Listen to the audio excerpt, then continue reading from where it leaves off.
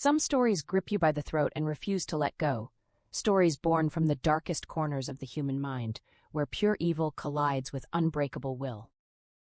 This is a third-person retelling of Intensity by Dean Koontz, a relentless psychological thriller inspired by the real-life horrors of serial killer Edmund Kemper, whose chilling release after murdering his own grandparents haunted Koontz and fueled the creation of one of fiction's most terrifying sociopaths. First published in 1995, the book has captivated readers around the world as part of Dean Koontz's extraordinary body of work, which has sold over 500 million copies globally.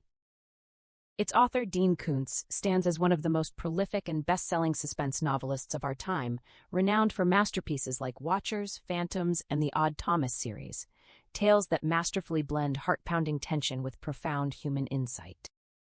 The story later reached millions more when it was adapted into a gripping 1997 TV miniseries on Fox, starring Molly Parker and John C. McGinley. Note that the visuals you'll see are created with today's technology. They might not be perfectly accurate to every scene, but they're crafted to help you visualize the intensity unfolding, so please bear with my artistic choices.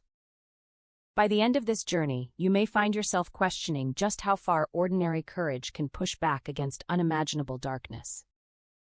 And at the end, I'll share fascinating facts about the book, its adaptations, behind-the-scenes details from the production, and a few fun discoveries most readers never notice.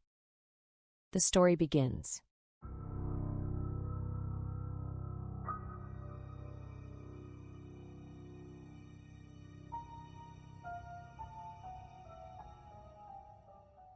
He stood knee-deep in the tall, dry grass as the red sun balanced on the highest mountain ramparts. In its waning light, the foothills seemed ablaze, and a cool breeze swept down, fanning the grass into streaming waves of golden fire that rolled toward the shadowed valley below. With hands tucked in the pockets of his denim jacket, he studied the vineyards stretching across the slopes. The vines had been pruned in winter. The new growing season had barely begun. The wild mustard that once bloomed brightly between the rows had been chopped back and plowed under, leaving the earth dark and fertile. The vineyards encircled a barn, several outbuildings, and a caretaker's bungalow. The largest structure was the owner's Victorian house, its gables, dormers, decorative millwork, and carved pediment over the front porch steps all catching the dying light. Paul and Sarah Templeton lived there year-round, while their daughter Laura visited occasionally from San Francisco, where she attended university. She was supposed to be staying there throughout this weekend. He let his mind drift to a vivid mental image of Laura's face, every feature as sharp as a photograph. Strangely, those perfect lines brought thoughts of heavy, sugar-laden bunches of Pinot Noir and Grenache grapes with translucent purple skin. He could almost taste the phantom fruit bursting between his teeth, sweet and succulent. As the sun sank behind the mountains, it sprayed light so warmly colored and intense that the darkening land appeared wet with it, dyed forever. The grass around his knees turned deep red, no longer like golden fire, but like a red tide washing against him. He turned his back on the house and vineyards. Still savoring the intensifying taste of those imagined grapes, he walked westward into the long shadows cast by the high forested ridges. He could smell the small meadow animals cowering in their burrows, hear the faint whisper of a hawk's feathers carving the wind high overhead, and feel the cold glimmer of stars not yet visible. In the strange sea of shimmering red light, black shadows from overhanging trees flickered shark-swift across the windshield. Laura Templeton gripped the wheel of the Mustang with easy expertise, but she pushed the car too fast along the winding two-lane blacktop. China braced herself in the passenger seat, tension tightening through her body. She felt the speed pressing her back as the curves rushed at them. Laura grinned at the warning about her heavy foot, answering with quick humor that only made China's stomach tighten further. She reminded Laura that being late for dinner was far better than never arriving at all. Laura laughed it off, insisting her mother was strict about punctuality and that China sounded exactly like her. China countered that one of them needed to act like the responsible adult here. Laura teased her affectionately about seeming far older than 26, suggesting she might actually be 126. China accepted the jab with dry resignation. They had left San Francisco under a hard blue sky for a 4-day break from their master's program in psychology at the University of California. Laura had never needed to work for tuition, but China had spent the last 10 years balancing part-time classes with full-time waitressing. first at Denny's, then Olive Garden, and most recently at an upscale place with white tablecloths and generous tippers. This weekend at the Templeton's Napa Valley house was the closest thing to a real vacation she had known in a decade. Laura had taken the scenic route off the interstate, yet her speed kept China's eyes locked on the rushing road instead of the gold and crimson sunset painting the valley like a radiant tapestry. Laura confessed her love for speed, comparing herself to a gazelle or cheetah from a past life. China shot back that she might have been a madwoman or the Wile E. Coyote of cheetahs, chasing prey straight off a cliff. Laura insisted she was a good driver and urged China to relax. China admitted she could only manage that when she slept. Laura sighed in mock exasperation, then shared her own recurring dreams of flying naked 50 feet above the ground, swooping over fields and treetops while people below smiled and waved in delight. Sometimes a beautiful man with golden hair and piercing green eyes joined her, and they made love drifting through sunshine, bringing wave after wave of spectacular pleasure until she felt like dazzling light itself, ready to explode and birth a new universe. China stared at her in blank astonishment, finally admitting she had never experienced any dream like that. Laura pressed, surprised, and asked if China ever dreamed about sex at all. China said she did, but only nightmares, threatening ones where she was a little girl of 6 or 7 or 8, hiding from a man who wanted something terrible from her, something that felt like dying. Different men appeared, often echoes of the creeps her mother used to bring around. She had always escaped them in real life, and they never actually touched her even in the dreams, yet the threat lingered. Laura suggested these were more memory than pure dream. China wished they were only dreams. When Laura asked whether she could ever fully let go and feel warm and fuzzy with a man in real life, or if the past always intruded, China deflected at first, calling it analysis at 80 miles an hour. Pressed again, she admitted she liked being with men, felt no inhibition, and had been fully satisfied in her 2 past relationships, gentle, decent men whose lovemaking she had genuinely enjoyed. Still, she had never felt anything close to exploding into light and a new universe. She had never been able to give a man her mind and heart completely, afraid to trust without reservation. No one, except perhaps Laura, had ever earned that level of trust from her. The wind shrieked along the sides of the Mustang. As they climbed a long incline through flickering shadows and fiery light, the road ahead looked like a launch ramp ready to fling them into space. China asked what would happen if a tire blew. Laura answered with breezy confidence that it wouldn't. When China insisted on the possibility, Laura twisted her face into an exaggerated demonic grin and described them becoming nothing but girl jelly in a can. An amorphous mess poured into a single jug for one grave, their headstone reading Laura China Templeton Shepherd, with only a Cuisinart having been more thorough.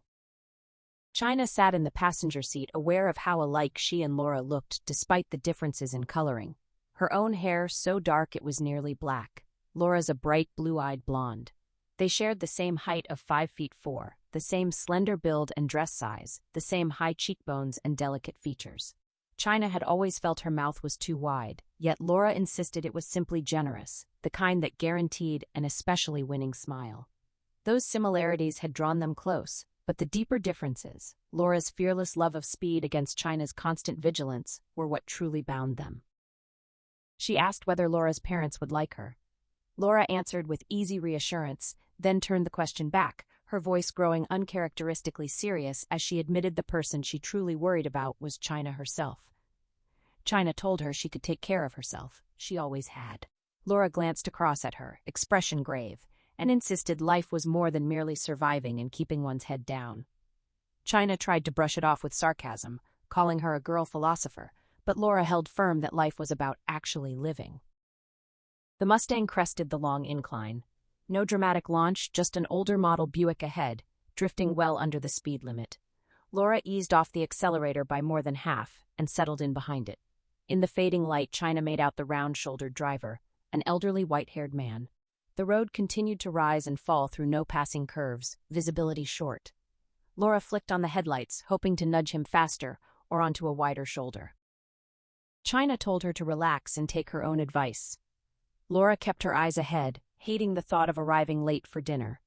China reminded her that from everything Laura had said, her mother wasn't the wire coat hanger type. Laura agreed her mom was the best, then described the special disappointed look she could deliver, worse than any beating, and joked that several years earlier the Pentagon had secretly sent her mother to Moscow to give that exact look to the entire Politburo, which promptly collapsed the Soviet Union in a wave of remorse. The white-haired driver checked his rearview mirror. The gleam of his hair in the headlights, the tilt of his head, and the faint reflection of his eyes triggered a sudden, powerful wash of déjà vu through China. A chill prickled across her skin. She closed her eyes, and the memory pulled her back, 19 years to another twilight on a lonely Florida highway. Swampy flatland, sparse trees draped in Spanish moss, red fading sunlight, an empty two-lane blacktop stretching through rural nowhere. She had been 7, riding in the back seat of Jim Woltz's vintage red Cadillac with its massive tail fins and chrome. Woltz, a Key West drug dealer and gunrunner who drifted in and out of their lives, was driving well over 100 at times. Her mother, Anne, sat beside him. They had been on a business run and were returning to the Keys. A tan Mercedes crept along ahead at 40 miles an hour, an elderly bird-like woman with close-cropped silver hair at the wheel. The passing zone was clear for miles on the dead flat road, yet Woltz refused to go around. He was high, probably cocaine, and both he and Anne were drinking vodka mixed with grapefruit juice from a cooler. The slow pace infuriated him. His face flushed dark, neck arteries throbbing, jaw clenched. Rage like that always excited Anne. She teased and goaded him while China huddled in back, pleading for her to stop. Woltz tailgated, blaring the horn, then began nudging the Mercedes' rear bumper with sharp metallic kisses. The old woman swerved in panic but stayed on the road, too frightened to pull over or speed up. He pulled alongside in the wrong lane several times, shouting and shaking his fist. Each time he dropped back instead of passing, playing a vicious game of tag. To him, drugged and drunk, the harassment felt deadly serious. To Anne, it was thrilling entertainment. She suggested they give the old lady a driving test, see if she could keep the car on the road. Woltz laughed and used the Cadillac to crowd the Mercedes onto the shoulder beside a drainage canal. The terrified woman should have fought back or floored it. The Mercedes could have outrun them easily, but fear and disbelief paralyzed her. The car rolled into the canal and began to sink. Woltz stopped, reversed, and they all got out to watch from the embankment. Anne insisted China come too, gripping her arm and whispering that they were different, that no rules applied to them, that true freedom meant witnessing moments like this. Mosquitoes swarmed, but no one noticed. Twilight had deepened. The Mercedes headlights still burned underwater, interior lights glowing. The passenger side rested on the muddy bottom. Through the driver's window, only inches below the surface, they saw the old woman press her face into a trapped bubble of air, struggling to breathe. Her door and window would not open. She screamed, muffled, desperate, while they stood motionless on the bank. The screams slowly faded and stopped. Night fell. The woman's face remained pressed to the glass, blurred now by ripples, but China knew she and her husband were dead. Woltz threatened to drag China down and shove her inside the submerged car with the bodies if she cried. Anne forced grapefruit juice laced with vodka into her mouth. Only 7 years old, China lay on the back seat the rest of the way to Key West, dizzy, sick, crying quietly so she would not anger him, until sleep finally took her. In the Mustang, the engine rumbled softly and the tires sang on the blacktop. China opened her eyes. The Napa Valley night had closed in. The red light was gone. The Buick had pulled far ahead and vanished. Laura breathed a soft, horrified, "Dear God." China's hands shook. She reached for Kleenex from the console, blew her nose, and wiped her eyes. Every time she revealed another piece of her past to Laura, it burned the same way. Shame flooding her as though the guilt belonged to her, as if a helpless child could somehow be blamed for the madness that had surrounded her. Laura asked gently whether she would ever see her mother again. China sat numb with lingering horror, her hands curled into fists around the damp Kleenex. When Laura asked whether she would ever want to see her mother again, China hesitated. She admitted maybe she would. To ask why, to try to understand, to settle old wounds. But then again, maybe not. Laura pressed gently, asking if she even knew where her mother was. China said no, but it would not surprise her if the woman was in jail or already dead. No one could live that way and expect to grow old. They drove down out of the foothills into the valley floor.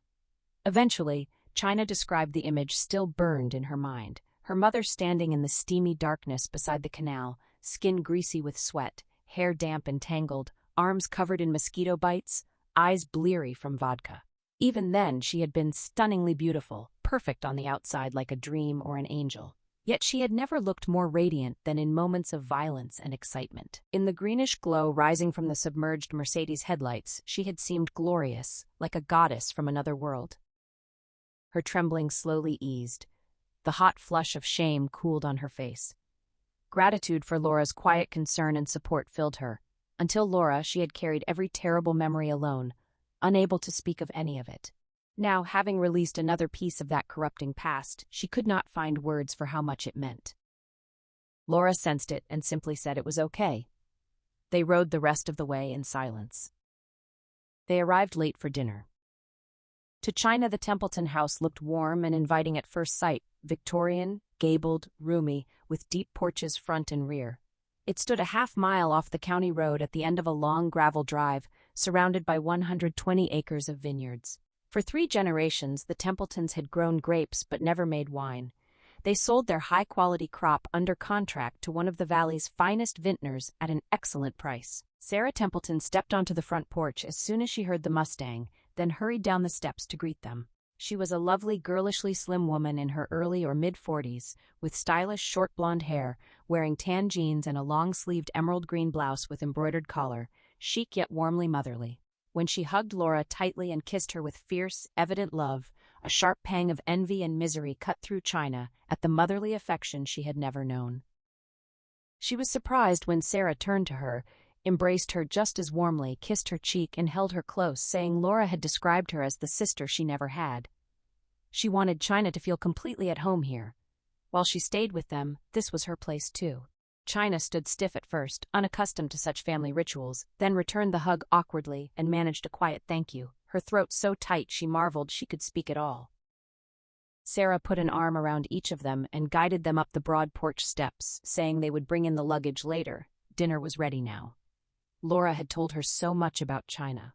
Laura joked that she had hidden the part about China practicing voodoo and needing to sacrifice a live chicken at midnight every night. Sarah replied lightly that they only grew grapes and had no chickens, but after dinner they could drive out and buy a few from a nearby farm. China laughed and shot Laura a look that asked where the infamous disappointed look was. Laura grinned and assured her that in China's honor all wire coat hangers and similar devices had been hidden away. Sarah asked what on earth they were talking about.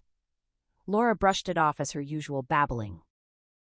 Paul Templeton stood in the big kitchen, lifting a steaming potato and cheese casserole from the oven. He was a neat, compact man of 5'10", with thick dark hair and a ruddy complexion. He set the dish aside, removed his oven mitts, and greeted Laura with the same warmth Sarah had shown. Introduced to China, he took her hand in both of his rough, work-worn ones and said with feigned solemnity that they had prayed she would survive the trip in one piece. He asked if his little girl still drove the Mustang, like she thought it was the Batmobile. Laura reminded him he had taught her to drive. Paul said he had only shown her the basics and never expected her to copy his own style. Sarah refused even to think about Laura's driving, or she would worry constantly. Laura teased that there was an Indianapolis 500 gene on her father's side and he had passed it to her. China spoke up, saying Laura was an excellent driver and she always felt safe with her. Laura grinned and gave her a thumbs up.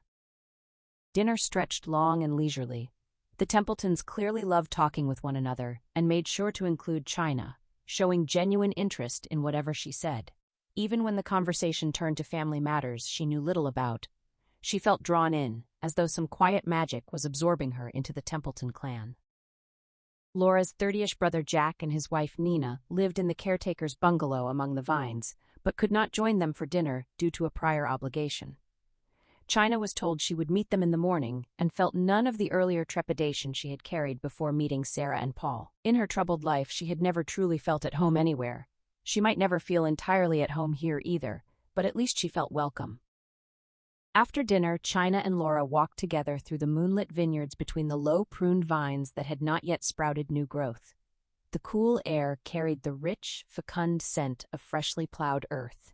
A sense of mystery hung over the dark fields, intriguing and enchanting, yet at times disconcerting, as though unseen presences watched among the rows.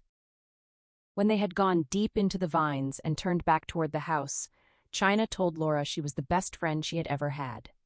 Laura returned the feeling.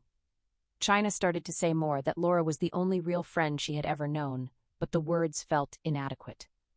They were sisters in every way that mattered. Laura linked arms with her and simply said she knew.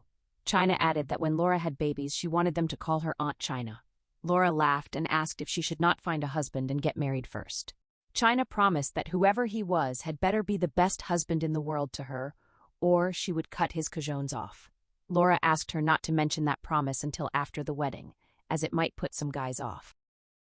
A disquieting, protracted creaking sounded from somewhere deeper in the vineyards. China froze. Laura reassured her it was only the breeze working a loose barn door on rusty hinges. Still, it sounded as if something vast were opening a giant door in the wall of night itself and stepping through from another world. China Shepherd could never sleep easily in strange houses. Throughout childhood, her mother had dragged her across the country, never staying anywhere longer than a month or two. So many terrible things had happened in so many places that she had learned to approach every new house with suspicion and quiet dread rather than hope.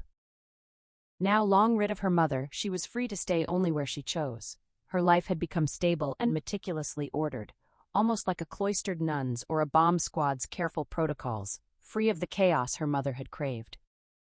Yet on this first night in the Templeton house, she remained reluctant to undress and go to bed. She sat in darkness in a medallion-back armchair by one of the guest room windows, gazing out at the moonlit vineyards, fields, and hills of the Napa Valley. Laura slept soundly in another room at the far end of the second-floor hall, at peace because this house held no strangeness for her.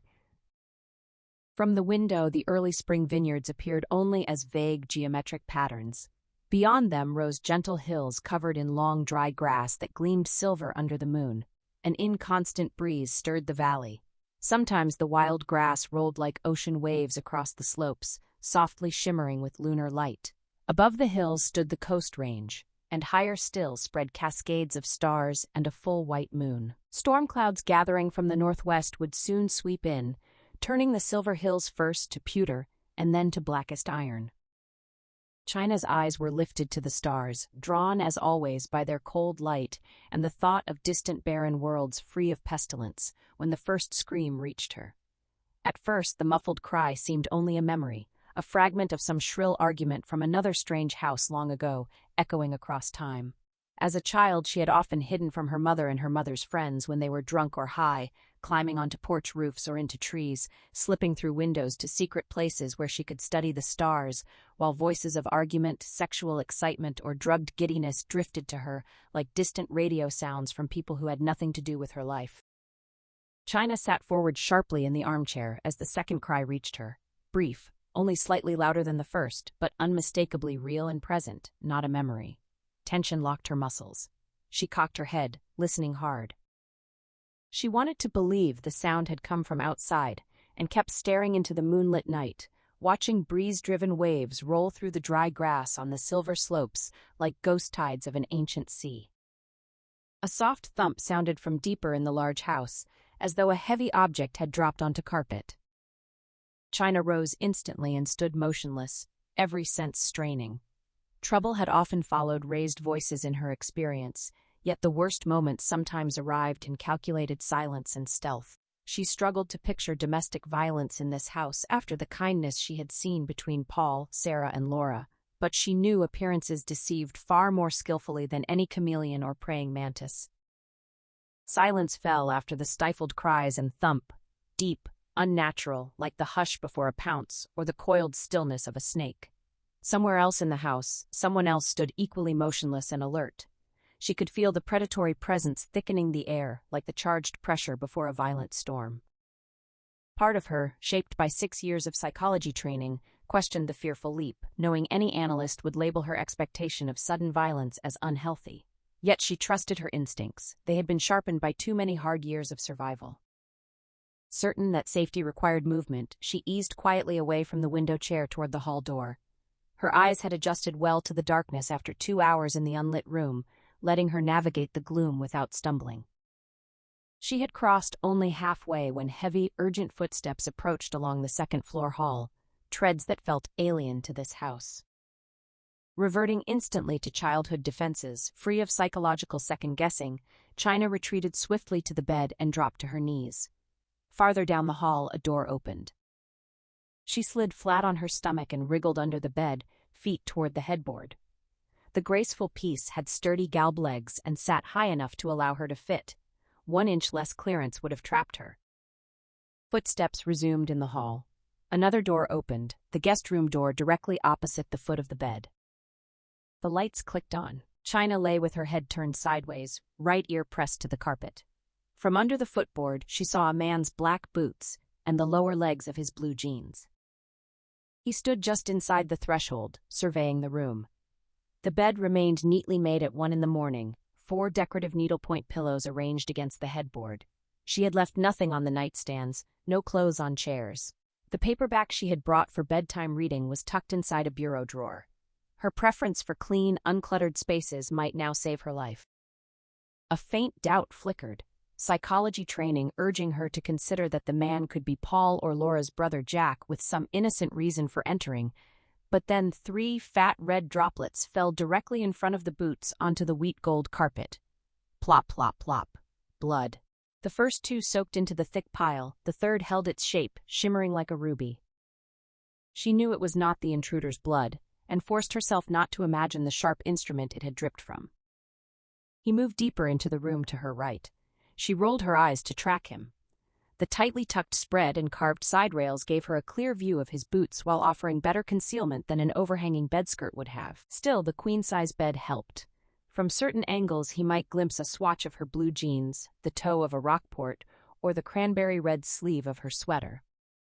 She could not hear whether he breathed hard with excitement or rage. 1 ear pressed to the carpet left her half-deaf. The wood slats and box springs pressed down on her back, restricting her chest to shallow, open-mouthed breaths. Her heart hammered so loudly against her breastbone that she feared he would hear it filling the cramped space. He crossed to the bathroom, pushed the door open, and flicked on the light. She had put away every toiletry, even her toothbrush. The sink should be dry after 2 hours. She had only washed her hands after using the toilet at 11. No damp bar of soap remained, though she worried the hand towel might hang slightly askew or show a telltale wrinkle. He lingered on the bathroom threshold for what felt like forever before switching off the fluorescent light and returning to the bedroom. Another red droplet fell to the carpet, as though the intruder were shedding slow tears of blood. He moved toward the closet door. China strained her neck to keep him in view. The deep walk-in closet held the Templetons' stored luggage at the back. Her single bag and train case blended among them, not obviously a guest's. Her clothes, 2 dresses, 2 skirts, another pair of jeans, chinos, and a leather jacket, hung on the rod. Since she and Laura wore the same size, he might assume they belonged to Laura, unless he had already seen the state of Laura's own closet.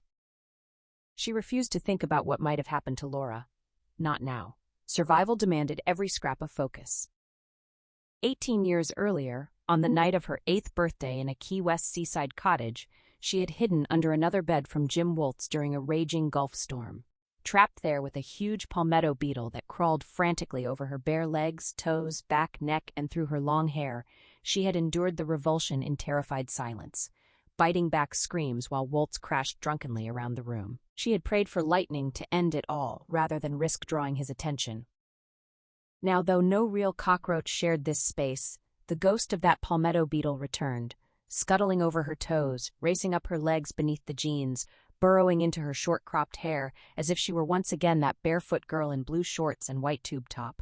She had never worn her hair long since that night. China remained motionless under the bed as the man in the closet tugged the chain pull. The light clicked off with a faint tinkle of metal beads. His booted feet reappeared and approached the bed.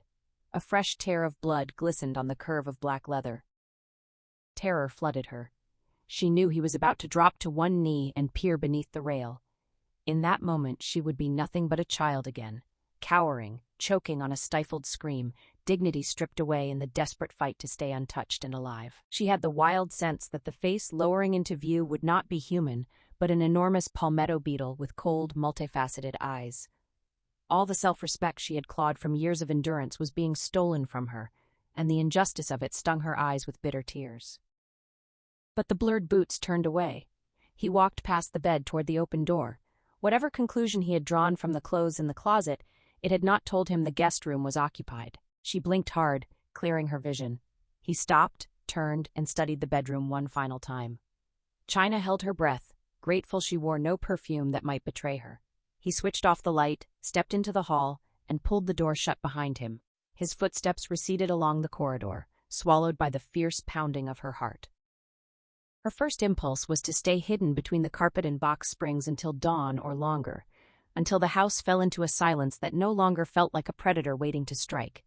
Yet she did not know what had become of Laura, Paul, or Sarah. Any or all of them might still be alive, wounded but breathing, perhaps being kept that way for further torment. She had read enough newspaper accounts to picture every cruel possibility. If they lived, she might be their only chance. She had crawled out of childhood hiding places with less fear than she felt now, sliding from under this bed. 10 years free of her mother had given her a decent life built on relentless struggle and hard-won self-respect. Risking it seemed madness when safety lay in stillness.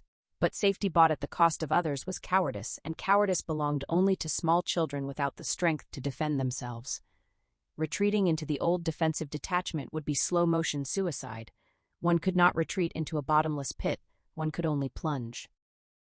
Once in the open, she rose into a crouch beside the bed and stayed there, frozen by the expectation that the door would crash open again. The house remained echo-free and silent as an airless moon. She stood, crossed the dark guest room, and tried to avoid the spot where the blood drops had fallen earlier. She pressed her left ear to the crack between door and jamb, listening for movement or breath in the hall. Nothing.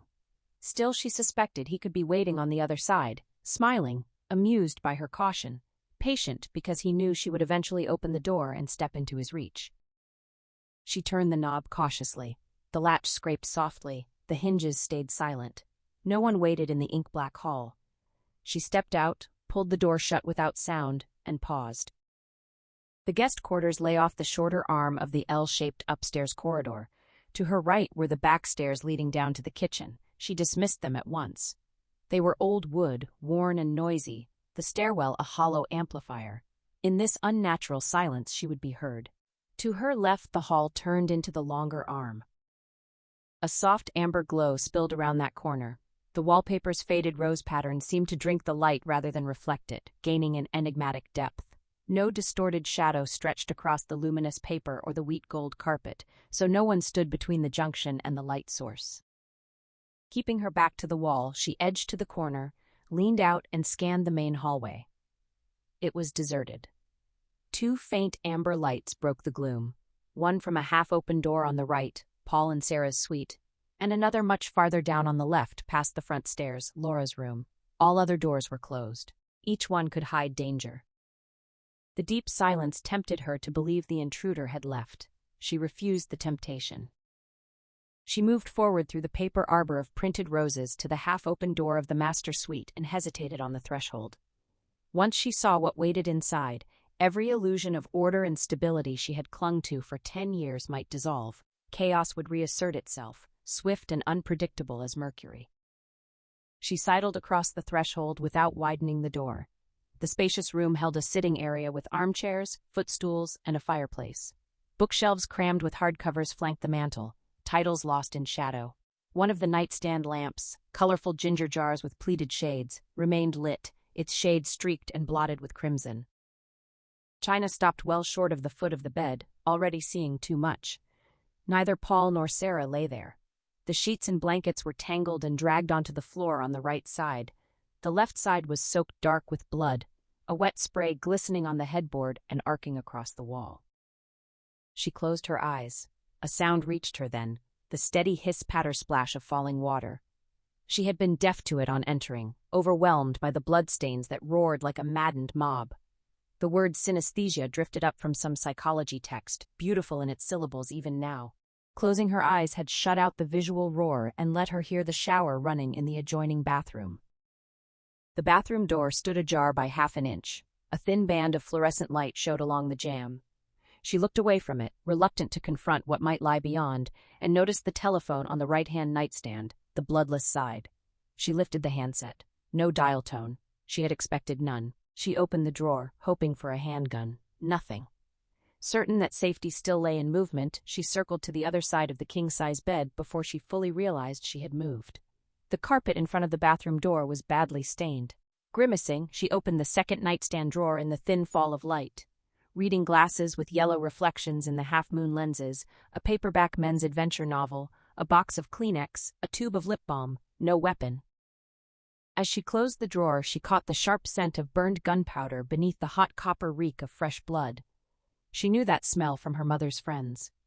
She had heard no shots. The intruder's weapon carried a sound suppressor.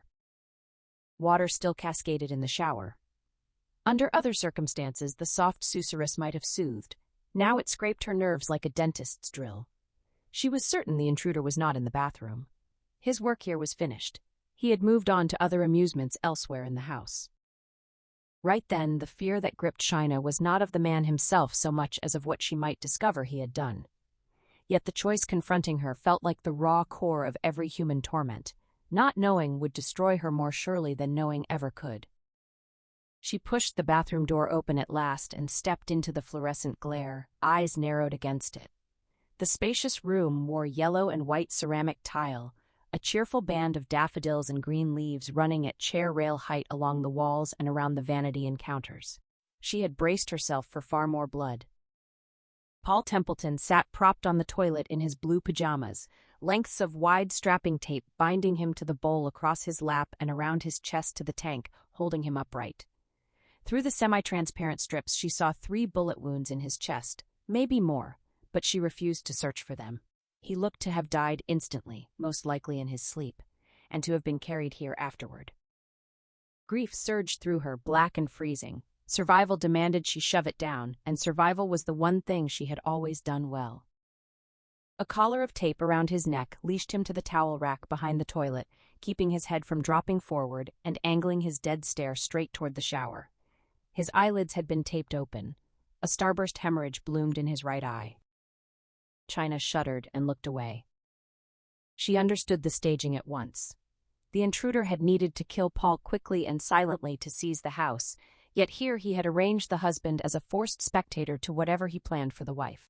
It was a classic tableau, the kind certain sociopaths loved, performing for their victims, convinced the freshly dead could still see and hear and admire their fearless cruelty. She had studied the delusion in textbooks and heard far grimmer examples from an FBI behavioral science speaker during one of her aberrant psychology classes at UCSF. The reality hit harder than any lecture ever could. Her legs felt heavy and wooden, her hands beginning to tingle toward numbness. In the separate shower stall, its frosted glass door closed, she made out a faint pinkish shape huddled on the floor. Above the door on the soffit, 2 words had been scrawled in thick black letters that looked drawn with repeated strokes of an eyebrow pencil: "Dirty bitch." She wanted nothing more than to turn away from that stall, certain Sarah Templeton could not possibly be alive. Yet, if she left without confirming the woman was beyond help, the guilt would turn her own survival into a slow kind of death. Besides, she had dedicated her life to understanding exactly this kind of human cruelty, and no case study in print would ever bring her closer than the scene waiting inside that shower. Here tonight, the bleak inner landscape of a sociopathic mind had been dragged into plain view. The water hissed and splashed against the tile like serpents, and the brittle laughter of unseen children. It had to be cold. No steam rose above the enclosure. China held her breath, seized the handle, and pulled the stall door open. Sarah Templeton had been wearing a pale green teddy and matching panties, now wadded and sodden in one corner. After her husband was shot, she had clearly been struck unconscious, probably with the butt of the gun, then gagged, her cheeks distended around whatever rag had been crammed into her mouth, strips of tape sealing her lips, though the icy spray had already begun peeling the edges loose. The killer had used a knife on her. She was not alive. If any mercy existed, Sarah had never woken after that first blow. China eased the door shut again. She remembered the warm hug Sarah had given her on the front walk the afternoon before, when she had arrived with Laura. Tears burned, but she forced them back. She wished she herself were dead instead of the woman in the shower. In truth, she already felt half dead, a piece of her heart dying with every victim she saw. She slipped back into the bedroom, moving away from the bed to stand in the deepest corner, shaking so hard her teeth nearly chattered. Her stomach clenched, acid climbed her throat, and a bitter taste flooded her mouth. She swallowed the urge to vomit, knowing the sound would bring the killer straight to her. Though she had met Laura's parents only yesterday afternoon, she knew them well from her friends' endless stories and memories. She should have felt deeper grief, yet terror and revulsion left room for little else right now. The full weight would strike later, when her heart grew quiet enough to let it in. She was stunned that the intruder had spent so much time on Paul and Sarah while she had sat unknowing at the guest room window, lost in the stars, and old nights spent staring at them from rooftops, trees, and beaches. From what she could tell, he had taken at least 10 or 15 minutes with the couple before moving on to search the rest of the house. Men like him sometimes craved the extra thrill of possible interruption, the chance a sleepy child might wander in and have to be chased down. The risk sharpened his pleasure. This was pleasure to him. A compulsion, yes, but one he embraced without shame or despair, pure recreation, savagery that gladdened him. Somewhere in the house he was either still at play or resting, gathering himself for the next round. When the worst of her trembling eased into shivers, China's thoughts turned sharply to Laura. Those 2 muffled cries she had heard minutes earlier had come after Sarah was already dead. The girl must have been taken by surprise in her sleep by a man who smelled of her mother's blood. Once he had secured her, he had hurried to sweep the 2nd floor in case anyone else had been alerted. He might not have gone straight back to Laura. Textbooks said men like this loved to violate every private corner of a house, rifling closets and drawers, eating from the refrigerator, reading mail, pawing through laundry, lingering over family photo albums for an hour or more. Sooner or later, though, he would return to her. Sarah had been strikingly beautiful, but predators of this kind hungered for youth and innocence above all. Laura was what he had come for. When the nausea finally passed and she trusted herself not to be sick, China crept from the corner and crossed the room on silent feet. She would not have been safe staying in the master suite anyway. Before he left the house, the intruder would almost certainly come back for one last look at Sarah in the shower, her slender arms crossed in that useless gesture of defense. At the half-open door she paused, listening. Directly across the hall, the faded roses on the wallpaper looked deeper and more mysterious than ever, as though she might part the vines and step through into some other, safer world. With the nightstand lamp behind her, any cautious peek would cast her shadow across those roses, an announcement she could not afford. A long silence finally seduced her into motion.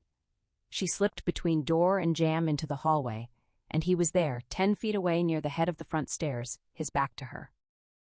She froze, half in the hall and half still on the threshold of the master suite. If he turned now, she would never vanish in time, yet she could not make herself move while any chance remained. Even the faint compression of carpet fibers under her shoes felt loud enough to betray her. The man stood doing something so strange that fear and fascination pinned her in place.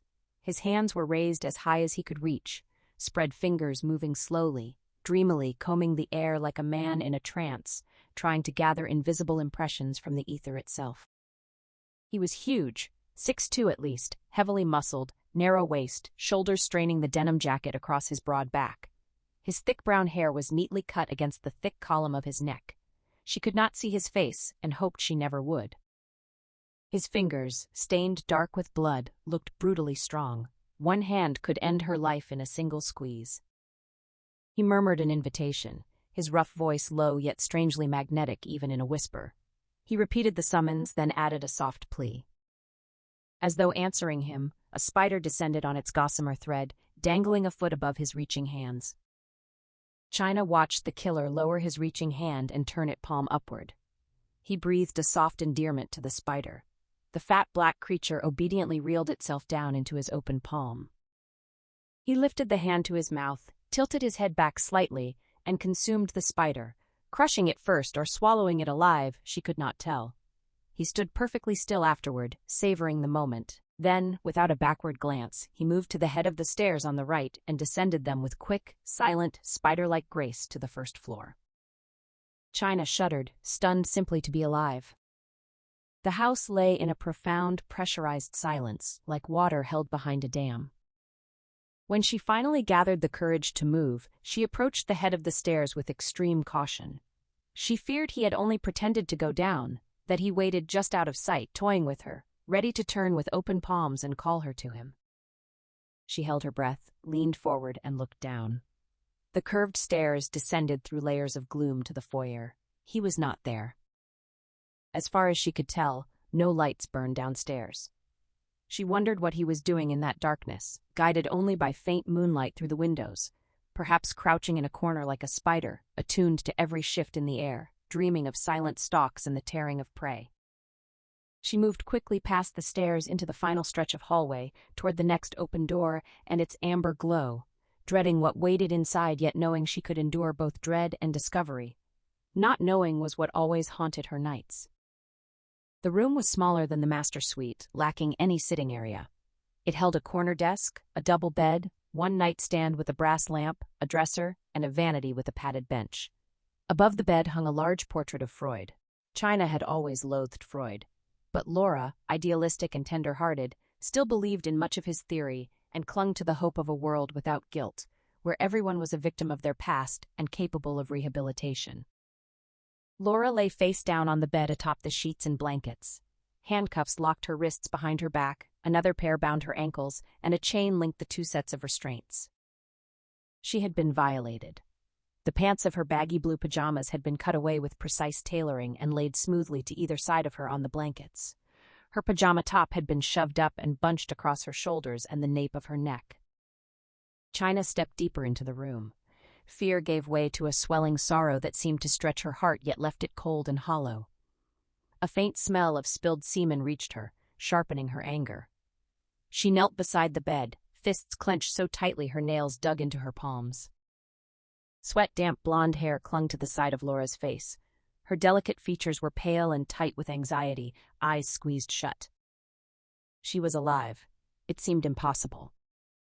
The girl, terror had reduced her to that, murmured urgent, nearly inaudible words that carried the unmistakable shape of a desperate prayer for mercy, for deliverance untouched and alive. China had whispered the same prayer on many terrible nights long ago in distant places. On those nights, she had been spared both violation and death. For Laura, at least half the plea had already failed. China's throat tightened. She managed only a whisper. It was her. Laura's eyes flew open, blue and rolling wide with disbelief like a terrified horse. She breathed that everyone was dead. China hushed her gently. Laura whispered of blood in the killer's hands, of Jack and Nina and everyone. Jack, her brother whom China had never met. Nina, her sister-in-law.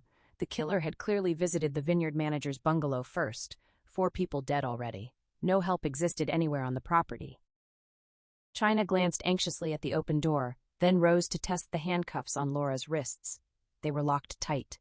With wrists and ankles chained together, Laura was fully hobbled and could neither stand nor walk. China lacked the strength to carry her. She caught her own reflection in the vanity mirror and saw raw terror etched across her face. She forced herself to appear calmer for Laura's sake and returned to the bedside, murmuring as softly as her friend had prayed, "Was there a gun in the house?"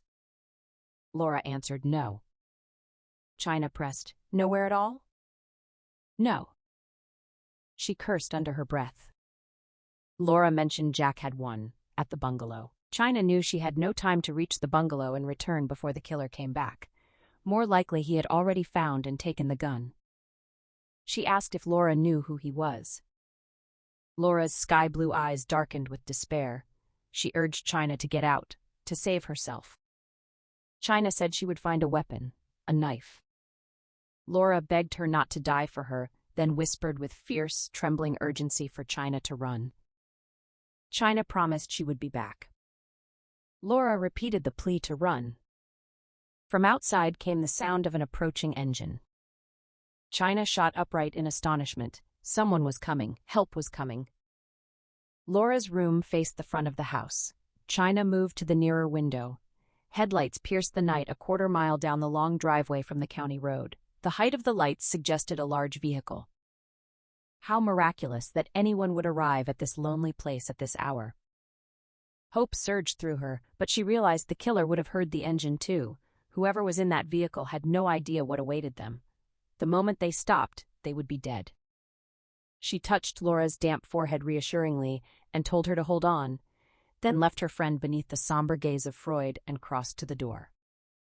The hallway was empty. China hurried to the head of the curved stairs, hesitated at the dark descent, but knew she had no other choice.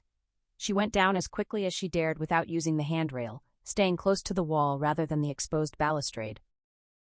She passed large landscape paintings in ornate frames that now looked like windows onto ominous goblin forests, black rivers, and killing fields instead of the cheerful scenes they had been earlier.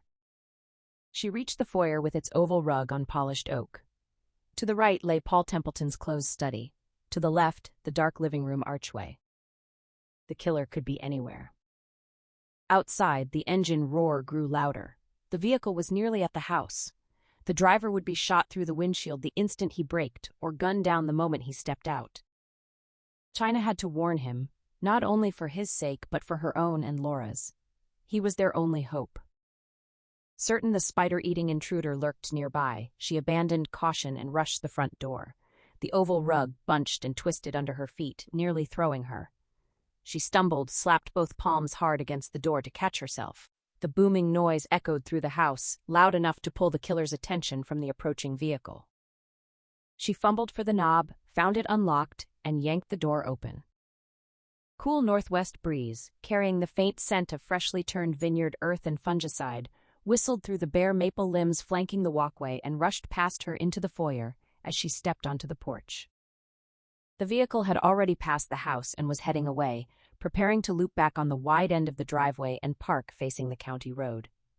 It was not a truck but an older motorhome, 40 feet long with rounded lines, well kept, its chrome gleaming like quicksilver under the late winter moon. It looked blue or green. Amazed she had not yet been attacked from behind, China glanced back at the open front door where the killer still had not appeared, then started for the porch steps.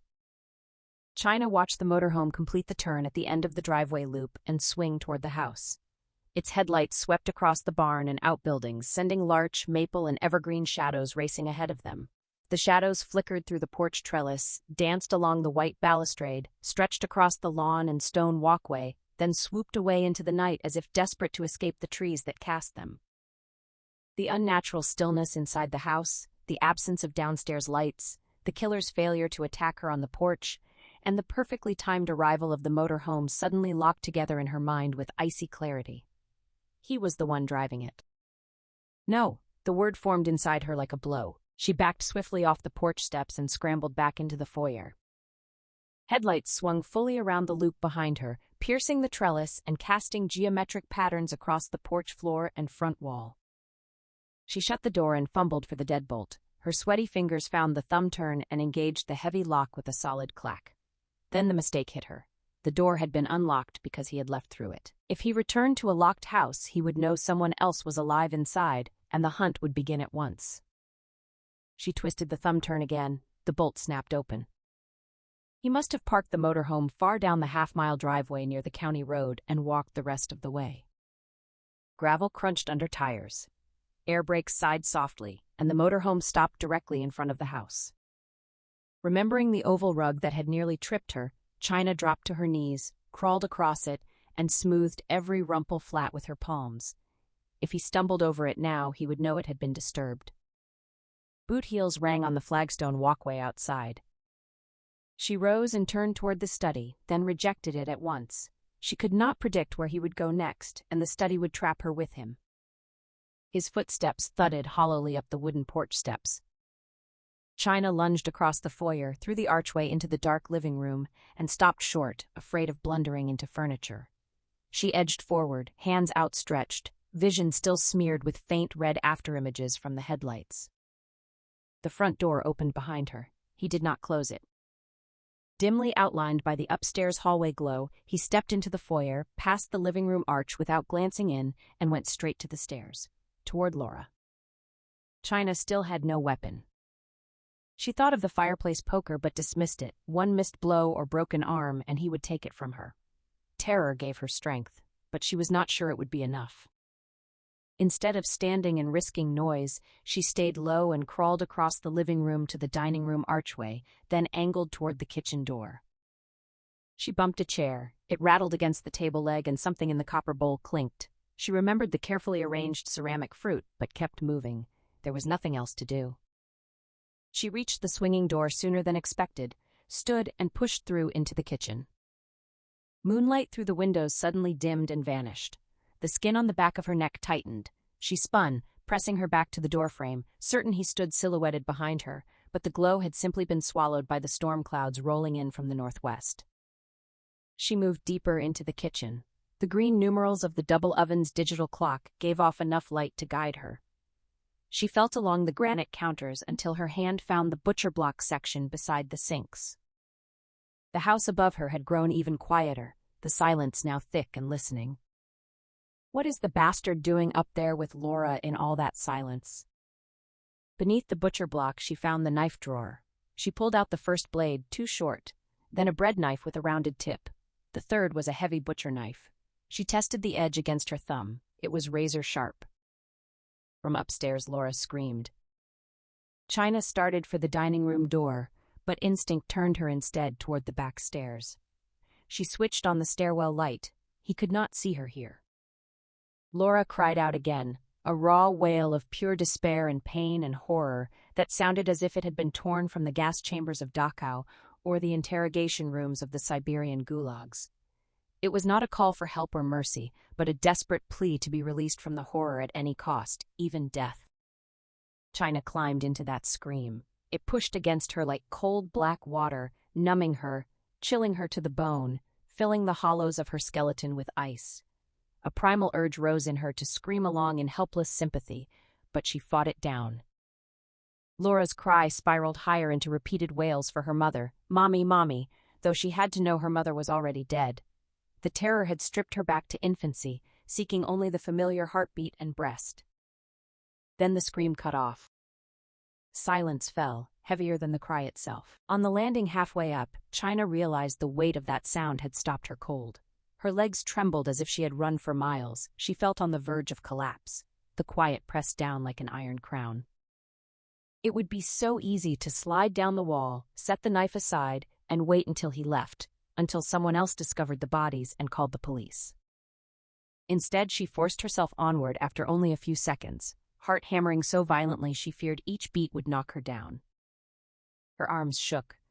The butcher knife wavered in her white-knuckled grip, and she wondered if she would even have the strength to strike effectively. That was loser thinking. She hated it. For 10 years, she had made herself into a survivor, and she refused to slip backward now. The old wooden stairs creaked beneath her, but she climbed fast anyway. Whether Laura lived or not, the killer would be lost in his own frenzy, deaf to anything except the roar of blood in his ears and the voices driving him. She reached the upstairs hall, propelled by terror for Laura and by fury at her own momentary weakness.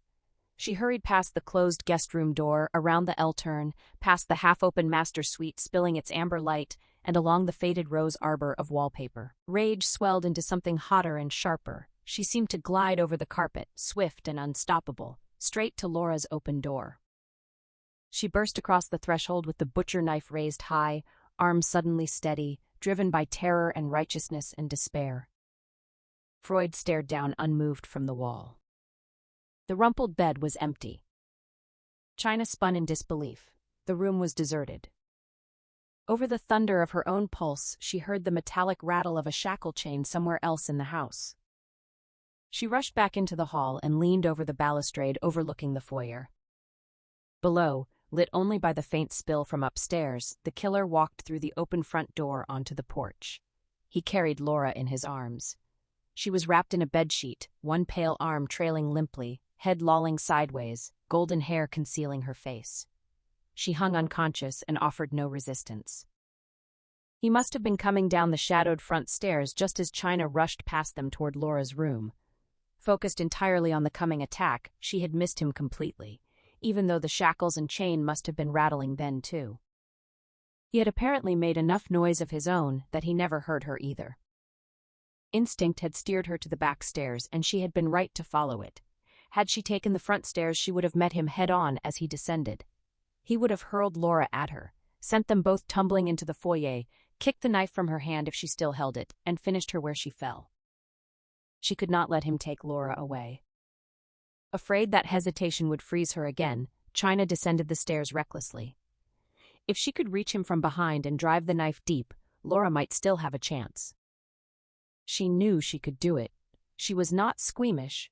She could slam the blade in, aim for the heart from the back, puncture a lung, yank it free and stab again, keep stabbing the bastard until he screamed for mercy, and then until he was silent forever. She had never hurt anyone before, but terror for Laura and fury at the thought of failing her friend made her certain she could become that vengeance now. She was human, and that was enough. At the bottom, the oval rug stayed flat beneath her feet. She moved straight for the open front door, knife now held low at her side. If he heard her and turned, she could swing the blade upward under Laura and into his belly, the softest target. She would be face to face with him, looking into his eyes. The image of Sarah huddled naked and dead in the cold shower gave her the resolve she needed. She could do it. She crossed the threshold onto the porch, ready both to kill and to die in the attempt. But she had not been fast enough.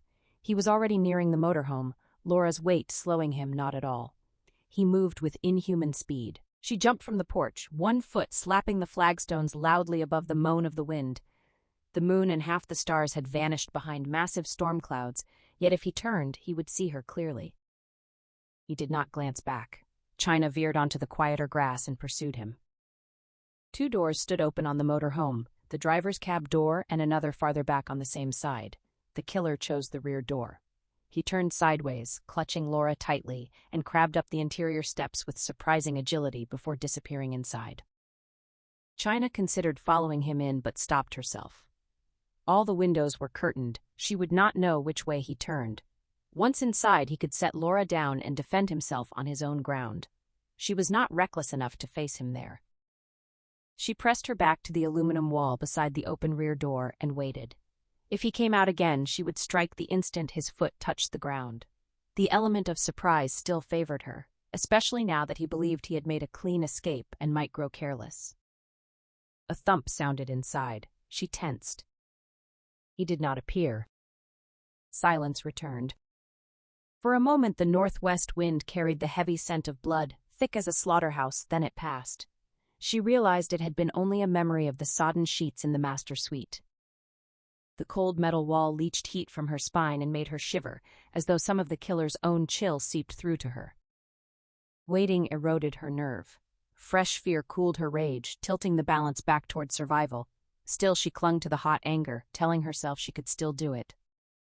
Then the killer emerged, but not through the door beside her. He stepped out of the open cab door at the front of the vehicle, 30 feet away. China's breath locked in her throat. The wind tasted of failure. He was too far. No longer burdened by Laura and the rattling chain, he would hear her coming. The advantage of surprise had vanished. He stood stretching almost lazily, rolling his massive shoulders and massaging the back of his neck. If he turned his head left, he would see her at once. Any movement, even slight, would catch his eye. Downwind of her, he seemed more animal than man, gifted with preternatural senses. She half feared he would smell her terror. He carried no gun in his hands, but it might be tucked in his belt. If she ran, he could shoot her down easily. He would not kill her quickly, though. He would wound her, take her captive, and save her for later play. Finished stretching, he walked briskly back toward the house, up the walkway, onto the porch, and inside without once looking back. China's held breath burst out in a shaky stutter, then she inhaled with a shudder. Before her courage drained away completely, she hurried to the cab door, climbed behind the wheel, and searched for keys in the ignition. None. She glanced at the house, wondering how long he would stay inside, perhaps searching for valuables or souvenirs. 5 minutes, 10, maybe more. Time enough, perhaps, to get Laura out and hide her somewhere. She still had the knife. And now, inside his own vehicle without his knowledge, she once again held the element of surprise. Her heart hammered and her mouth tasted of dry metallic fear. She swiveled the seat, stepped past the console into the lounge area with its hunter-plaid sofas. The steel floor creaked softly under the carpet as she moved. She had expected the place to reek of horror, but the air smelled instead of fresh coffee and cinnamon rolls. The ordinary comfort felt profoundly disturbing coming from a man like him. She whispered Laura's name, then more urgently, "Laura." Beyond the lounge lay a kitchenette and red vinyl dining booth lit by a small battery-powered lamp. No sign of Laura. She moved quickly past the dining area to the open rear door through which the killer had carried the girl inside. Laura. A short, cramped hallway ran along the driver's side, lit by a low safety fixture and a black skylight. 2 closed doors stood on the left, a third at the end stood ajar. The first door opened into a compact bathroom with toilet, sink, medicine cabinet, and corner shower. The second revealed a narrow closet holding a few changes of clothes. At the end lay a small bedroom with imitation wood paneling and an accordion vinyl closet door. In the dim hall light, China saw Laura lying face down on the narrow bed, still wrapped in the sheet, only her small bare feet and golden hair visible. She dropped to her knees beside the bed, whispering her friend's name urgently. Laura did not respond. She remained unconscious. China could not lift or carry her as the killer had done, so she tried to rouse her. She pulled back a flap of sheet and met her friend's eyes. They were no longer pale sky blue, but a deeper sapphire, perhaps from the poor light, or perhaps because they were clouded with death. Her mouth hung open, blood glistening on her lips. The hateful bastard had taken her anyway, even though she was dead, perhaps as a souvenir he could touch and look at and speak to for a few days, a reminder of his glory. China's stomach knotted hard, not from revulsion, but from crushing guilt, from the black weight of failure and futility and despair. She whispered her heartbroken apology to the dead girl, calling her by every tender name she could find, telling her how sorry she was. Nothing more could have been done. She knew that. She could not have attacked the killer bare-handed when he stood cooing to the spider in the upstairs hall. She could not have reached the kitchen faster, seized the knife sooner, or climbed the back stairs any quicker. She told Laura again how sorry she was. This bright, gentle girl would never find the husband she had dreamed of, never bear the children who would have made the world better simply by being hers. 23 years of preparation, ideals, and hope, all of it ended now. Her gift to the world would never be given, and the world was poorer for it. She told the girl she loved her, that everyone loved her. Any words felt miserably inadequate, worse than useless. Laura was gone, all her warmth and kindness erased forever, and even the truest sentiment was only sound. The cramp of loss tightened inside her, dragging her toward an inner darkness. At the same moment, a sob swelled in her chest. If it broke free, it would become an uncontrollable wail. One tear would open the flood. She could not risk grief here. The killer would return any second. Mourning would have to wait until she was safely away and he was gone. Laura was beyond help now, indisputably dead, so nothing held China in the motorhome any longer. A door slammed hard somewhere forward, shaking the thin metal walls. The killer had come back. Something rattled. Grief unspent became rocket fuel for rage. In an instant, China burned with the need to slash him open, spill his guts, make him scream, and force the knowledge of his own mortality into his eyes the way he had forced it into Laura's. She backed quickly to the wall beside the open door, butcher knife ready. He would step in for one last look at the pretty blonde corpse, one last touch of cool skin, and she would cut him the moment he crossed the threshold. The shadowy room darkened further as he filled the doorway, blocking the hall light. The knife jittered silently in her grip, stitching the air with her fear. He stood right there on the threshold. He would come in now, he would come in and she would cut him. Instead, he pulled the door shut and walked away. Aghast, she listened to his retreating footsteps and the soft creak of the carpeted steel floor under his boots, wondering what to do next. The driver's door slammed, the engine rumbled to life, the brakes released with a faint shriek. They were moving. As the motorhome sped down the rutted driveway, Laura's shackles clinked steadily beneath the loose sheet, a ceaseless reminder that even in death, the girl fought the injustice of what had been done to her. Gravel sprayed from the tires and rattled against the undercarriage. Soon they would reach the smooth county road. If China jumped out now, the killer would hear the rear door bang open in the wind or see it in his mirror. In these empty winter vineyards, with only the dead for neighbors, he would stop and chase her down easily. Better to wait.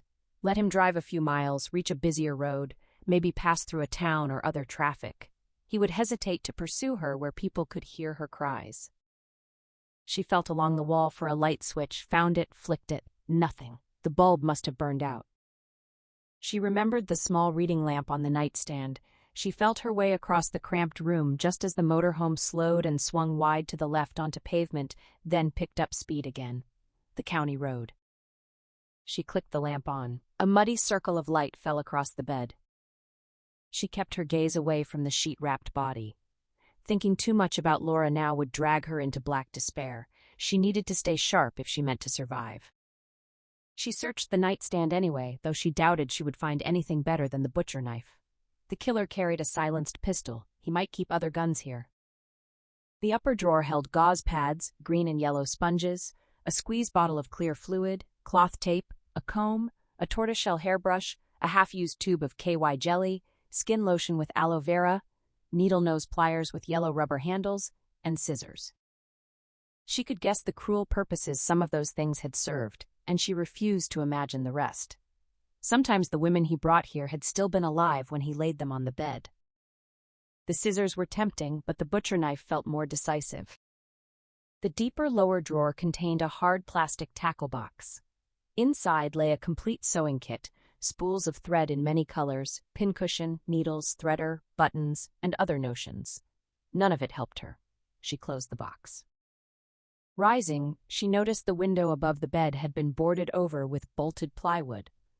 Folded blue fabric was trapped between the plywood and the frame, the edge of a curtain. From outside it would look ordinary, but no one trapped inside could ever open it to signal for help. With no other furniture in the tiny room, only the accordion vinyl closet door remained. She circled the bed, slid the pleated panel aside. A dead man hung inside. Shock slammed China backward against the mattress. She nearly fell across Laura, but caught herself and dropped the knife. The rear of the closet had been reinforced with welded steel plates. 2 high ring bolts held the young man's manacled wrists apart in a crucifix. His feet were shackled together to a 3rd ring bolt in the floor. He looked 17 or 18, no older than 20, wearing only white cotton briefs. His lean, pale body was badly battered, his head tipped sideways, left temple resting against his raised biceps. Thick, curly black hair framed a face whose eyelids had been sewn shut with green thread and whose lips were buttoned together with yellow thread, 2 buttons above the upper lip fastened to 2 below the lower. China heard herself babbling incoherently to God. She clenched her teeth and choked the words off, though the engine and tire noise would have swallowed them anyway. She slid the flimsy vinyl door shut. It closed with the heavy finality of a vault, the magnetic latch snapping like bone. No textbook case of sociopathic violence had ever hit her hard enough to make her want to retreat to a corner, sit on the floor, and hug her knees to her chest. That was exactly what she did now, choosing the corner farthest from the closet. She had to regain control, starting with her breathing. She was gasping, sucking in air yet growing dizzier with every breath. Darkness closed in from the edges until she seemed to peer down a long black tunnel at the dim bedroom far away. She told herself the young man had already been dead when the killer used the sewing kit, or at least unconscious. Then she ordered herself not to think about it at all, because thinking only lengthened the tunnel and dimmed the light further. She pressed her face into her cold hands. For no reason she could name, her mother's face rose clear and sharp in her mind. And then she understood why. China sat in the shadowed corner of the bedroom, her cold hands pressed over her even colder face, the weight of everything pressing down on her. She knew she would never possess the strange, magnetic beauty her mother had worn so easily, especially in moments like those back in Oakland, where violence had seemed almost glamorous. Her mother had thrived in that commune, eyes bright with revolutionary fire as the adults drank wine, passed joints, and mapped out ways to shatter the system, bridges and tunnels to demolish, telephone exchanges to sabotage, meatpacking plants to burn, banks and armored cars to rob for the cause. The path to their imagined utopia had always been paved with explosions and bodies. Later, drifting with her to Key West, they had rejoined Jim Woltz, the nihilist dealer who kept a bunker stocked with 200 guns beneath his oceanfront cottage. There, beside men like him, her mother's porcelain skin had glowed, her green eyes sparkling with dangerous excitement, her movements turning graceful and lithe as the thrill of playing Bonnie to any Clyde lit her face like a Florida sunset. But China understood the gap between romance and reality. Reality was blood, shattered bone, decay, and dust. Reality was Laura lying dead on the sagging bed, and the unknown young man sewn shut behind the pleated vinyl closet door. She forced her breathing to steady, regaining control. The motorhome rolled onward, its steady motion stirring old memories. As a child, she had often dozed on trains, buses, and car back seats, lulled by the hum of wheels, never knowing where her mother was taking her next.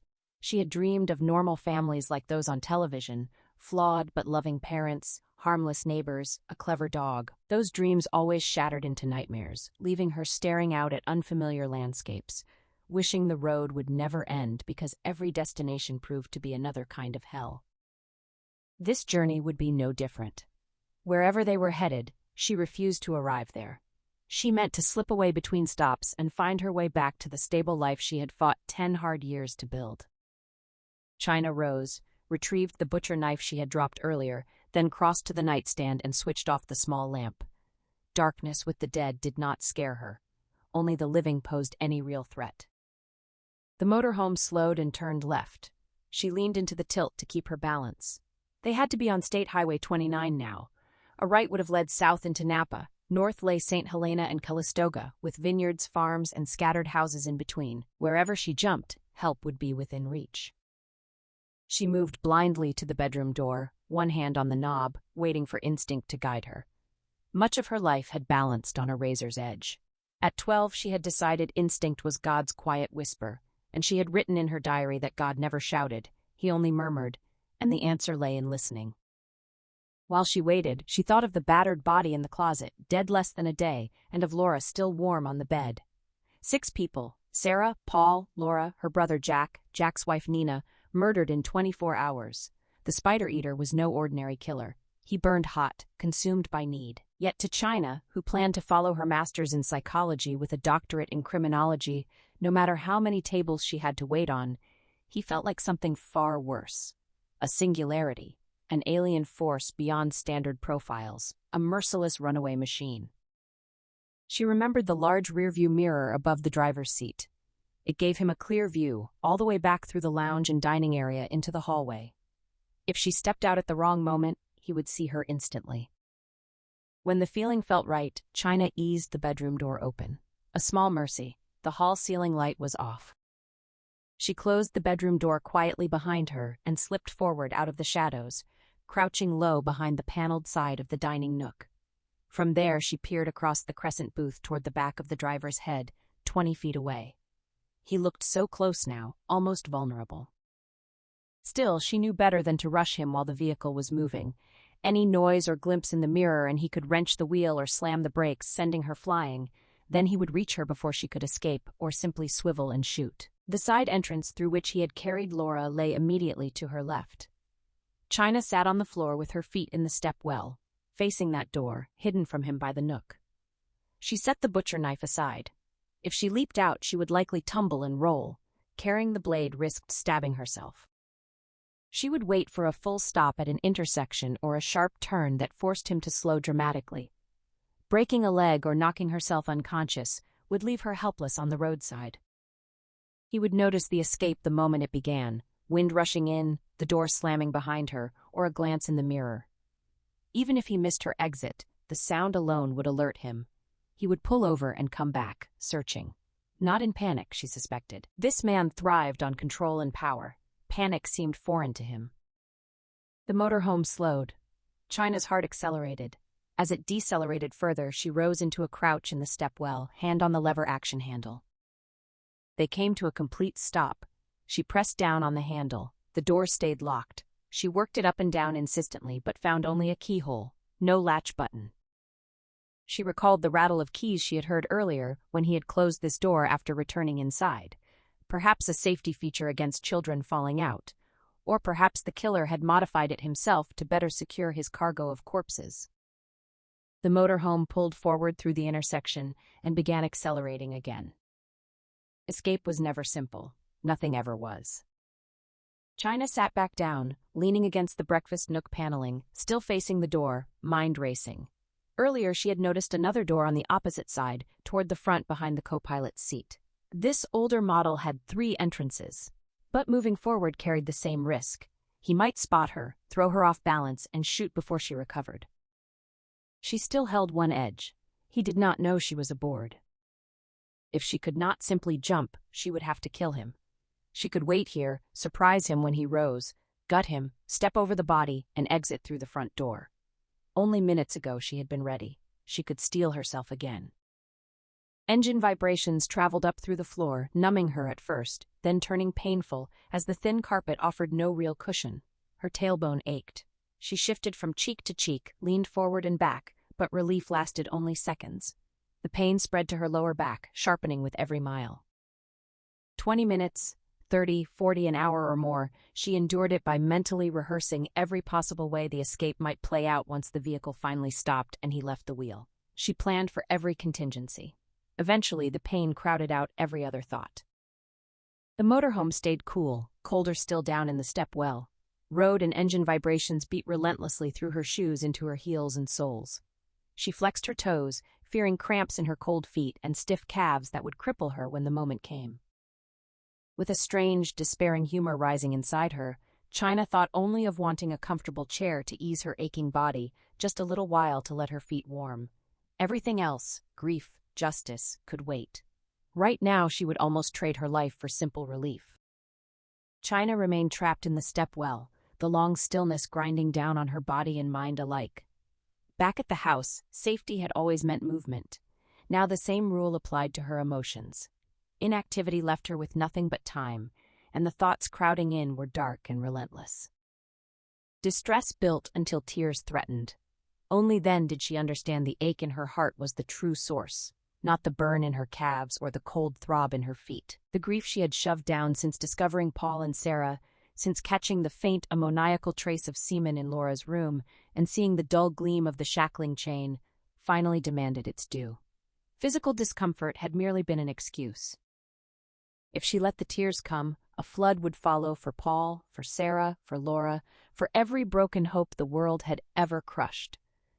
She would curl into herself, sobbing the same useless question humanity had hurled at the sky since time began. Giving in would feel like release, selfish and complete. The sorrow would wash away every reason to keep caring, every need to keep fighting. The motorhome would stop, the driver would find her huddled there, and it would all end quickly, clubbed, dragged to the bedroom, violated beside her dead friend, then finished forever. No more asking why. No more falling through the thin floor of hope into the same familiar void. She had understood for years, perhaps since the stormy night of her 8th birthday and the frantic palmetto beetle, that becoming a victim was often a choice. As a child, she could not name it. Later, she saw the self-hatred, the masochism, the weakness that invited suffering. Not all pain came from fate. Much of it arrived because people opened the door and let it in. She had always refused that invitation. She had chosen resistance, dignity, stubborn faith in a better future.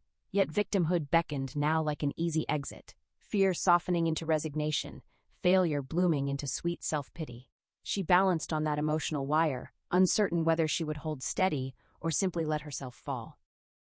The motorhome slowed and angled right, losing speed. It might be pulling off the highway. She tried the lever handle anyway, though she already knew the door was locked. She could not surrender completely. They climbed a gentle rise. Speed dropped further. Wincing at the fresh protest in her legs, China pushed up just enough to peer over the dining nook. The back of the killer's head filled her with raw hatred. Beneath that curve of bone lay a mind alive with vicious fantasies. It enraged her that he still breathed while Laura lay dead. That he sat so smug, replaying memories of blood and pleas that sounded like music to him. That he would ever watch another sunset, taste fruit, or inhale the scent of flowers. To her, the shape of his skull looked like the smooth, hard shell of an insect. If she ever laid a hand on him, she expected the same cold, squirming chill as a beetle. Beyond the windshield, at the crest of the rise, a building appeared under the sickly yellow glare of tall sodium vapor lamps. She dropped back into the shadows, picked up the butcher knife, and turned to face the locked door. She planted her left foot on the lower step, right foot on the higher, back pressed to the metal, ready to surge forward if he came through the vehicle. Air brakes sighed. The motorhome stopped. People might be nearby, but screaming would do no good. At this hour, well after 3 in the morning, they were probably alone. Even if someone heard, they would never reach her before he did. And if this was only a roadside rest area with empty picnic tables and locked restrooms, no one would come at all. The engine died. Silence settled. No more vibrations under her feet. China began to shake.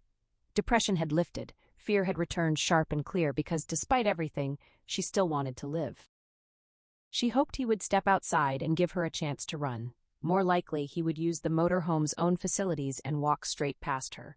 If escape was impossible, she was ready to end him instead. In a strange, grim flash, she wondered whether blood or something thick and insect-like would spill when she drove the blade in. No footsteps came, no creak of floor seams. Maybe he was stretching, rolling his shoulders, working the stiffness from his thick neck. Or maybe he had already spotted her moon-pale face in the rearview mirror. He could be easing from his seat right now, gliding forward without a sound, sliding into the booth, rising over the back, and firing point-blank into her face. She glanced up and left across the booth, seeing only the soft glow of the table lamp. She wondered whether she would have any warning at all, or simply meet a sudden silhouette and the flash of the gun. He sat behind the wheel with his eyes closed, believing that life must be lived with absolute intensity. He massaged the back of his neck, not to ease the ache, but to savor it completely. His fingertips found the tender spot left of the third cervical vertebra and pressed until faint white fireworks burst across the darkness behind his eyelids. The pain pleased him. He moved 2 vertebrae lower and worked another inflamed point, first gently, then harder, until the sharp wave of it made him draw air through clenched teeth. Pain was simply another part of existence. By welcoming his own, he could more fully enjoy the suffering of others. He did not expect to live forever. His time in this body was limited and therefore priceless. It could not be wasted. He put no faith in reincarnation or the comfortable afterlives sold by religions, though he sometimes sensed a revelation waiting just beyond his reach. If an immortal soul existed, and if he was meant to rise into something greater, the transformation would come through his own actions. He would become a god by living like one, without fear, without remorse, without limits, every sense honed to a razor edge. Vess sat behind the wheel, eyes closed, savoring the pain in his neck. Anyone could smell a rose, but he had trained himself to feel the destruction of its beauty when he crushed one in his fist. If he held a rose now and chewed its petals, he would taste not only the flower, but the very redness of it, the yellowness of buttercups, the blue of hyacinths, the bee that had crawled across the bloom, the soil that had fed it, and the summer wind that had touched it. No one he had ever met could grasp the intensity with which he experienced the world, or the greater intensity he constantly pursued. One day, with his guidance, Ariel might understand. For now she was still too immature. He gave his neck one final squeeze, sighing at the sharp pleasure of it. From the co-pilot's seat he lifted a folded raincoat. No rain had fallen yet, but he needed to hide the blood spattered across his clothes. He could have changed at the Templeton house, yet he preferred wearing the stained garments. The patina excited him. Vess rose from the driver's seat, stood behind it, and pulled on the coat. He had washed his hands in the kitchen sink there, though he would have liked to leave them marked too. Clothes could be covered, hands were harder to conceal. He never wore gloves. That would mean admitting fear of capture, and he felt none. His fingerprints existed in federal and state files, but the prints he left behind would never match them. Police agencies had digitized their records for faster searching, and electronic files were far easier to alter from a distance. Using his intelligence, skills, and connections, he had quietly tampered with the data. Gloves, even thin surgical ones, would dull sensation intolerably. He loved sliding his bare hand over the fine golden hairs on a woman's thigh, feeling the pebbled texture of goose flesh, the fierce heat of living skin, and later the slow fading of that warmth. When he killed, he needed to feel the wetness. The prints filed under his name actually belonged to a young Marine named Bernard Pétain, killed years ago during training at Camp Pendleton. The bloody prints he left at scenes could never be matched to any record held by the military, the FBI, the DMV, or anywhere else. Vess finished buttoning the raincoat, turned up the collar, and examined his hands. Faint stains lingered under 3 fingernails. They might pass for grease or dirt. No one would suspect blood. He could smell it on his clothes, even through the black nylon and insulated liner, but ordinary people lacked the sensitivity to notice. Staring at the residue under his nails, he heard the screams again, lovely music ringing through the Templeton house like a concert hall, with only the deaf vineyards outside to bear witness. If authorities ever caught him in the act, they would reprint him, uncover the deception, and connect him to countless unsolved murders. He was not concerned. He would never be taken alive, never stand trial. Whatever they learned after his death would only burnish the glory of his name. He was Edgeler Foreman Vess. From the letters of his name could be drawn power words: God, fear, demon, save, rage, anger, dragon, forge, seed, semen, free, and others. Mystical ones, too. Dream, vessel, lore, forever, marvel. Sometimes the last sentence he whispered to a victim was stitched from this list. One he favored was God fears me. All questions of fingerprints and evidence were irrelevant. He would never be caught. At 33, he had lived this way for a long time without a single close call. Vess took the pistol from the open console between the seats, a Heckler & Koch P7. He had reloaded the 13-round magazine earlier. Now he unscrewed the sound suppressor. He had no plans to visit more houses tonight, and the baffles were likely damaged anyway, reducing both silence and accuracy. He sometimes daydreamed about the impossible, being interrupted mid-act and surrounded by a SWAT team.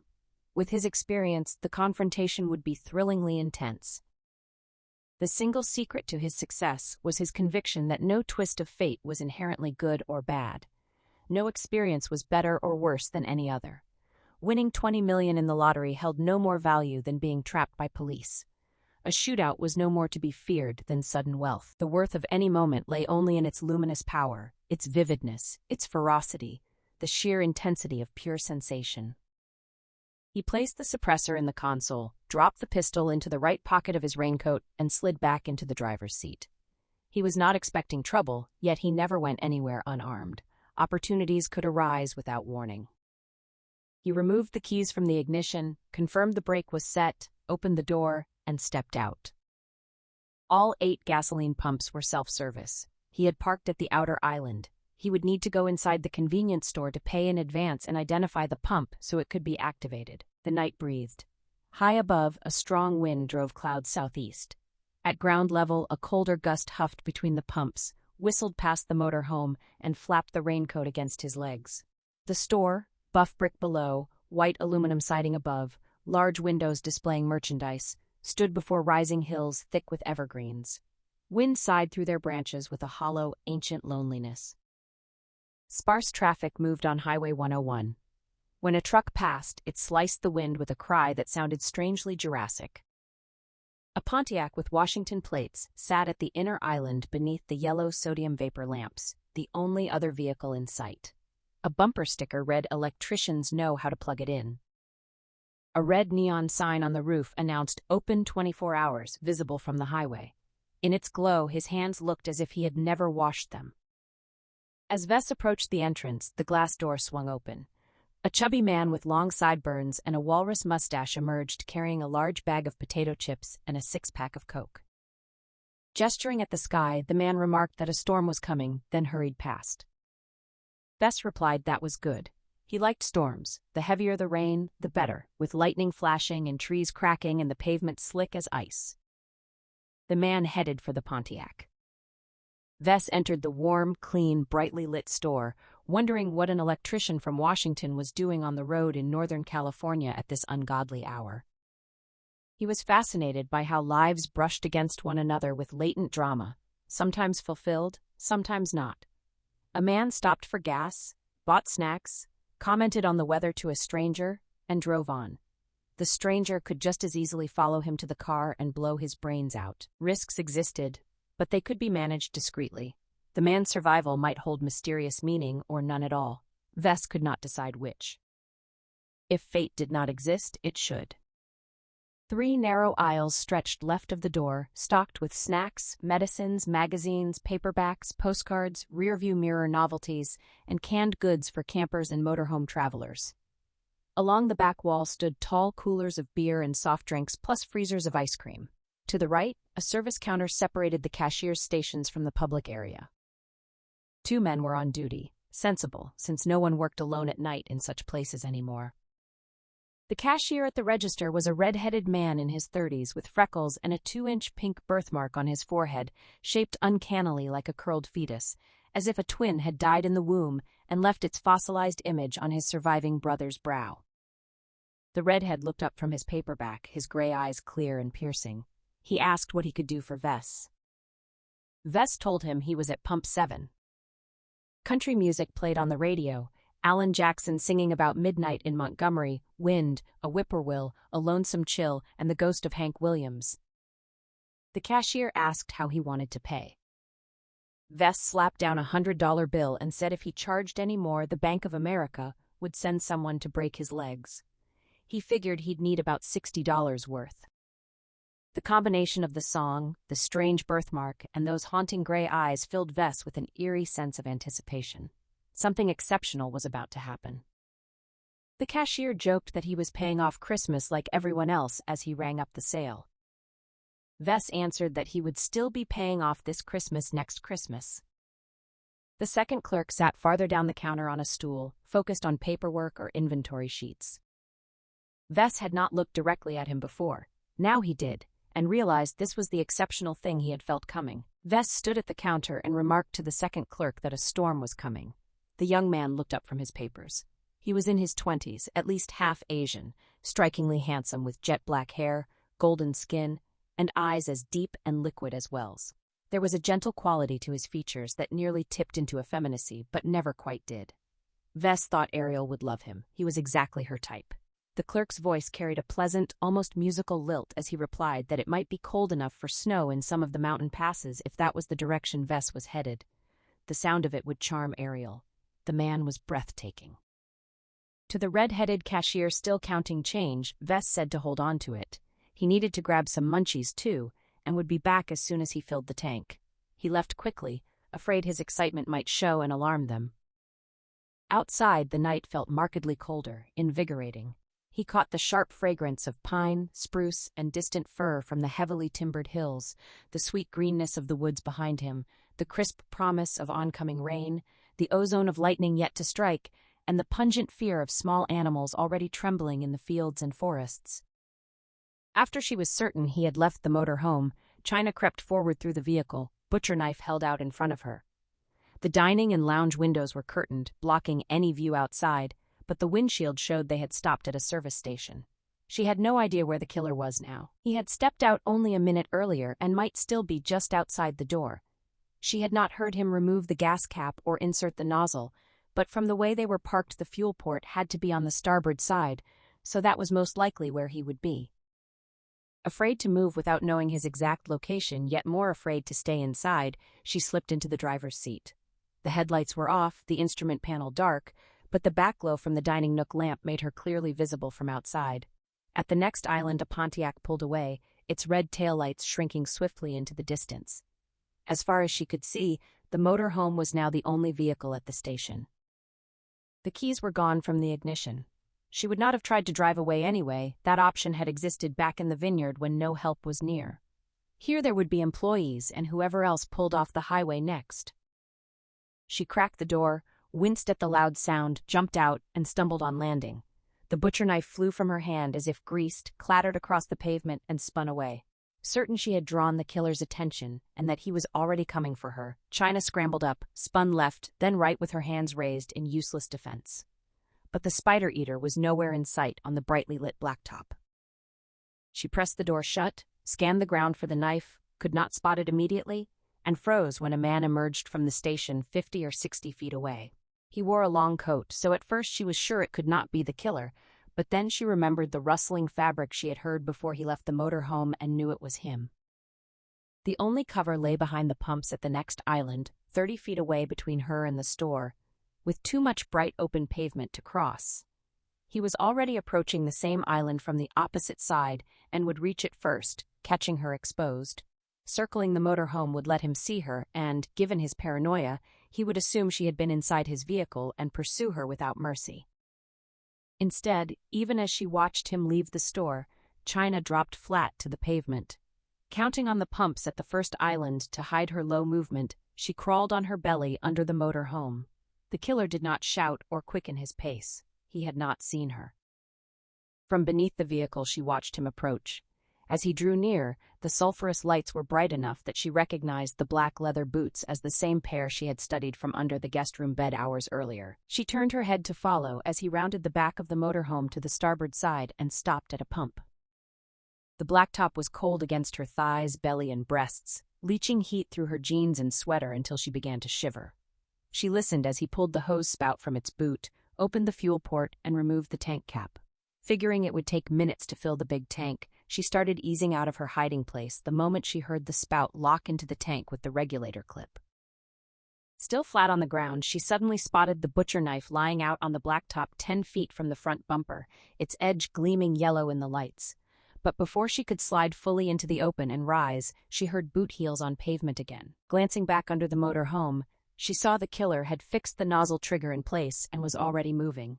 Frantically, and as silently as possible, she retreated beneath the vehicle once more. Gasoline sloshed steadily into the tank overhead.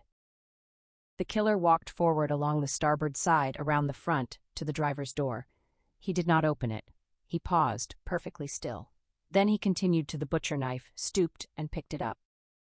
China held her breath. It seemed impossible he could guess the knife's meaning. He had never seen it before. He could not know it came from the Templeton house. Finding a butcher knife lying on a service station apron was odd, but could easily have fallen from any passing vehicle. Carrying the knife, he returned to the motorhome and climbed inside, leaving the driver's door open behind him. Overhead, his footsteps rang hollow on the steel floor like voodoo drums. As best she could tell, he stopped in the dining area. Vess was not a man who saw omens and portents in every shadow. A hawk crossing the full moon at midnight, a black cat on his path, a shattered mirror, or a news story about a two-headed calf would not rattle him.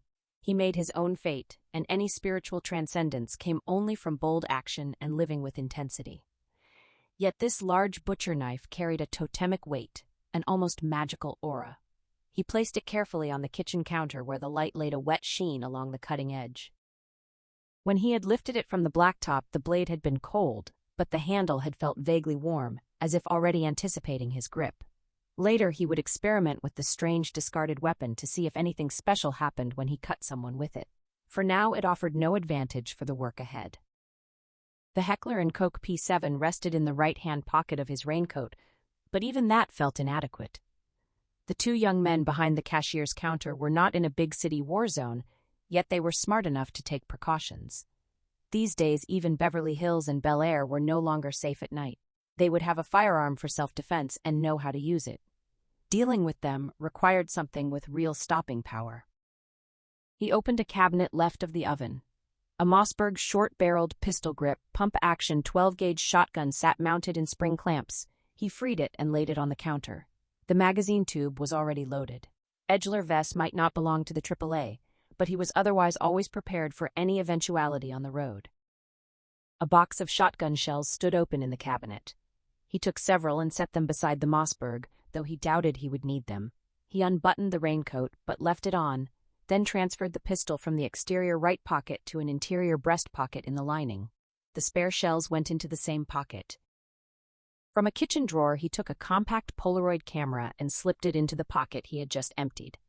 From his wallet, he removed a trimmed Polaroid snapshot of Ariel and placed it with the camera. With his 7-inch switchblade, still tacky from its work at the Templeton house, he slashed the lining of the left coat pocket and tore away the ragged fabric. Coins dropped into it now would fall straight to the floor. He positioned the shotgun under his open coat, gripping it left-handed through the ruined pocket. The concealment was perfect. He did not look suspicious at all. He paced quickly back to the bedroom and forward again, testing the walk. He could move freely without the shotgun banging against his legs. After all, he could draw on the nimbleness and grace of the spider from the Templeton house. He did not care what damage he inflicted on the birthmarked cashier with the ashen eyes, but he would have to be careful not to destroy the face of the young Asian. He needed good photographs for Ariel. Overhead, the killer seemed occupied in the dining area. The floor creaked under him as he shifted his weight. China stayed pressed beneath the motorhome, heart hammering. Unless the killer had opened the curtains, he could not see outside from the dining area. With luck, she could still break for freedom. She considered staying hidden, letting him finish fueling and drive away, then slipping inside to call the police.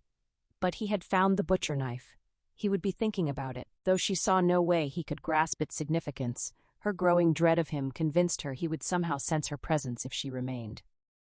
She crawled out, rose into a crouch, glanced at the open driver's door, then up at the side windows. The curtains were still closed. Emboldened, she stood, crossed quickly to the inner service island, and stepped between the pumps. She looked back. He was still inside the motorhome. China moved from the night into the bright fluorescent light and twang of country music. Two employees stood behind the counter on the right. She opened her mouth to tell them to call the police, but then glanced through the glass door behind her and saw the killer stepping out of the motorhome, heading toward the store even though the tank was not yet full. He was looking down. He had not seen her. She moved away from the door.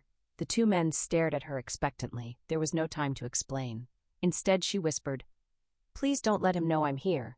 And before they could respond, she hurried down an aisle lined with shelves 6 feet high on both sides, all the way to the far end of the store.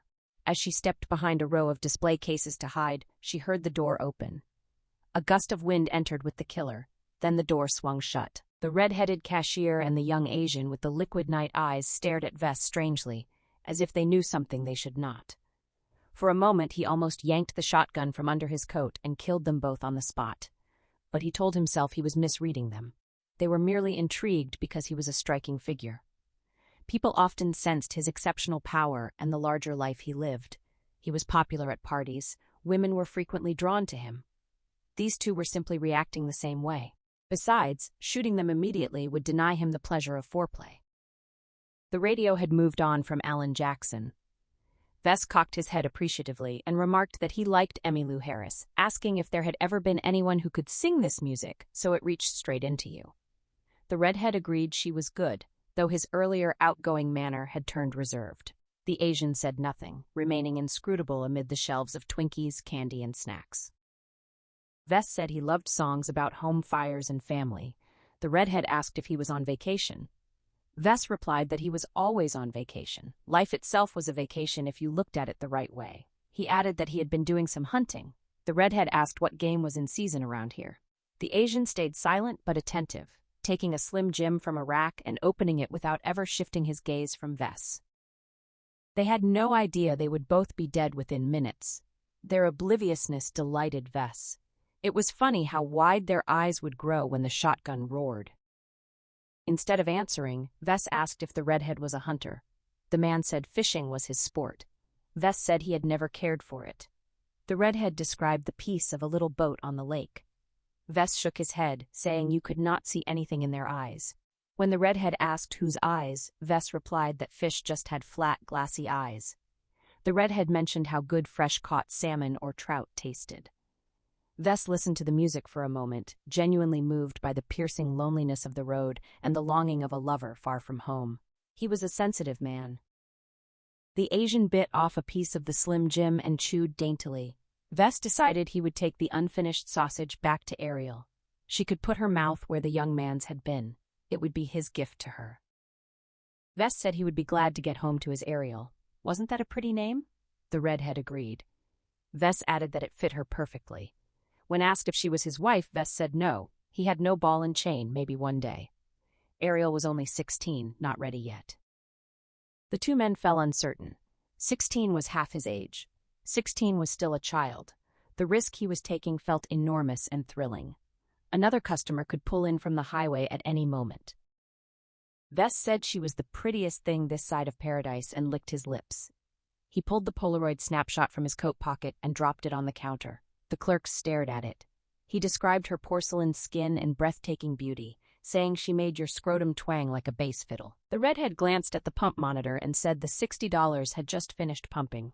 Vess continued, assuring them he had never touched her that way. She had been locked in the basement for the past year, so he could look at her whenever he wanted, waiting for his little doll to ripen. They stared at him with glassy eyes like fish. He relished their expressions, then smiled and laughed, saying he had them going there, hadn't he? Neither man smiled back. The redhead replied tightly that he had a 16-year-old daughter and did not see what was funny. Vess turned to the Asian and said that when he went hunting, he took trophies like a matador with the bull's tail and ears. Sometimes just pictures. Gifts for Ariel. She would really like him. As he spoke, Vess raised the Mossberg. The raincoat draped over it like black funeral bunting, gripped it with both hands, and blew the red-headed cashier off his stool. He pumped another shell into the breech. The Asian's eyes widened in an expression nothing like the flat gaze of fish. Even as the redhead crashed to the floor, the young man thrust one hand under the counter for a weapon. Vess warned him not to, or he would shove the bullets up his ass. The Asian brought up a Smith & Wesson .38 Chief Special. Anyway, so Vess thrust the shotgun across the counter and fired point-blank into his chest, careful not to damage that perfect face. The young man flew backward off the stool, the revolver spinning from his hand before he could fire. The redhead screamed. Vess walked through the gate in the counter into the work area. The cashier with the 16-year-old daughter at home curled into a fetal position, hugging himself, trying to hold his body together. On the radio, Garth Brooks sang Thunder Rolls. The man screamed and cried at the same time. The screams echoed off the plate glass windows, the shotgun blast still roared in Vess's ears, and a new customer could enter at any second. The moment burned with aching intensity. One more round silenced the cashier. The Asian lay unconscious, fading fast. Happily, his face remained unmarked. Vess dropped to one knee like a pilgrim before a shrine as the final gasp rattled from the dying man, a sound like the brittle flutter of insect wings. He leaned close and inhaled the exhalation deeply. Small measures of the Asian's grace and beauty now became part of him, carried on the scent of the Slim Jim. The song ended, and Johnny Cash's A Boy Named Sue came on, silly enough to spoil the mood. Vess turned off the radio. While reloading, he spotted a row of wall switches labeled for the lights they controlled. He shut down all exterior lighting, including the red neon open 24 hours on the roof. When he also killed the fluorescent ceiling panels, the store did not go completely dark. The display lights inside the coolers glowed eerily behind insulated glass doors. A Coors beer clock remained lit on one wall, and a gooseneck lamp still illuminated the papers the Asian had been working on. The shadows were deep, however, and the place now looked closed. It was unlikely anyone would pull in from the highway. Still, a curious deputy or highway patrol officer might investigate, so Vess did not linger over the remaining tasks. Huddled with her back against the end panel of the shelves, as far from the cashier's counter as she could get, China felt exposed by the display case light to her right and threatened by the shadows to her left. In the sudden silence after the gunfire and the music stopping, she became convinced the killer could hear her ragged, shaky breathing. She could not quiet it or stop trembling any more than a rabbit could stop shivering in the shadow of a wolf. The rumble of the coolers and freezers might cover her. She wanted to lean out and check the flanking aisles but could not summon the courage. She was certain that if she did, she would come face to face with the eater of spiders. She had thought nothing could be worse than finding Paul and Sarah, then Laura. But this was worse. This time she had been in the same room when the murders happened, close enough to feel the screams like punches to the chest. She supposed the killer was robbing the place, but he had not needed to kill the clerks for money. Necessity was never his reason. He had killed them simply because he enjoyed it. He was on a roll. He was hot. She felt trapped in an endless night, as if the cosmic machinery had jammed, stars frozen in place, no sunrise ever coming, only a terrible coldness descending from the sky. A light flashed. China threw her hands up defensively in front of her face. Then she realized the flash had come from the other end of the store, and again. Vess was not truly a hunter, as he had told the red-headed cashier, but a connoisseur who collected exquisite images, recording most with the camera of his mind's eye and occasionally with the Polaroid. Memories of great beauty enlivened his thoughts every day and shaped his dreams. Each camera flash seemed to linger in the huge eyes of the Asian clerk, glimmering as if his spirit were trapped behind the corneas, seeking escape from the cooling body. China fought to steady her breathing, though her heart slammed against her ribs so violently that her vision throbbed with each beat. The carotid arteries in her throat pulsed as if electric jolts coursed through them. Convinced once more that safety demanded motion, she leaned into the cooler's spill of light and peered around the corner down the aisle ahead. The killer remained out of sight, yet she caught the crisp, furtive rustlings of his movements at the far end of the store, like a rat scurrying through dry leaves. On hands and knees, stomach tight with terror, she crawled farther into the light and scanned the narrow aisle to her right for anything that might serve as a weapon. Without the butcher knife, she felt exposed and helpless. No blades hung conveniently for sale. Closest were racks of novelty keychains, fingernail clippers, pocket combs, styptic pencils, moist towelettes, eyeglass papers, playing cards, and disposable lighters. She reached up, plucked one lighter from its display, and slipped it into her grip. She had no clear plan for its use, but in place of cold steel, fire offered the only edge she possessed. The overhead fluorescent panels suddenly blinked on. The harsh brightness pinned her in place. She glanced toward the store's far end. The killer stayed hidden, but his slouched shadow swelled enormous across one wall, then shrank and glided away like a moth passing before a flood lamp. Vess flipped the lights on solely to study the video camera mounted above the front door. He knew the incriminating tape sat nowhere inside the camera itself. The feed traveled elsewhere in the building to a recorder. The system was an add-on, its cable running openly along the wall rather than buried inside it. The line led behind the cashier's counter, through a small hole in the partition, and into a back room. He located the office: desk, metal filing cabinets, small safe, and Formica storage units. The cable continued through brackets for several feet before dropping into the top of one storage cabinet. No effort at concealment. Opening the upper doors revealed nothing. Below, 3 machines were stacked together. The bottom unit hummed with a whispering tape. Its record light glowed. He stopped the machine, ejected the cassette, and dropped it into his raincoat pocket. He might show it to Ariel later. The old black and white footage would still impress her with his performance. A telephone rested on the desk. He uncoupled the cord and smashed the keypad with the shotgun's butt. A new shift would arrive in 4 or 5 hours. Destroying the phones might buy him an extra half hour if anything delayed his departure. On a nearby pegboard hung 8 tagged keys, including one for the front door despite the store's 24-hour operation. He took it. Back in the work area behind the counter, he killed the overhead lights. The returning gloom brushed his face and hands like caressing fingers. He stood breathing through his mouth, tongue rolling over his gums, savoring the lingering bite of gunfire in the air. The shadows felt almost erotic. Stepping around the bodies, he extracted exactly $40 in change from the register drawer. Nothing more. He was no thief. The young Asian's revolver still lay where he had placed it under the gooseneck lamp. He left it untouched, just as he ignored the cash. The partially eaten Slim Jim proved useless with its wrapper peeled away. He selected a fresh sausage, neatly opened its plastic, swapped the bitten one inside, twisted the end shut, and pocketed it with the tape for Ariel. He paid for the discarded sausage from the open drawer. He unplugged the counter telephone and shattered its keypad with the shotgun butt. Now he went shopping. China felt a surge of relief as the lights died, then fresh fear at the hammering sounds, followed by taut alertness in the silence that followed. She had slipped back to the end of the shelf row, peeled open the lighter's packaging in the dark, and tested the flame while the fluorescents were still on. It worked. She clutched the lighter now and silently willed the killer to finish his business at the register and leave. She dreaded facing him with only a cheap butane. If he discovered her, surprise might let her jam the flame into his face or ignite his hair before he pulled away. Yet she suspected his reflexes would prove lightning fast. He would likely bat the lighter aside before it did harm. Even a successful burn would grant her only seconds to flee. Wounded, he would pursue with his long stride. The chase would then hinge on whether raw terror or his mad rage drove the stronger will. She heard the creak of the counter gate and approaching footsteps.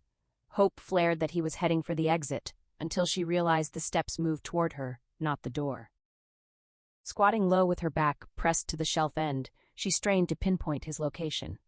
Not the first aisle, not the center one. The third aisle, to her right. He advanced past the coolers at an unhurried pace, as if unaware of her presence.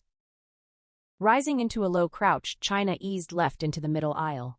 The distant cooler glow reflected dimly off the ceiling tiles, leaving the shelves steeped in shadow. She crept forward on soft-soled shoes toward the counter area. Then she remembered the discarded lighter packaging she had left on the floor where she had been squatting. He would spot it, perhaps even step on it. He might dismiss it as an earlier shoplifter's discard, or he might know better. She turned back, leaned around the corner, and snatched up the empty cardboard and plastic shell. It crinkled faintly in her trembling fingers, but his footsteps masked the sound. China slipped forward along the middle aisle while the killer advanced unhurried down the third. She reached the head of her row before he cleared the far end of his. At the terminus stood a freestanding wire carousel of paperback books. She nearly collided with it, caught herself, and slid behind the rack to shelter between aisles once more. A Polaroid photograph lay on the floor, a close-up of a strikingly beautiful 16-year-old girl with long, platinum blonde hair. The teenager's face held a studied blankness, as though any real emotion would shatter her, yet her wide eyes betrayed torment, anger, fear, desperation. This was the girl the killer had shown the clerks. Ariel, the one he kept in the cellar. Though the two shared no physical resemblance, China felt she stared into a mirror of her own childhood terror, that same bone-deep loneliness and helpless dread. The killer's footsteps yanked her back. He had left the third aisle and now moved through the center passage, retracing her earlier path at a leisurely pace. What the hell is he doing? She wanted the photograph but dared not take it. She set it exactly where she had found it. She circled the carousel into the now empty third aisle and hurried toward the rear again, hugging the left side merchandise to keep her shadow from the ceiling tiles and the cooler glow. His heavy footsteps remained audible while she moved, but she refused to pause and pinpoint him, afraid he might double back and catch her exposed. When she reached the end and turned the corner, she braced for collision. He was gone. She dropped into a squat against the end panel, the same spot she had left minutes earlier, set the empty lighter package on the floor between her feet, and listened. No footsteps now, only the low hum of the coolers. Thumb on the striker, she gripped the lighter, ready to ignite. Vess stuffed 2 snack packs of cheese and peanut butter crackers, 1 Planters peanut bar, and 2 Hershey bars with almonds into his raincoat pockets alongside the pistol, the Polaroid, and the videotape. He calculated the total in his head, rounded up to the nearest dollar, and left the exact amount on the counter rather than waste time at the register. He retrieved Ariel's fallen photograph, then paused to savor the room's particular hush, the charged silence that follows violent death, a theater curtain fallen on a flawless performance, triumph and eternity suspended in the air. With the screams ended and blood settled, he could fully appreciate the beauty of what he had done. Satisfied, he left the store, locked the front door with the tagged key from the pegboard, and stepped into the night. At the building's corner stood a public telephone. He hammered the handset against the box until the plastic cracked, tore out the microphone, crushed it under his boot, and replaced the ruined receiver on the hook. His work here was finished. The unscheduled stop had delayed him, but he felt no fatigue. He had slept through the previous afternoon and evening before visiting the Templetons. Now he craved only home. Far north, sheets of lightning fluttered between heavy clouds. The coming storm pleased him. Violence in the sky always steadied him. He crossed the blacktop toward the motor home, eager to resume the northward drive and meet the full fury of rain, wind, and shattering bolts. China had listened to the door open and close, holding her breath, half expecting him to return. Instead, she heard the key turn and the deadbolt slide home. She crept forward along the center aisle, low and silent, superstitiously certain he could hear even the smallest sound from outside. A violent hammering echoed through the walls. She froze at the head of the aisle, unable to guess its source. When the pounding ceased, she rose, leaned around the end of the shelves, and looked toward the front. The service islands lay in deep murk. At first, she could not pick out the killer in his black raincoat against the night. Then he moved, wading through darkness toward the motor home. Even if he glanced back, the dim store lights would hide her. Still, her heart hammered as she stepped into the open space between the aisles and the counter. Ariel's photograph had vanished from the floor. The two clerks mattered more now. The shotgun blasts and the sudden end of their screams had told her they were dead, yet she had to be certain. If either still clung to life, she could call for help and at least partly redeem her own frozen inaction. Nausea churned in her stomach, mixed with a shameful exhilaration at having survived. She pushed through the counter gate. The hinge creaked sharply. Under the gooseneck lamp, the two men lay on the floor. She whispered a soft exclamation of horror and turned away, vision blurring. The revolver rested on the counter directly beneath the light. She stared, then seized it in both hands. It had belonged to one of the clerks. She remembered the killer's earlier warning to drop a gun. Its weight steadied her. She knew how to use it. Years ago, on an isolated Montana farm, two of her mother's friends had taught her to fire a pistol despite her small frame and the brutal recoil. She had learned not for any cause, but simply to protect herself from the dangerous people who drifted through her mother's world. She turned and saw the shattered telephone on the counter. Swearing under her breath, she hurried back through the gate to the front door. The motorhome remained parked beyond the service islands, headlights dark. The killer was not visible at first. Then he appeared around the rear of the vehicle, coat flaring in the wind like a cape. He had been racking the fuel hose and capping the tank. He walked alongside the RV toward the driver's door. China realized the police would be too slow. By the time she reached a working phone, explained the situation, and triggered an all-points bulletin, the killer could have an hour's head start. Within that hour, he could branch off Highway 101 toward Oregon, Nevada, or even double back south along the coast into San Francisco's sprawl. Every extra mile would make him harder to catch, and he would soon cross into another county or state, tangling jurisdictions. She had almost nothing useful to tell them anyway.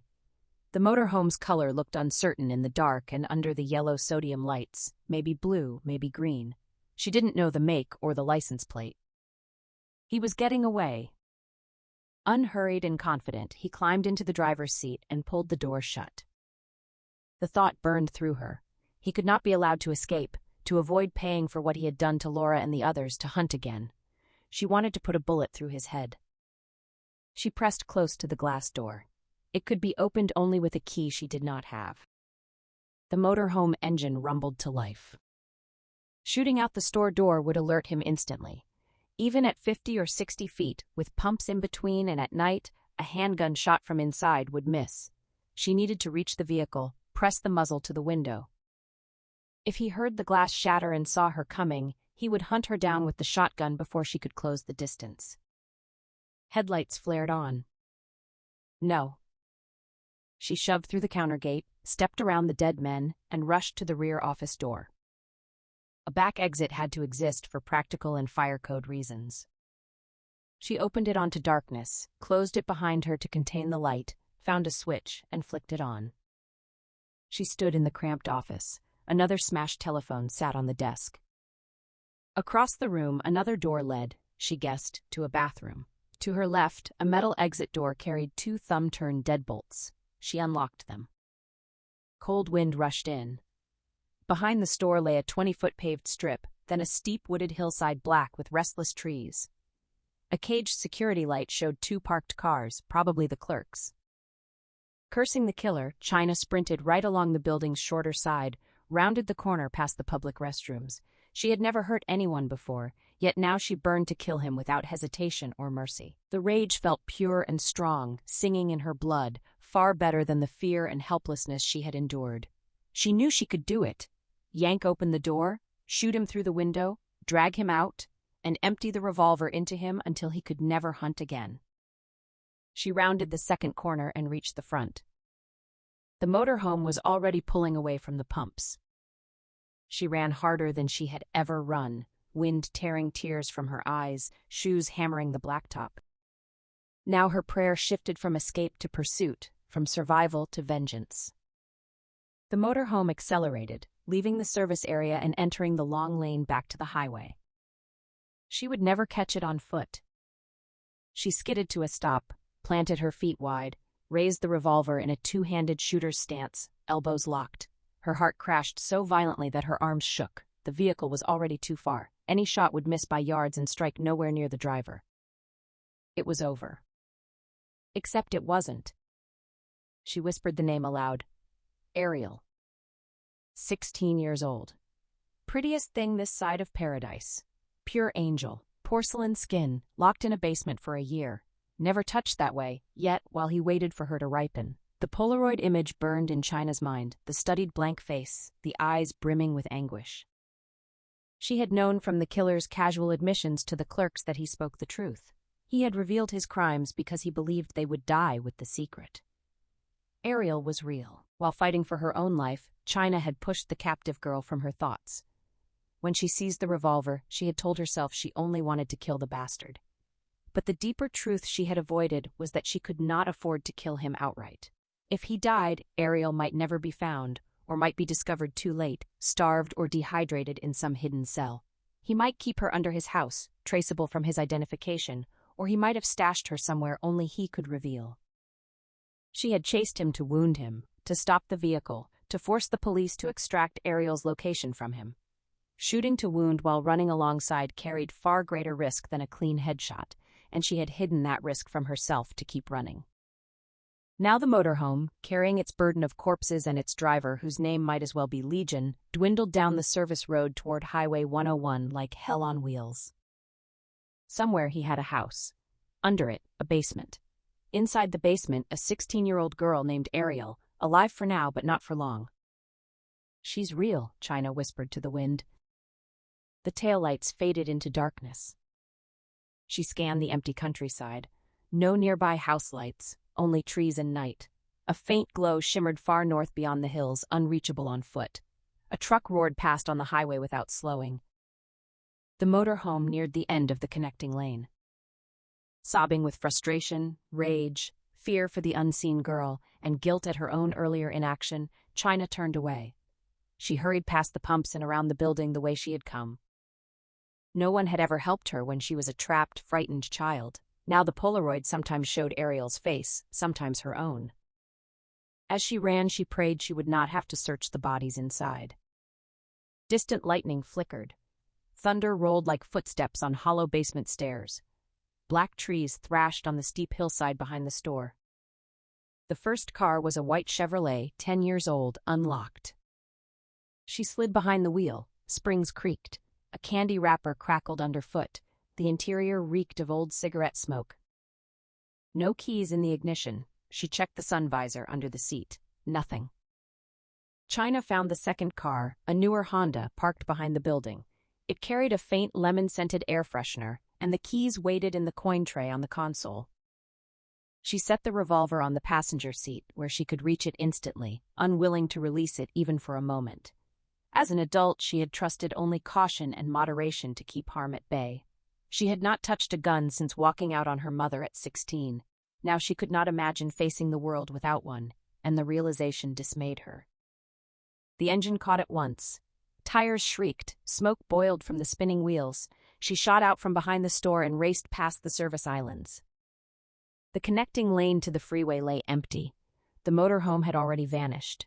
At this stretch, 101 ran as a 4-lane divided highway, so the killer could not have crossed the median to head south. He had gone north, and with so little lead time he could not have traveled far. She pursued him.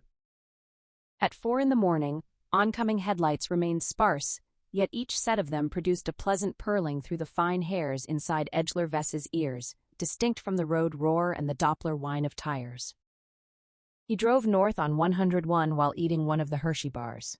The silk of melting chocolate on his tongue summoned the music of Angelo Badalamenti, which in turn evoked the waxy scarlet surface of an anthurium, then the cool snap of cornicons, each sensation layering so vividly that for several seconds the actual chocolate taste vanished beneath them.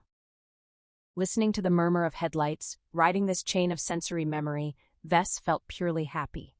He experienced existence more intensely than other people ever could. He was a singularity. His mind stayed uncluttered by false emotions or illusions, letting him perceive truths others missed. The world was sensation, nothing else endured. Cities fell, continents eroded, the planet itself would burn away. Yet even in the vacuum between galaxies, light and darkness, motion, shape, and cold remained. Existence had only one purpose: to open fully to every stimulus and satisfy every appetite the instant it arose.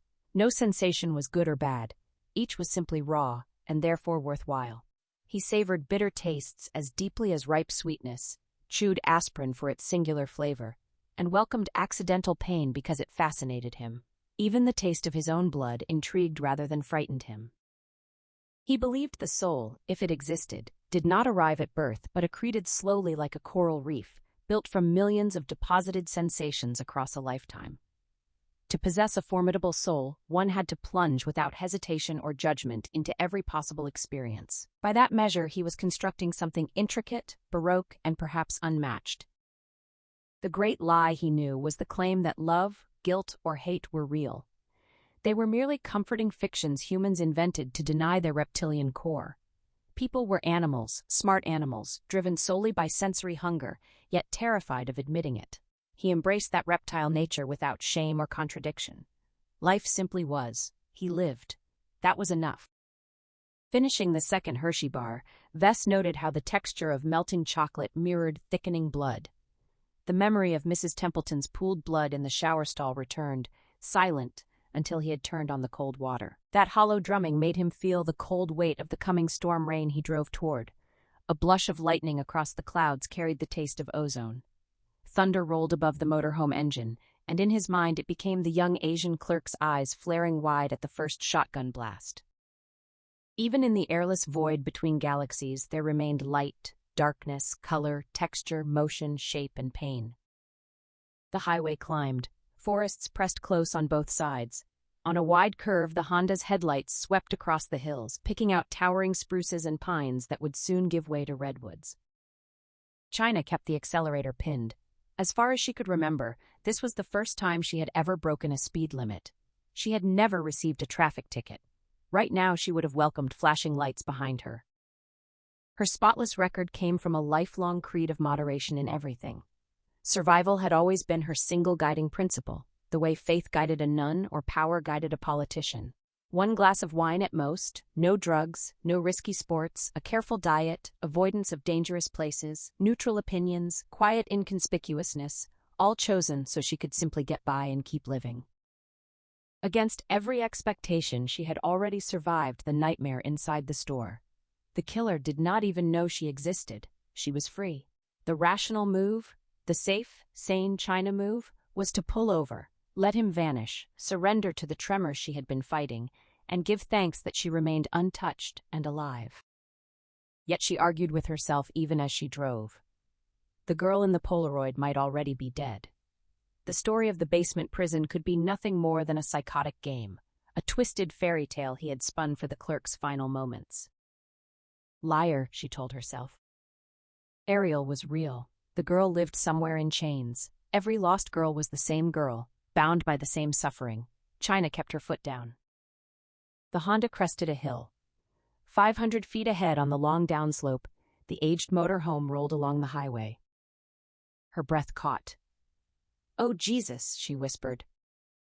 China closed the gap too quickly and eased off the accelerator.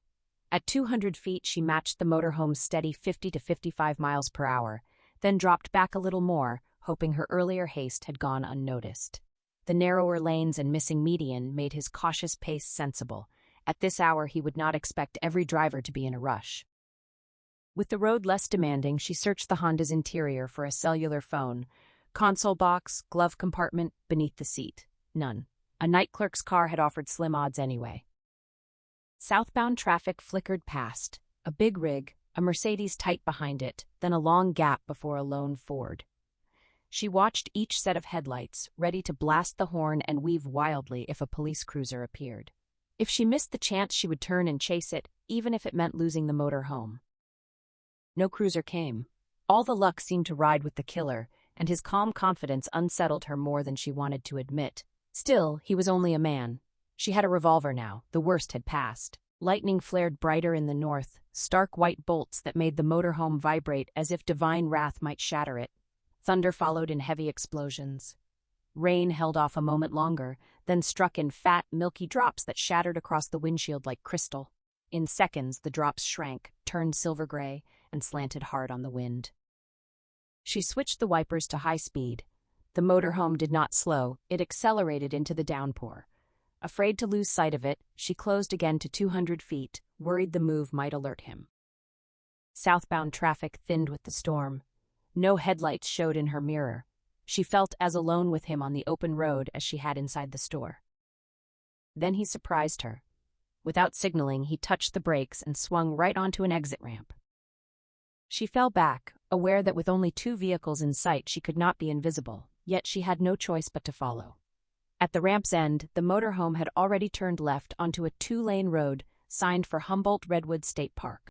The route led west toward 3 tiny communities, Honeydew, Petrolia, Cape Town, none of which she knew and none likely to have police. She drove deeper into the park, leaning forward over the wheel, squinting through rain-streaked glass.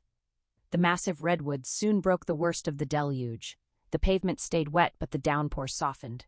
On the narrower, twisting road, he no longer pushed the speed limit, perhaps believing he had put enough distance between himself and the dead men at the station. Within a minute, she caught up and stayed close enough to see that the motorhome carried no license plates, legal for a new purchase or perhaps deliberately removed before the Templeton visit. She glanced at the speedometer and noticed the red fuel warning light glowing. The needle sat below empty. She had no idea how long it had been lit. Her attention had stayed fixed on the motorhome and the slick blacktop. Trailing him all the way to his home was no longer possible. The meaning of redwoods to Edgler Vess was power. He rolled down the driver's window and drew the cold air deep into his lungs. It carried the rich, resinous fragrance of the ancient trees, and that scent poured into him like raw strength, enlarging his own. These giants stood unmatched in size, older than Christ, their thick, tannin-rich bark armor against insects, disease, and flame. They endured while everything around them perished. Men and animals passed beneath them and vanished forever. Birds rested in their high branches, seemed freer than anything rooted to earth, yet eventually they too dropped lifeless to the ground. Ferns and rhododendrons carpeted the shadowed floor, season after season, but their seeming immortality was illusion. They died, and new ones rose from their decay. Even Christ had died on a cross of lesser wood, while not one of these redwoods had fallen to any storm in all the centuries of his life. They cared nothing for peace or love, yet they outlasted both. Death flickered among them like frantic shadows, casting dark shapes across their massive trunks without effect, the way firelight dances harmlessly on hearthstones. Vess breathed the scent again and felt the power flow into him, sharpening every sensation, confirming once more that he alone understood the world's single truth. Sensation was everything, and he was its perfect instrument. Power meant living on while others inevitably perished. For Edgler, Form, and Vess, it meant cool indifference to their suffering, drawing fresh strength from their deaths the way the massive redwoods pulled life from the slow rot of everything that had lived and died around them. Through the open window he drew in the deep resin scent of the trees. The molecules clung to the lining of his lungs, and the weight of centuries passed straight into his blood, surging with each heartbeat until strength and raw energy filled every limb. His own power kept growing. If he had ever chosen to worship, he would have been a fervent pantheist, convinced that every tree, every flower, every blade of grass, every bird, and every beetle was equally sacred. The world teemed with such believers now. He would have fit right in. Yet the moment everything became sacred, nothing truly was, and that paradox pleased him more than any altar. It let him end the life of an attractive little girl with the same casual flick he might use on a scorpion, and feel no greater guilt, only deeper pleasure. He worshipped nothing. As the motorhome rounded a curve and straightened into a long aisle of even thicker redwoods, white lightning clawed open the black sky, and thunder rolled like a furious bellow through the trunks. Rain swept the sharp ozone smell downward. Two forces, lightning's fierce electricity and the redwood's patient endurance, mixed in the air. He inhaled them both, letting the combined power settle inside him. Taking the slower county road along the coast before rejoining Highway 101 south of Eureka would cost him an extra half-hour to an hour depending on his pace and the storm's strength. Yet no matter how eager he was to reach Ariel, he could not have refused the redwood's call. Headlights flared in the side mirror. A car. For nearly an hour another vehicle had trailed him on the freeway at a careful distance. This one closed fast, far more aggressive. A Honda whipped out to pass, swinging into the oncoming lane even though the road offered no passing zone. No other traffic appeared, but the straightaway ended soon in a blind curve and the pavement glistened with rain. Vess eased off the accelerator. The Honda drew level. From his higher seat he caught only a blurred glimpse through the slashing wipers. A deep red shirt or sweater, a pale hand on the wheel, the wrist slender enough to suggest a woman driving alone. Then the car pulled ahead until he stared down at its roof. They raced toward the curve. Vess slowed further. Through the open window he heard the Honda's engine shriek as the driver pushed harder. The sound seemed absurdly small among the giant trees, like a gnat's buzz lost inside a herd of elephants. With almost no effort he could have cranked the wheel left, slammed the motorhome sideways, and driven the car either tumbling into the forest or head-on into a trunk wide as a house. The image tempted him. The spectacle would have been magnificent. He let the woman go only because he craved something subtler tonight. The long expedition had already delivered the Napa Valley family he had set out to destroy, plus the hitchhiker now sealed inside the bedroom closet like a victim bricked into a wine cellar, plus the two clerks at the service station. That richness already filled him. The reef of the soul grew from varied experience, not from the same sensation repeated. Right now he needed the cool wetness of rain on his face, the towering stillness of the trees, and the soft pendulum sway of the unseen ferns. He pressed the brakes. The Honda shot past in a high rooster tail of dirty spray, brake lights flaring red against the wet bark and glistening pavement as it vanished around the curve. Vess sat alone again behind the wheel of his rolling arc, the world reduced to gray rain, black shadows, and the twin beams of his headlights. Peace returned. He drew another measure of ancient strength from the redwoods and smiled at the thought of Christ nailed to the dogwood and the meek someday inheriting the earth.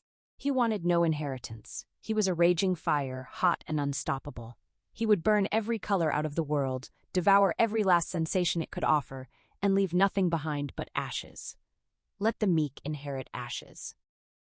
Passing the motor home at reckless speed, China had feared the parched engine would finally cough and die. Now the red warning light glowed at the edge of her vision even when she wasn't looking at the gauges, yet the Honda kept running on whatever fumes or strange grace remained. She needed distance and time to set her plan in motion. She pushed the car harder across the storm-slick blacktop. The narrow road curved, straightened, dipped gently toward the distant Pacific, rose and dipped again in low swells, but the land kept sliding westward in one long, monotonous descent. Low earthen banks soon gave way to level forest floor. She found the exact stretch she needed, an almost imperceptible straightaway, where the shoulder flattened and the giant trees stood close. She judged she had gained a full minute on him, perhaps a minute and a half if he had not sped up after she passed. A minute would be enough. She let the speed fall to 30, then 25, still wondering at the headlong rush to heroism that had seized her and still unable to explain it. Then she wrenched the wheel, left the pavement, thumped across the shallow drainage swale, and drove the Honda straight into the massive base of the nearest redwood. The left headlight burst. The impact-absorbing bumper crumpled exactly as it was engineered to do. Metal shrieked once and stopped. The safety harness cinched hard across her chest, driving a grunt of pain from her lungs, but she stayed in the seat. The engine kept running. She had no time to climb out and inspect the damage. When the killer rounded the bend in the next few seconds, he had to believe the crash was real and that someone inside might be badly hurt. Any suspicion and the entire plan would collapse. She slammed the gearshift into reverse. The tires spun on the wet redwood needles before they caught. The car lurched backward across the swale, only an inch or two of muddy water now, and bumped onto the pavement again. A quick glance up the gentle slope showed no headlights yet. He was coming, soon. She had no room to back partway up the hill, so she set the brakes hard with her left foot and fed the accelerator with her right. The engine whined, then screamed. The Honda strained like a horse against a rodeo gate. She gave it a fraction more throttle, smelled something burning, and lifted her foot from the brake. Tires howled on the wet road, the car shuddered forward, splashed through the ditch, and slammed into the redwood a second time. The right headlight exploded. The hood buckled upward with a metallic twang. The engine stuttered. Gasping against the fresh bite of the harness, she prayed the motor would not quit yet. She dropped the shift lever into reverse once more. Ideally, the Honda would sit angled across both lanes when the killer came around the bend. She had to make him stop. She had to make him get out. The battered car wheezed, nearly died, then surged again. Grateful for the reprieve, China guided it backward onto the pavement and angled it slightly uphill so the wrecked front end would be the first thing he saw. The engine clunked twice and fell silent. Position was perfect. Without the motor's noise, the rain sounded heavier, drumming on the roof and snapping against the glass. At the upper curve, the darkness still held. She slipped the gearshift into park so the car would not roll when she lifted her foot from the brake. The headlights of the Honda were both shattered, yet the windshield wipers still thumped steadily back and forth on battery power. China left them running. She pushed open the driver's door. The sudden dome light made her feel painfully exposed. She began to climb out, needing to reach cover before the motorhome rounded the bend, perhaps in 20 seconds, perhaps in 10. She had lost all sense of time. The gun. Before she cleared the seat, she remembered the revolver. She leaned back inside, groping for it, but the weapon was no longer where she had left it. One of the impacts must have flung it to the floor. She stretched across the console, fingers sweeping frantically through the dark until they closed on cold steel. Her fingertips slipped into the smooth muzzle. With a low sound of relief, she retrieved the gun and reversed her grip. Weapon secure, she scrambled out and left the driver's door wide open. Rain and wind struck her at once, chilling her skin. Behind her, in the direction she had come, the night began to brighten. The redwood trunks near the curve's shoulder took on a faint glow, as if lit by an unseen moon. China ran off the slick pavement, splashing through another shallow drainage ditch. Icy water poured over the tops of her shoes. On this side of the road, the trees stood 20 or 30 feet back from the shoulder. She raced straight toward the colossal grove, aiming for a point across the highway from the massive trunk she had struck. She had not covered half the distance when her feet skidded on the wet carpet of needles. She fell hard, landing on a cluster of redwood cones that crunched beneath her back. Pain flared along her spine. She would have preferred to crawl the rest of the way, but she refused to risk clogging the revolver's barrel with dirt or needles. She pushed herself up and kept moving, even as headlights flared behind her and an engine growled against the storm. The motorhome had cleared the bend. She was still only 15 feet from the highway, too close, with almost no underbrush for cover beneath the giants, only ferns. He must not see her. Everything would be lost if he caught even a glimpse while she ran for shelter. Her dark jeans and cranberry sweater offered some camouflage. Her hair was not blonde. Still, she felt as conspicuous as if she had been fleeing in a white wedding dress. He would be focused on the angled Honda blocking both lanes. He would not immediately scan the sides of the road, and when his gaze did shift, it would likely go first to the right, where the tire tracks led to the tree, not to the left where she now hid. Telling herself she remained unseen, she reached the first line of enormous redwoods. They grew surprisingly close together for their immense size. She slipped into the narrow gap, less than 2 feet wide, between a 15-foot diameter trunk and an even larger neighbor. The lowest branches soared 150 to 180 feet overhead, visible only when lightning flashed behind them.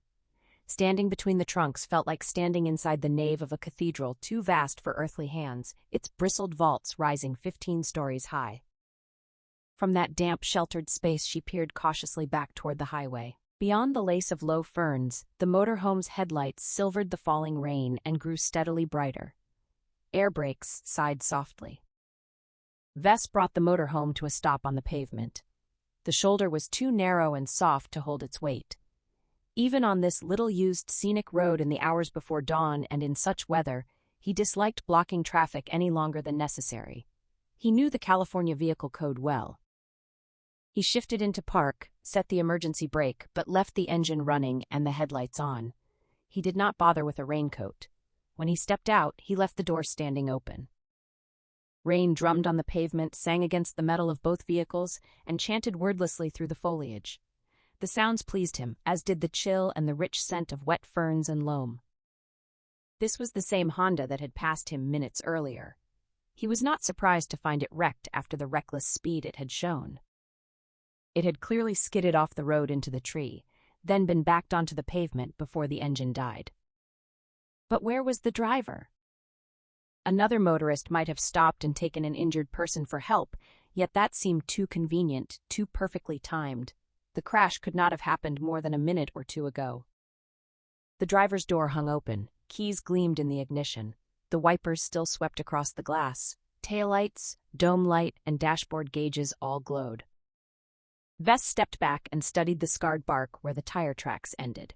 The damage looked only superficial. Intrigued, he scanned the grove on that side of the highway. Perhaps the driver, dazed from a head blow, had wandered off into the trees. Even now, she might be stumbling deeper into the ancient forest, lost and confused, or lying unconscious among the ferns.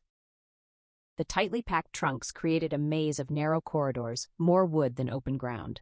Even at midday, sunlight would reach the floor only in thin blades. Most of the space remained in stubborn shadow, as if every night since the grove's birth had left its residue behind. This side of dawn, the darkness felt alive, crouching, predatory, yet strangely welcoming. That special darkness stirred something in Vess. It awakened a yearning for experiences he could sense but not yet imagine, mysterious and transforming. Waiting somewhere far back in the redwoods, down corridors of fissured bark, in some hidden citadel of raw passion where shadows older than humanity dwelled. If the woman truly wandered there, he could park and hunt her. The knife he had taken at the service station might be an omen after all. Hers might be the blood it was meant to draw. He pictured stripping naked, entering the grove with only the blade, stalking her on pure instinct while rain and mist chilled his skin. He saw himself dragging her down, tearing at her clothes, deciding in the moment of capture whether to use the knife, his body, or his teeth first. The fantasy already had him hard. Whatever happened would be unprecedented, mysterious, and unbearably intense. Yet dawn would arrive in an hour or so. He needed distance from the places where he had taken his pleasures tonight. Being Edgeler Vest demanded the discipline to repress his strongest urges when acting on them would be dangerous. Instant gratification would reduce him to an animal, dead or caged long ago. Freedom required proportion, timing, self-control. It required the precision of a tap dance master and a genuinely nice smile. A nice smile and self-control could carry a man far. He smiled at the forest. The motorhome sat on the pavement about 20 feet from the battered Honda, looking shrunken beneath the towering redwoods. While Vess walked down the road through the headlights' beams toward the abandoned car, China crept upslope through the dark grove, moving parallel to him but in the opposite direction. She circled behind the nearest giant trunk, revolver gripped in her right hand, left palm pressed flat against the bark for balance. The deep fissures felt like repeating Gothic arches under her fingers. With each careful step around the immense curve, the tree felt less like living wood and more like a windowless fortress raised against the world's rage. After rounding half the trunk, she reached the shoulder-wide gap between this giant and the next. She peered out. Vess stood near the Honda's open door, gazing into the forest on the far side of the highway. She worried another motorist might appear before she could execute her plan. She moved on, circling the next tree. It was even larger. The bark carried the same Gothic patterns. Despite the shrill wind high above and the occasional drizzle falling from the lofty branches, the grove felt strangely safe. Dark but not menacing, cold but not hostile. She remained alone in her troubles, yet for the first time all night she did not feel entirely alone. At the next gap between trunks, she looked out again and saw the killer climbing into the Honda. He would have to move the disabled car. There was no room to drive around it. She glanced at the motorhome, knowing what lay inside: a dead man chained in a closet, a dead woman wrapped in a white shroud. It looked as menacing as any war machine. She could simply wait here among the trees. Forget the plan. He would eventually leave, and she would survive. It would be so easy to wait. To live. The thought that the police would somehow find Ariel in time, without any need for heroics, struck China like a blow. She leaned against the massive trunk, suddenly weak, shaking, almost sick with despair and fear. From the Honda came the grind of the starter as the killer tried to coax the engine back to life. Then, closer, behind her in the grove, another sound: rustle of wet needles, a sharp snap, a soft snort like a startled horse exhaling. She turned, frightened. In the faint backwash from the motorhome's headlights, she saw what looked, for one disorienting second, like angels. Gentle, pale faces, luminous eyes watching her with quiet curiosity and kindness. The illusion lasted only a moment. These were coastal elk, a small herd of 6 standing together in a 15-foot clearing between the outer trees and the deeper woods, close enough that 3 strides would have put her among them. Their noble heads were raised, ears pricked, gazes fixed on her. Curious, but strangely unafraid. She remembered 2 months on a ranch in Mendocino County with her mother, among armed survivalists waiting for the race war they believed would destroy the country. She had spent every possible hour exploring the hills and vales, the pine groves and golden fields dotted with solitary black-limbed oaks, where small herds of coastal elk sometimes appeared. She had stalked them not to hunt, but with shy, girlish persistence, drawn by the tranquility they carried in a world soaked in violence. Never once had she closed the gap to less than 80 or 90 feet before they fled. Now they had come to her, watchful yet calm, as if they were the same elk at last willing to trust her peaceful intent. They should have been closer to the sea, grazing the lush winter meadows beyond the redwoods. Their presence here in the rainy pre-dawn forest felt remarkable. She noticed others, one here, one there, more at greater distances, perhaps a dozen in all, standing motionless among the trees, transfixed as though by music only they could hear. Lightning flared, branching across the sky and rooting toward the earth. In the brief white glare she saw them clearly, more elk than she had counted, half hidden in mist and ferns and flowering rhododendron, breath steaming from black nostrils, eyes still locked on her. She looked back toward the highway. The killer had given up on the starter. He put the Honda in gear. It began to roll backward down the slight slope. After one last glance at the elk, China stepped out from between the trunks. He hauled the wheel hard right, letting momentum swing the car in a backward arc until it faced downhill.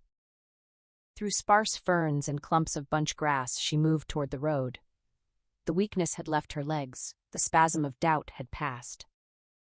Under his control, the Honda coasted onto the right shoulder and rattled to a stop amid twisted metal. She could chase him now, shoot him while he sat in the car or as he climbed out, but he was already 50, 60 yards away. He would see her coming. Surprise would be lost, and she would have to kill him outright, which would do Ariel no good at all. With him dead, they would still have to search for the hidden girl, and they might never find her. Besides, he almost certainly carried a gun, and in a shootout he would win. He was far more practiced and far bolder. She had no one else to turn to, just as in childhood. So she must get out of sight quickly, stay patient, choose the perfect moment, and control the confrontation when it came. Lightning cracked again. Thunder followed like vast structures collapsing overhead. She reached the motorhome. The driver's door stood open. She could not do this. She had to do this. Downslope, the Honda had come to a full stop. The revolver felt heavy in her hand. That changed everything. She was safe with the gun. Who would save the girl locked away and ripening for this monster? Who had ever been there for frightened girls hiding in closets or under beds, except twitching palmetto beetles? If not her, then who? Where would she be if not here? When the answer was this obvious, there was no point in asking why. With the revolver in her grip, she climbed into the cockpit, swung around behind the wheel, and hurried back through the motorhome, telling herself this insane choice was all right because this time she had the gun. She wondered whether even the revolver would be enough when the moment came for a face-to-face meeting. Perhaps a direct confrontation would never be necessary. She planned to hide until they reached his house, locate the girl, then slip away and bring the police. They would handle the rest. And in saving Ariel, she would save something in herself, from a life that was only survival, from the endless, useless attempt to understand. Crazy, yes, but turning back now was crazier still. A life with no higher purpose than staying alive was the real madness. As if shoved forward by the pounding of her heart, she reached the rear of the motor home and the closed door to the only bedroom. She did not want to go in there, not with Laura dead inside, not with the chained man in the closet, not with the sewing kit waiting. But it was the best hiding place. She opened the door, stepped into the thick darkness, closed it behind her, and pressed her back to the wall. If he stopped somewhere before home and came back here to check on his trophies, she would kill him the instant he crossed the threshold, empty the revolver into him, take no chances. With him dead, they might never find Ariel, or find her only after she had starved, an excruciating death. Still, if he entered this room, she would not risk half measures. She would not try to wound him and keep him alive for the police, not in this tight space with him towering over her and too many things that could go wrong. Lights off, windshield wipers off, Edgler Vest sat in the dead car by the side of the road, thinking. Life always offered a laden buffet of sensations and experiences, but never more richly than now. He meant to exploit the opportunity to the fullest, to wring from it the greatest possible excitement and the most piercing sensations. Therefore, he would not act in haste. Luck had given him a glimpse in the rearview mirror, a figure swift as a deer crossing the blacktop, pausing at the open door of the motorhome, then vanishing inside. She had to be the woman from the Honda. When she passed him earlier, he had looked down through her windshield and seen the deep red sweater. Perhaps the crash had left her dazed or concussed. That would explain why she had not approached him directly for help or a ride. In a confused state, stowing away might have seemed perfectly logical. Yet she had not staggered or stumbled across the highway. She had moved with swift, sure footing. At that distance and in the mirror he could not have seen blood, but his instinct told him there had been none. The longer he considered it, the more the accident felt staged. But why? If she had wanted to rob him, she would have confronted him the moment he stepped onto the highway. Vest considered the possibilities and dismissed robbery. His motorhome was 17 years old and worth far less than $50,000, even well-maintained. No thief would wreck a nearly new Honda to loot such an unpromising vehicle. He had left the keys in the ignition and the engine running. She could have driven away already if that had been her goal. A woman alone on a remote highway at night was unlikely to be planning a robbery. The profile did not fit. He remained deeply baffled. Mystery rarely touched Mr. Vess's straightforward life. There were things that could be killed and things that could not. Some died harder than others, some died more enjoyably. Some screamed, some wept, some did both, some simply trembled and waited in silence for the end. The days flowed pleasantly along a river of raw sensation where enigma seldom appeared. This woman in the red sweater was a true enigma, as mysterious and intriguing as any he had ever encountered. What experiences she might bring were hard to imagine, and the novelty excited him. He stepped out of the Honda and closed the door. For a moment he stood in the cold rain, staring toward the forest, trying to look unsuspecting in case she watched from inside the motor home. Perhaps he appeared to be wondering what had happened to the Honda's driver, or perhaps he seemed like a concerned citizen considering a search of the woods. Lightning chased across the sky in white jagged skeletons. Thunder followed with such force that it vibrated through his bones, a sensation he found deeply agreeable. Unfazed by the storm, several elk drifted silently out of the forest into the bordering ferns. They moved with ethereal grace behind the fading thunder, eyes shining in the headlight beams, almost like apparitions. More appeared, 2, 5, 7, then a dozen or more, until they stood still among the trees and ferns, everyone staring directly at him. Their unearthly beauty made him itch to kill them. If he had a gun at hand, he would have dropped as many as possible before they fled. As a boy, he had begun with insects, then turtles and lizards, then cats and larger animals. As a teenager with a driver's license, he had cruised back roads at night and early mornings, shooting deer, stray dogs, cows, and horses whenever he could do so safely. Nostalgia flushed through him at the thought of spilling their blood. It would brighten his own and make his arteries sing. Usually timid and easily spooked, these elk stared boldly. Their directness felt strange and left him uncharacteristically uneasy. Still, the woman in the red sweater interested him far more than any number of elk. He was a grown man now. His pursuit of intense experience could no longer follow the old byways. Edgeler Vess had long set aside childish things. He returned to the motorhome. At the door, he saw she was not in either front seat. He swung behind the wheel, glanced back, and spotted no sign of her in the lounge or dining area. The short, shadowy hall at the rear appeared empty too.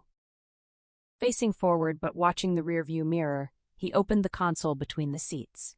His pistol remained where he had left it, without the silencer. Pistol in hand, he rose and moved back through the motorhome to the kitchen and dining area. The butcher knife from the service station still lay on the counter. He checked the cabinet to the left of the oven. The 12-gauge Mossberg rested securely in its spring clamps, exactly as he had returned it after killing the 2 clerks. He did not know whether she carried a weapon of her own. From the distance in the mirror, he had not been able to tell if she was empty-handed or attractive enough to make the kill worthwhile. He continued farther back, moving with special caution past the dining nook and the step well. She was not crouched there. He entered the hall. Rain drummed outside. The engine idled steadily. He yanked open the bathroom door with deliberate noise, knowing stealth was impossible in the reverberant metal shell. The cramped space was empty. No one on the toilet or in the shower.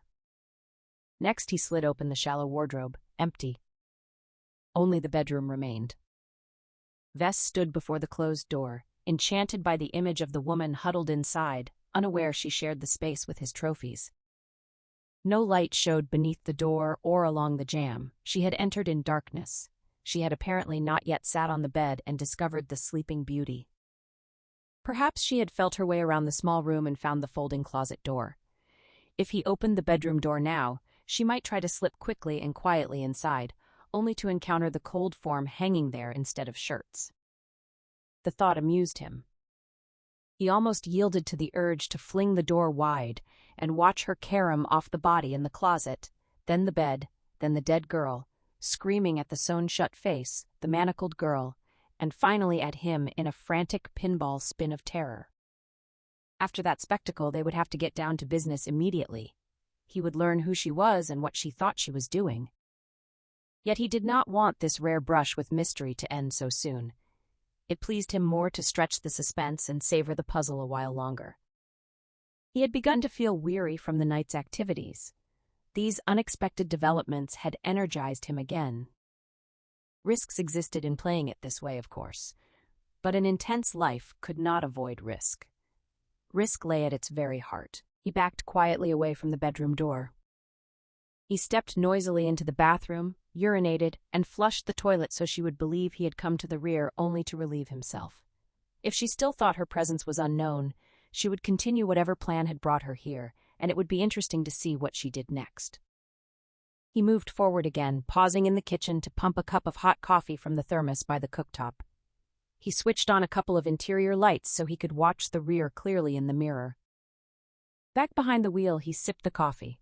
Hot, black, bitter, exactly as he liked it, and secured the cup in the dashboard holder. He tucked the pistol into the open console between the seats, safeties off, butt up. He could reach it in a second, turn and shoot her before she got close while still keeping control of the motor home. He did not believe she would try to harm him anytime soon. If that had been her main intent, she would have acted already. Strange. Why? What now? He said aloud, savoring the drama of his peculiar situation. What now? What next? What ho? Surprise, surprise. He drank more coffee. Its aroma reminded him of the crisp bite of burned toast. Outside, the elk had vanished. A night of mysteries. The rising wind whipped the long fern fronds. Bright, wet rhododendron blossoms sprayed through the darkness like evidence of violence.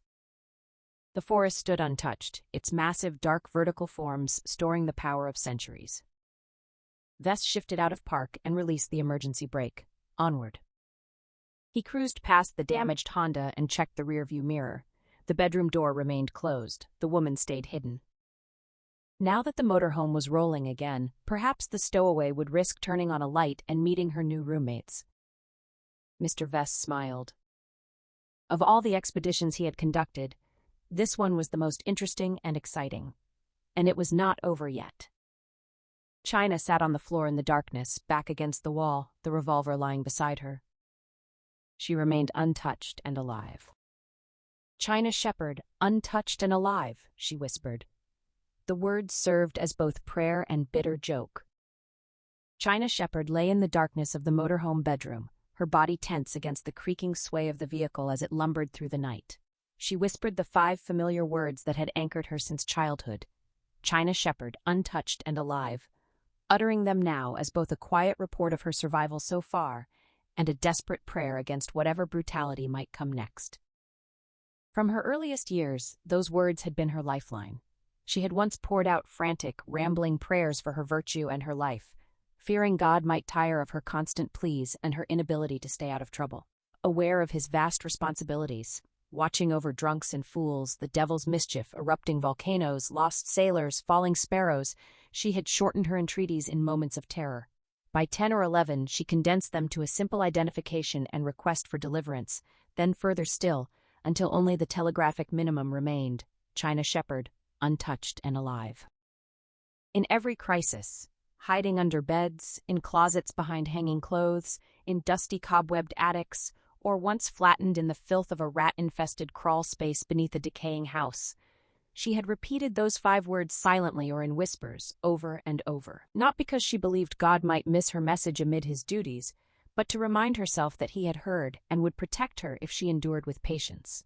When each threat passed and the black tide of fear ebbed, her heart steadying into calm rhythm, she spoke the words again with a changed tone, this time as a dutiful report, like a wartime sailor confirming to his captain that the ship had survived the attack. All present and accounted for. She offered her gratitude through the subtle shift in inflection, certain God would understand. Sometimes, as a little girl, she had even added a small salute, trusting that God possessed a sense of humor. She had once hated her name, frivolous, a misspelling that invited teasing she could not defend. Her mother Anne, after leaving a violent radical environmentalist commune known as the Earth Army, where they had spiked trees, burned meatpacking plants with night watchmen inside, sabotaged construction sites, and killed a scientist, had chosen it during her pregnancy influenced by those extremists, considering names like Hyacinth, Meadow, or Butterfly. But at birth she named her daughter after China, believing it the only just society on Earth, later unable to recall why she had altered the spelling amid her work in a methamphetamine lab and the blank spots in her memory from sampling the product. Only in prayer had young China welcomed the unusual name, believing it would help God remember her distinctly among the countless Marys, Carolines, and Janes. Now, at 26, the name meant nothing special to her. She had come to understand, slowly over the past year, that her true self had nothing to do with her name or the chaotic 16 years spent with her mother. She bore no blame for the hatreds, lusts, obscenities, or crimes she had witnessed, nor for the unwanted advances from her mother's male companions. She was not clay shaped by others' hands or shameful experiences. Instead, she was rock, formed by her own dreams, hopes, aspirations, self-respect, and perseverance. With determined effort, she could sculpt the person she wished to become. The realization had not arrived in a sudden revelation, but gradually, like bare earth overtaken by creeping ajuga, until emerald leaves and tiny blue flowers covered everything. Hard-won in the moment, it now felt almost inevitable in hindsight. The old motor-home groaned onward through the night, creaking like an ancient sealed door, ticking unevenly like a corroded clock, carrying her toward dawn.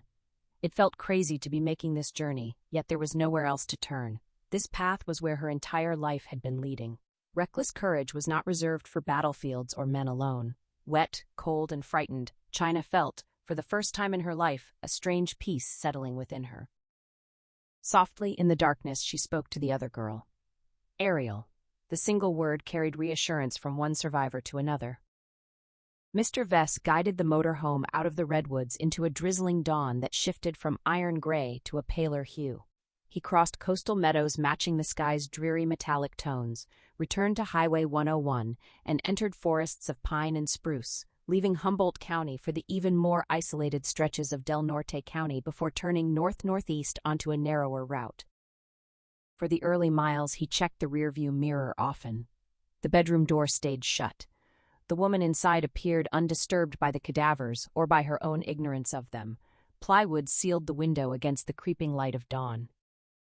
Vess drove with masterful precision, making strong time despite the weather. He excelled at whatever brought him pleasure, which explained both his success as a killer and his habit of pairing that thrill with long drives rather than limiting his hunts to convenient distances from home. The open road fed him an endless stream of changing landscapes. To his refined senses, every sight carried layered sensations. A passing vista could register as music. A scent slipping through the window became tactile, like a woman's warm breath brushing his skin. Seated in the driver's cab, he moved through a rich current of impressions that washed over him constantly. He crossed into Oregon. The mountains rose to meet him and drew the vehicle upward into their hidden folds. The thickening stands of trees on the steep slopes looked more gray than green under the persistent rain.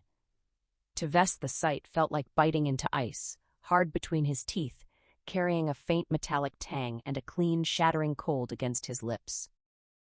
He glanced less often at the rearview mirror now. The woman remained a mystery. Such mysteries yielded nothing to mere impatience. She would reveal herself in time, and the intensity of that moment would hinge on her own hidden purposes and secrets. The anticipation tasted sweet. During the final hours, he kept the radio silent, not from fear of missing her movements, but because he rarely needed external sound while driving. His memory held a private library far richer. The cries and squeals, the prayerful whispers, the paper-thin shrieks, the throbbing pleas for mercy, and the desperate erotic urgings of final surrender. As he left the state highway for the county route, he recalled Sarah Templeton trapped in her shower stall, her screams and frantic gagging smothered by the green dishwashing sponge he had forced into her mouth and the strapping tape sealing her lips. No radio song, no matter the artist or composer, could rival that private symphony. He followed the rain-slick two-lane road to his private driveway. Thick pines and brambly underbrush flanked the entrance, which was barred by a heavy gate of tubular steel and barbed wire set between stainless steel posts in concrete. Vess fished the remote from the console, pressed the button, and watched the gate swing inward with deliberate, satisfying grace. He drove onto the property, stopped again, reversed the remote in his grip, and monitored the side view mirror as the barrier closed behind him. The long, unpaved driveway wound through 54 acres that backed against vast government wilderness. Land here cost far less than in the Napa Valley, so his holdings, while impressive, did not match the Templeton family's wealth. The shallow topsoil and graded shale beneath kept the surface firm enough even in rain. The motorhome rolled forward without risk of bogging down. He climbed a modest rise between tall ranks of pine, spruce, and fir. The trees fell back as he crossed the bald hilltop. Then the road curved gently downward into a small vale. At the far end stood the house, with hills rising behind it through sheets of rain and morning fog. His heart lifted at the sight. Home waited, and Ariel waited there with it. The two-story log house stood small but sturdy, its old timbers nearly black with pitch, and its cement chinking darkened to tobacco brown, except where recent repairs showed tan and gray mottling. Built in the late 1920s by a small logging family, the place had gained electricity in the 1940s. Vess had owned it for 6 years. He had rewired it, upgraded the plumbing, enlarged the upstairs bathroom, and, entirely by himself, performed extensive secret work in the basement. To most people, the location would feel too remote, too far from any convenience or entertainment. For Vess, whose appetites would never be accepted by neighbors, that very isolation formed the first and most essential requirement when choosing property. He pulled to a stop beside the house rather than continuing to the barn. The woman still rode in the motor home. He would need to handle her soon and preferred to watch from inside while developments unfolded. He checked the rearview mirror once more. No sign of her. Vess killed the engine but left the windshield wipers sweeping. He waited for his guards to appear. The late March morning churned with slanting rain and wind-tossed branches, yet nothing moved with deliberate purpose. The dogs had been trained to hold back, to avoid charging vehicles or foot intruders too quickly. They understood the value of luring prey deeper into inescapable zones, of letting calculated stillness precede savage fury. At last, the first sleek black head emerged low to the ground at the rear corner of the house, ears pricked, body still half hidden while it assessed the scene. Another shadow appeared at the barn's nearest corner, barely visible between cedar siding and the trunk of a winter bare maple. Vess would have missed them entirely if he had not known where to look. Their discipline reflected his skill as a trainer. 2 more Dobermans remained out of sight, perhaps behind the motor home or low crawling through wet shrubbery. All 4 were 5 or 6 years old, in their prime. He had left their ears uncropped and tails undocked, respecting the natural form of these predators. He felt a deep kinship with their elemental way of perceiving the world, raw sensation, pure need. The dog by the house finally slunk fully into view. The one at the barn stepped clear of the maple. A third rose from behind a massive, half-petrified cedar stump tangled with holly in the side yard. The motorhome was familiar to them. Through the windshield, they likely recognized their master. Their noses, 20,000 times more sensitive than any human's, would have already caught his scent despite the rain. Yet they showed no tail wagging or eager greeting. They remained on duty. The 4th dog stayed hidden. The 3 visible ones drifted warily forward through the downpour and mist, heads raised, pointed ears alert and forward. Their disciplined silence and indifference to the storm reminded Vess of the elk herd in the redwood grove the night before, eerily intent. The crucial difference was simple. These animals would not flee if confronted by anyone other than him. They would tear the intruder's throat out. Although she would not have thought it possible, China had drifted into sleep under the steady hum of the tires and the gentle rocking of the motorhome. Her dreams carried her through impossible houses, whose rooms shifted geometry without warning. Something hungry lived inside the walls and whispered its needs to her through vent grills and electrical outlets at night. The brakes jolted her awake. She realized the vehicle had stopped completely once before, then started again only moments ago. She had slept through that first halt, disturbed but not roused. Now, even though they were moving once more and the killer clearly remained at the wheel, China snatched the revolver from the floor, scrambled upright and pressed her back to the wall, tense, alert, every sense straining. From the tilt of the floor and the labored growl of the engine, China knew they were climbing a hill. They crested it, began the descent, and soon stopped again. The engine fell silent. Only the rain remained. She waited for footsteps. Though she was fully awake, the moment felt dreamlike. Rigid in the dark, the steady whisper of rain, sounding like voices murmuring inside the walls. Mr. Vess took a moment to pull on his raincoat and slide the Heckler & Koch P7 into one pocket. He lifted the Mossberg shotgun from the kitchenette cabinet so the woman could not find it once he was gone, then switched off the lights. When he stepped down from the motorhome into the cold rain, the 3 Dobermans came to him at once, and the 4th appeared from behind the vehicle. All 4 quivered with excitement at his return, yet held themselves in perfect check, unwilling to seem lax in their duty. Just before leaving on the trip, he had set them to attack mode with a single spoken word. They would stay primed to kill any intruder until he gave the release command, after which they would become as friendly as ordinary dogs, unless anyone threatened him. He propped the shotgun against the motorhome and offered his hands. The dogs pressed close, sniffing, panting, licking eagerly. They had missed him badly. He dropped into a squat so he was eye level with them. Their delight broke loose then, ears flicking, visible shivers racing along their flanks, soft whines of pure happiness as they jostled for his touch, his pat, his scratch. They lived in a large kennel against the barn's rear wall that they could enter and leave freely. Electric heaters kept it warm in cold weather to protect their health. He greeted each by name, and each dog's joy surged so fiercely that only duty kept them from rolling onto their backs and wriggling in total abandon. 2 of them could not contain their excitement and leaked nervous urine. Vess had installed automatic feeders in the kennel that dispensed exact portions on schedule, with a battery backup for short power failures. In a long outage, the dogs could hunt. The surrounding meadows teemed with mice, rabbits, and squirrels, and the Dobermans were ruthless predators. Their water trough stayed full through a drip line, or they could reach the spring on the property. Most of his trips lasted 3-day weekends, rarely 5 days, and the dogs kept a 10-day food supply even without wild game. They formed a flawless security system, never a short circuit, never a false alarm. The dogs smelled the bloodstains on his jeans and jacket. They pushed their heads under his open raincoat, ears flattened, inhaling the layered scent of terror, pain, helplessness, and the sex he had taken from the one called Laura. The odors excited them and deepened their respect. They had been taught to kill not only for defense or hunger, but for the pure, savage pleasure of it, to please their master. They knew he could match and exceed their savagery without ever needing instruction. Their awe of him swelled. They mewed softly and rolled worshipful eyes. Vess stood. He retrieved the shotgun and slammed the motorhome door. The dogs instantly flanked him, jostling for position, scanning the rainy day for any threat to their master. Quietly enough that the woman inside could not hear, he spoke the release command. They froze, heads cocked, watching him.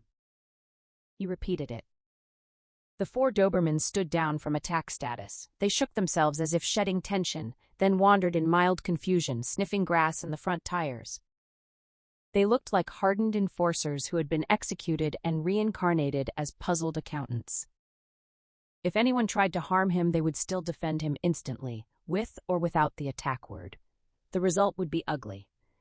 They were trained to seize the throat first, then the face for maximum terror, eyes, nose, lips, then the crotch, then the belly.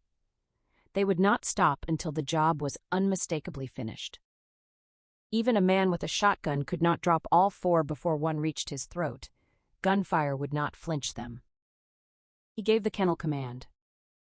The dogs sprinted as one toward the barn, still silent. He had taught them never to bark.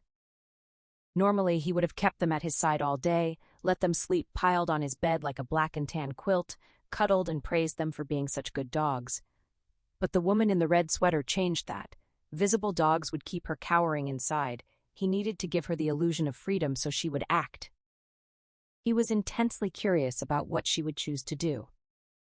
She had to have a purpose. Everyone did. His own purpose was simple: satisfy every appetite the instant it arose, chase ever more extreme sensation, drown himself in raw experience. Whatever she imagined her purpose to be, he knew it would ultimately serve his. She was nothing more than a glorious assortment of powerful and exquisite sensations wrapped in human skin, packaged for his private enjoyment. The last dog vanished behind the barn. Vess crossed the soggy grass to the old log house, climbed the fieldstone steps to the front porch, and carried the shotgun in a deliberately casual grip in case the woman had moved forward to watch him through a window. The bentwood rocker had been stored for the season. Early spring snails trailed silvery paths across the wet floorboards, testing the air with translucent feelers. He stepped around them with care. A mobile of 28 small white seashells hung at the porch corner, most of them spiral-shaped with delicate pink interiors. It clinked in the wind with flat atonal notes, but he smiled. It held nostalgic value. The mobile had once belonged to a 32-year-old attorney who lived alone in an upscale Seattle suburb. Despite her tough legal career, she had kept a girlish bedroom, four-poster with pink canopy, teddy bears, cottage paintings, and several seashell mobiles. He had done exciting things to her in that bedroom, then taken her in the motorhome to remote places for even more exciting acts. When she asked why, he had simply told her this was what he did. That was the whole truth of him. He could not recall her name now, but he remembered many details. Parts of her had been as pink and smooth as the insides of these shells. He especially remembered her small, delicate hands, almost childlike, and the intense vulnerability he had felt when he held them while they trembled. When he hung the mobile here, he had added one extra piece on a length of green string, her slender index finger, reduced to bare elegant bones from tip to base knuckle. It clinked softly against the shells. He unlocked the front door, stepped inside, and closed it behind him without locking it. He left the choice to her. Her behavior so far astonished and excited him more than anything had in a long time. Vess turned from the shadowy front room and climbed the narrow enclosed stairs two at a time, one hand sliding along the oak banister. On the second floor, a short hallway led to 2 bedrooms and a bath. He entered his own room on the left. He dropped the Mossberg on the bed and crossed to the south-facing window. A blue drape with blackout lining covered it, but the 2 pleated panels did not quite meet. He put his eye to the 2-inch gap and had a clear view of the entire motorhome parked below on the driveway. Unless she had slipped out right behind him, which seemed highly unlikely, she was still inside.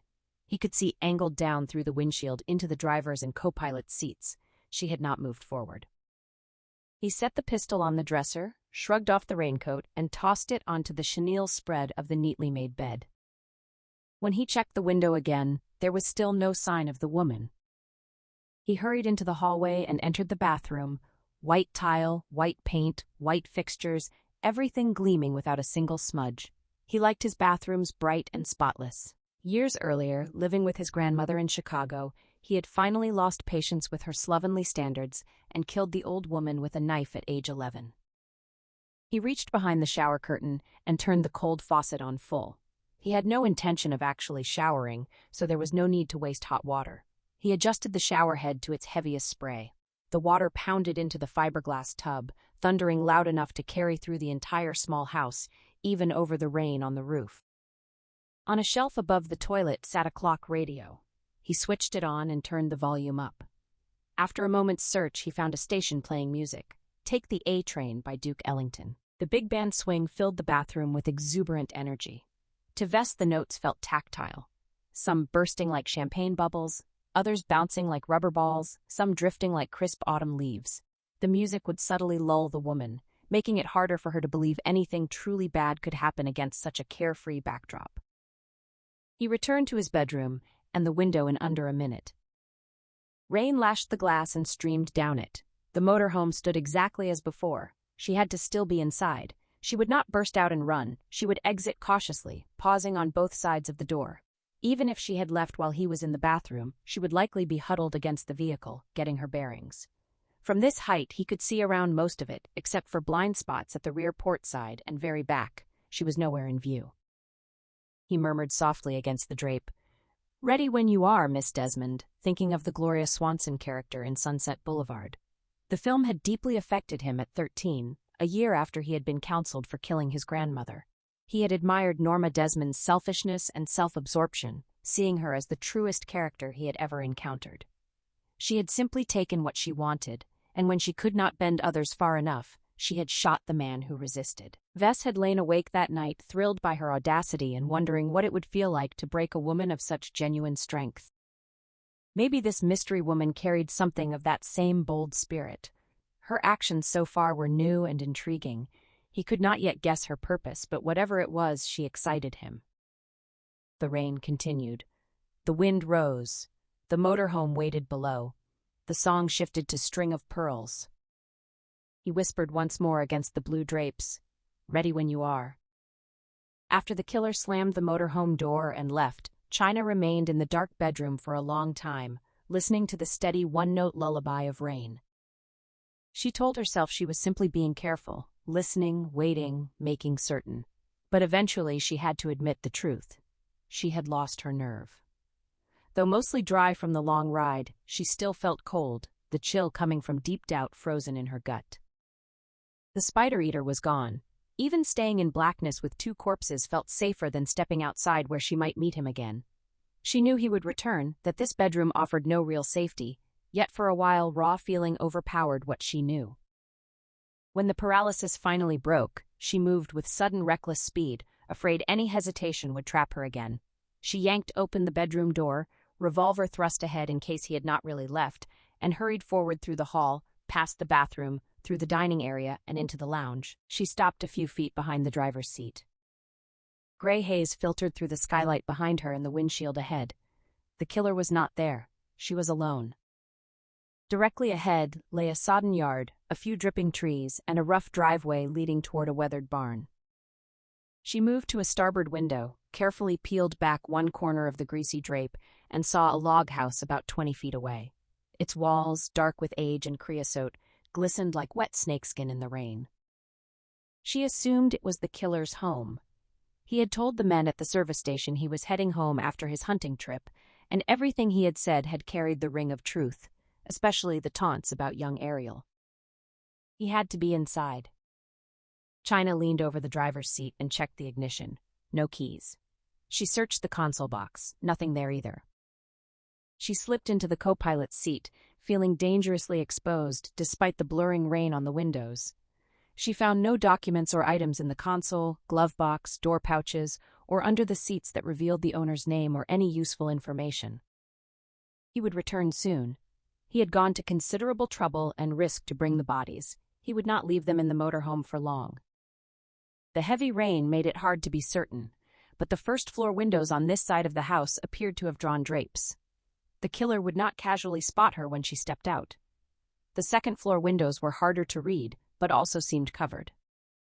She cracked the door open. A cold blade of wind sliced through the gap. She stepped down, closed the door as quietly as she could, and stood in the downpour. The sky hung low and turbulent. Forested hills rose in ranks behind the house, fading into pearly mist. She sensed taller mountains looming above them, still capped with early spring snow. She hurried across the wet grass to the flagstone steps, climbed onto the porch, and pressed her back against the rough log wall, out of the direct rain, yet already soaked again.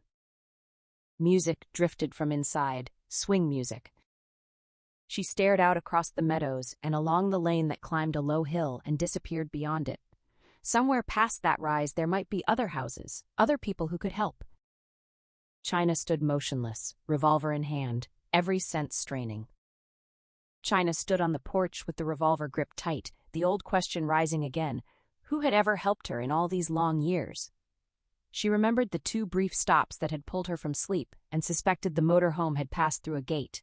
Still, even if this was a private driveway, it would lead sooner or later to a public road where residents or passing motorists could offer aid. The hilltop lay roughly a quarter-mile away, an expanse of open ground that would leave her exposed long before she slipped from sight. If he saw her, he could chase her down before she escaped. She could not even be certain this was his house, or that Ariel was held here. If she returned with authorities and the girl was elsewhere, the killer might never tell them where to find her. And if the child was inside, any police arrival could prompt him to barricade the place. It would take a SWAT team to reach him, and before they did, he might kill Ariel and then himself. That outcome felt almost inevitable. His freedom ending, his games over, nothing left but one final, apocalyptic burst of madness. She could not bear to lose this girl so soon after failing Laura. Intolerable. She had spent her whole life being failed by others. She would not keep failing people now. Meaning lived not in textbooks or lectures, but in caring, in hard sacrifice, in action. She did not want these risks. She wanted to live, but for someone other than herself. At least now she had a gun, and the advantage of surprise. Earlier she had held surprise without the weapon. This time both were hers. Even as she recognized she was talking herself into the most dangerous choice, making excuses to enter the house, she knew the decision was already made. Vess watched from the south window as the woman sprinted from the motor home toward the house, revolver in her right hand. It looked like a .38, perhaps a chief special. She did not move like a cop or handle the gun like one, yet she seemed comfortable enough with it. Definitely not law enforcement. Something else. Something strange. He had never been so intrigued by anyone. This spunky little lady, this mysterious adventurer, was a genuine treat. The instant she vanished beneath the porch roof, he crossed to the east window, parted the blue drape, and waited. No sign of her heading along the lane. After half a minute, he knew she was not running. Relief warmed him. He did not think of her as the type who would flee. She was bold, and he wanted her bold. Had she run, he would have sent the dogs to detain her, not kill, then retrieved her at leisure. But she was coming to him. For whatever unimaginable reason, she would follow him inside, revolver in hand. He would need caution, yet the game had just grown far more intense. He retrieved the pistol from the nightstand, moved silently across the carpet to the hallway, and stopped at the head of the enclosed stairs. From there, he could see only the landing below, not the living room, but he listened. The front door's hinge made a dry ratcheting sound when opened, focused on that distinctive noise. Not even the rain drumming the roof, the shower pounding downstairs, or the big band music on the radio could mask it. Crazy, yet she was going to do it, for Ariel, for Laura, and maybe most of all for herself. After years spent under beds, in closets, in attic shadows, no more hiding. After a lifetime of keeping her head down and drawing no attention, she had to act or explode. She had lived inside a prison of fear and shame and lowered expectations since birth, so accustomed to the bars that she had never noticed them.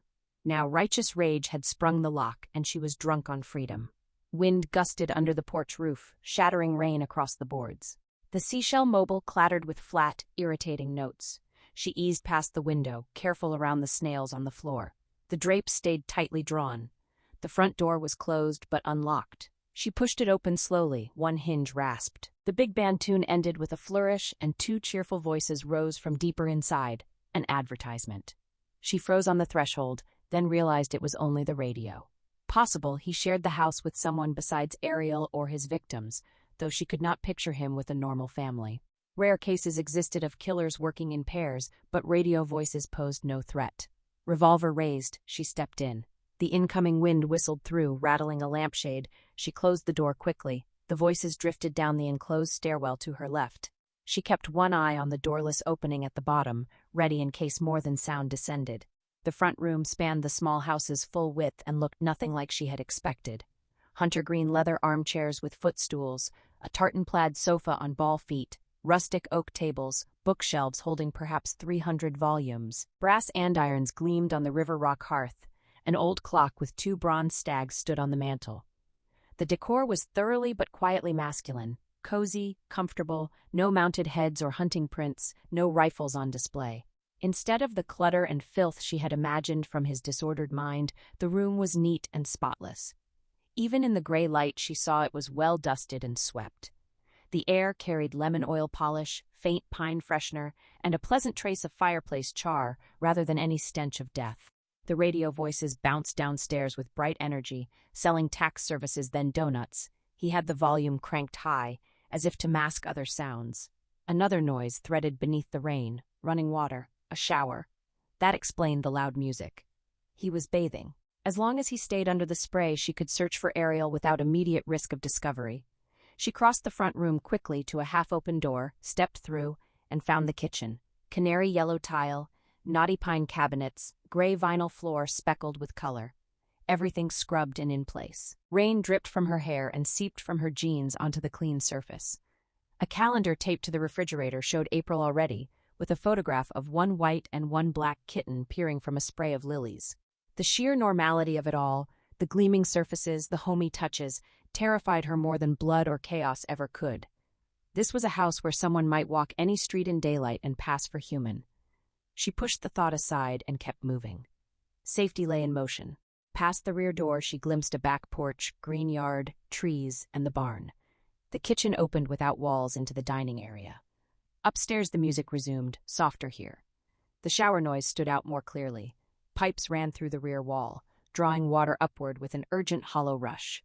One section vibrated against a stud, producing a rapid knocking behind the plaster. If that sound suddenly stopped, she would know her safe window had narrowed to a minute or two while he toweled off. After that, he could appear anywhere. China scanned the dining area for a telephone, but found only a wall jack. If a phone had been there, she might have risked a quick 911 call, assuming service even reached these remote boondocks. Knowing help was coming would have steadied her for the rest of the search. At the north end of the dining area stood another door. Even with the killer occupied upstairs in the shower, she turned the knob slowly and stepped through with caution. The room beyond combined laundry and storage. A washer and electric dryer stood against one wall.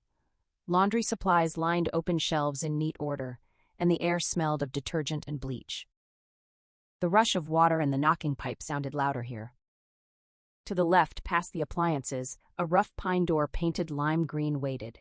She opened it and saw steep stairs descending into absolute black. Her heart accelerated. She whispered Ariel, more to herself than in expectation of an answer. Silence.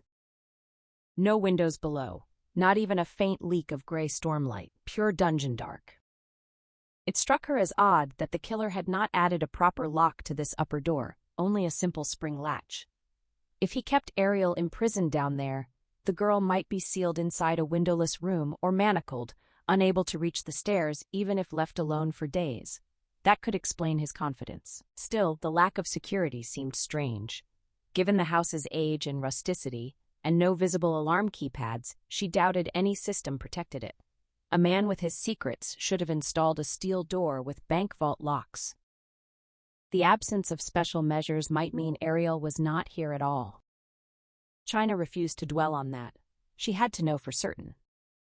Leaning into the stairwell, she felt along the wall, found the switch, and flipped it. Lights came on at the upper landing and below. The bare concrete steps looked newer than the house itself, perhaps a recent addition. The water surged loudly through the pipes overhead, the loose section still knocking rapidly against the stud. Ta-ta-ta-ta-ta. She called again, louder. Ariel. No response. She did not want to descend into this windowless pit with its single exit, yet she saw no other way to learn the truth. It always came to this, even now, alone, dizzy with fear, descending into a bleak, cramped darkness sustained only by desperate hope, the world indifferent as always. Listening hard for any change in the water sound, China went down one careful step at a time, left hand on the iron railing, revolver clenched tight in her right until her knuckles ached. China Shepherd, untouched and alive, she whispered shakily, repeating it like a mantra. China Shepherd, untouched and alive. Halfway down, she glanced back. Her wet shoe prints trailed up the stairs. The landing now seemed impossibly distant, as far away as the hilltop had looked from the porch. Like Alice tumbling down the rabbit hole into a madness without tea parties. At the open doorway between the dining area and laundry room, Mr. Vess heard the mystery woman call Ariel's name. She stood only feet away around the corner, past the washer and dryer. There could be no mistake. Ariel. Stupefied, he stood blinking in the scent of detergent, the wall-muffled rattle of pipes echoing in his ears. There was no possible way for her to know about Ariel. Yet she called again, louder. A terrible sense of violation swept over him. He felt watched, exposed. He glanced back at the windows, expecting accusing faces pressed against the glass, but saw only rain and gray light. The feeling lingered, oppressive. This was no longer fun, not at all. The mystery had grown too deep, too alarming. It felt as if she had not stepped out of that Honda, but crossed an invisible barrier from another dimension, from a place where she had secretly observed him all along. The air thickened with unseen presences. Even the laundry detergent smelled like burning incense. Unaccustomed to fear or doubt, Vess stepped into the laundry room and raised the Heckler & Koch P7, finger already tightening on the trigger. The cellar door stood open. The stairwell light burned. The woman was out of sight down the stairs. He eased off the trigger without firing. When he had guests, he always left a Doberman in this room to bark and drive intruders back. When he was away, the dogs patrolled the entire property. No one should have reached the house, let alone the cellar. He had never installed a lock on the cellar door because he feared it might accidentally trap him below during play. Coincidence could turn deadly. He had seen it. One afternoon on I-80, a young blonde's tire had blown just as he hungered to claim her, delivering her straight into his hands. If coincidence could give, it could also take. Remembering the woman's revolver and wishing for the dogs, he moved silently across the laundry room to the open cellar door. From below her voice rose, "China Shepherd untouched and alive." The strange words sounded like an incantation. She repeated them, chanting. Though not usually superstitious, Vess felt a prickling on his scalp and a crawling at the nape of his neck. His grip tightened on the pistol. After a hesitation, he leaned through the doorway and looked down. She had nearly reached the bottom, one hand on the railing, revolver extended ahead. Not a cop, an amateur. Still, she might be his blown tire. He felt jumpy, twitchy, curious, but ready to prioritize safety. He eased onto the upper landing. Concrete silenced his steps. She did not hear him. He leveled his pistol at the center of her back. The first shot would launch her off her feet, arms flung wide as she hurtled toward the basement floor. The second would catch her while she was still in flight. He would race down the stairs behind her, squeezing off the third and fourth rounds into her legs if he could. Then he would drop onto her, muzzle pressed to the back of her head, and only then, fully in command, utterly dominant, would he decide whether she still posed any threat, whether he could risk questioning her, or whether she was dangerous enough that 2 rounds to the brain were the only answer. As the woman passed beneath the light at the foot of the stairs, Mr. Vess gained a clearer view of her revolver. It was indeed the Smith & Wesson .38 Chief's Special he had spotted earlier from the second-floor bedroom window, yet now the make and model carried an electrifying new weight. He caught the faint smell of a Slim Jim sausage. In his mind, liquid night eyes widened again with shock, terror, and despair. He had seen 2 of these guns in the past several hours. The first had belonged to the young Asian man at the service station, who had drawn it from beneath the counter in self-defense but never fired a shot. Though the Chief's Special was popular, it was not so common that it appeared everywhere. Edgler Vess knew, with the certainty of a fox catching a rabbit's scent in the weeds, that this was the same weapon. Mystery still surrounded the woman on the stairs below him. Her presence here remained as baffling as ever, yet nothing supernatural explained her. She knew the name Ariel not because she watched from some other realm or served a higher power, but simply because she had been inside the service station when he chatted with the 2 clerks and killed them moments later. Where she had hidden, how he had overlooked her, why she had pursued him, and where she had found the courage for this reckless chase, these answers still eluded him. But now he would have the chance to ask her himself. He lowered the pistol and stepped back into the laundry room so she would not glance upward and spot him. His earlier uncharacteristic fear, that oppressive sense of supernatural forces, lifted like mist, and he marveled at his own fleeting gullibility. He who held no illusions about existence, he who saw so clearly, he who understood the primacy of raw sensation, even he, the most rational of men, had let himself be spooked. He nearly laughed at his foolishness and dismissed it from his mind at once. The woman had to have reached the bottom of the stairs by now. He would let her explore.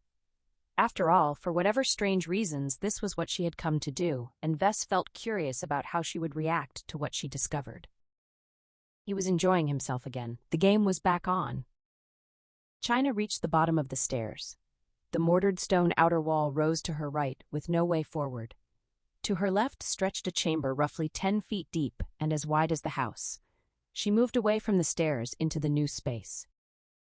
At one end stood an oil-fired furnace and a large electric water heater. At the other end waited tall metal storage cabinets with vent slits, a workbench, and a rolling tool chest. Straight ahead in the concrete block wall waited a strange door. A click whoosh sounded. She swung right, finger already tightening on the trigger, before she realized the noise had come from the furnace, the electric pilot light igniting the fuel. Over the furnace roar she could still hear the vibrating pipe, faint now but unmistakable. She could just make out the distant thread of music from the second-floor bathroom, mostly the brass and wailing clarinet passages. The door in the back wall was padded like a theater door, leather-grain maroon vinyl divided into quilted squares by 8 large round upholstery nails. The frame was upholstered in the same material. No lock or latch barred her way. She set her hand on the vinyl and felt that the padding was even thicker than it looked, nearly 2 inches of foam over the wood. She gripped the long, stainless steel U-shaped handle. When she pulled, the door scraped and squeaked softly across the jam upholstery. The fit was tight. When the seal broke, the sound reminded her of opening a vacuum-packed jar of peanuts. The door was upholstered on the inside too, more than 5 inches thick overall.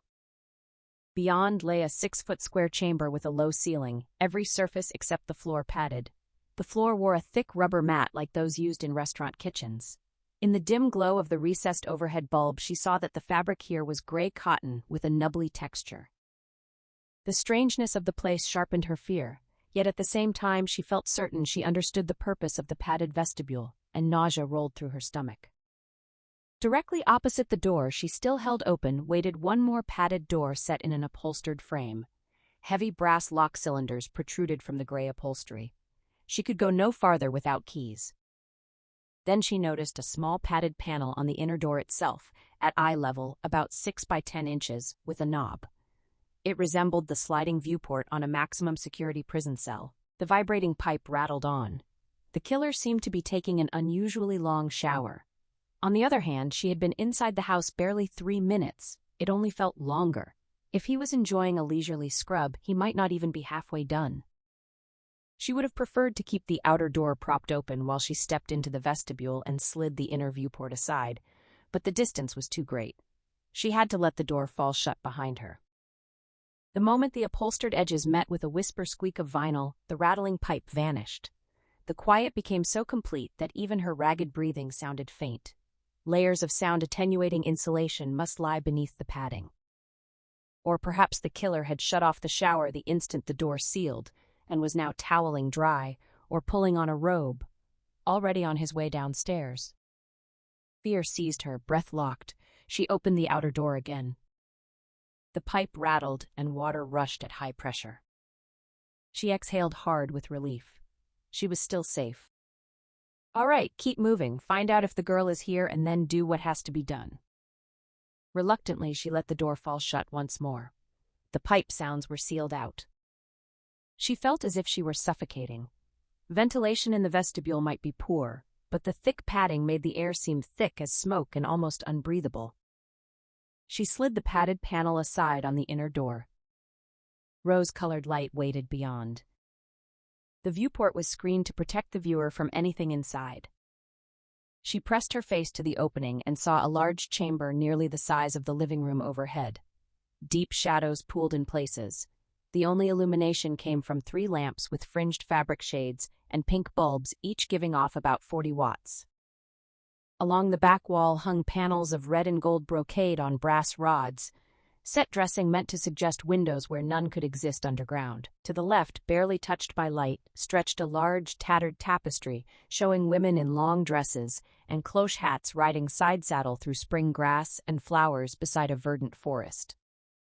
The furnishings filled the space: a plump armchair with antimacassars, a double bed with a white headboard whose painted scene was too dim to read clearly, bookcases with acanthus leaf molding, cabinets with mullioned doors, a small dining table with a heavily carved apron, 2 directoire chairs upholstered in flower patterns, a refrigerator, and an immense dark-stained armoire decorated with crackle-glazed flower appliques.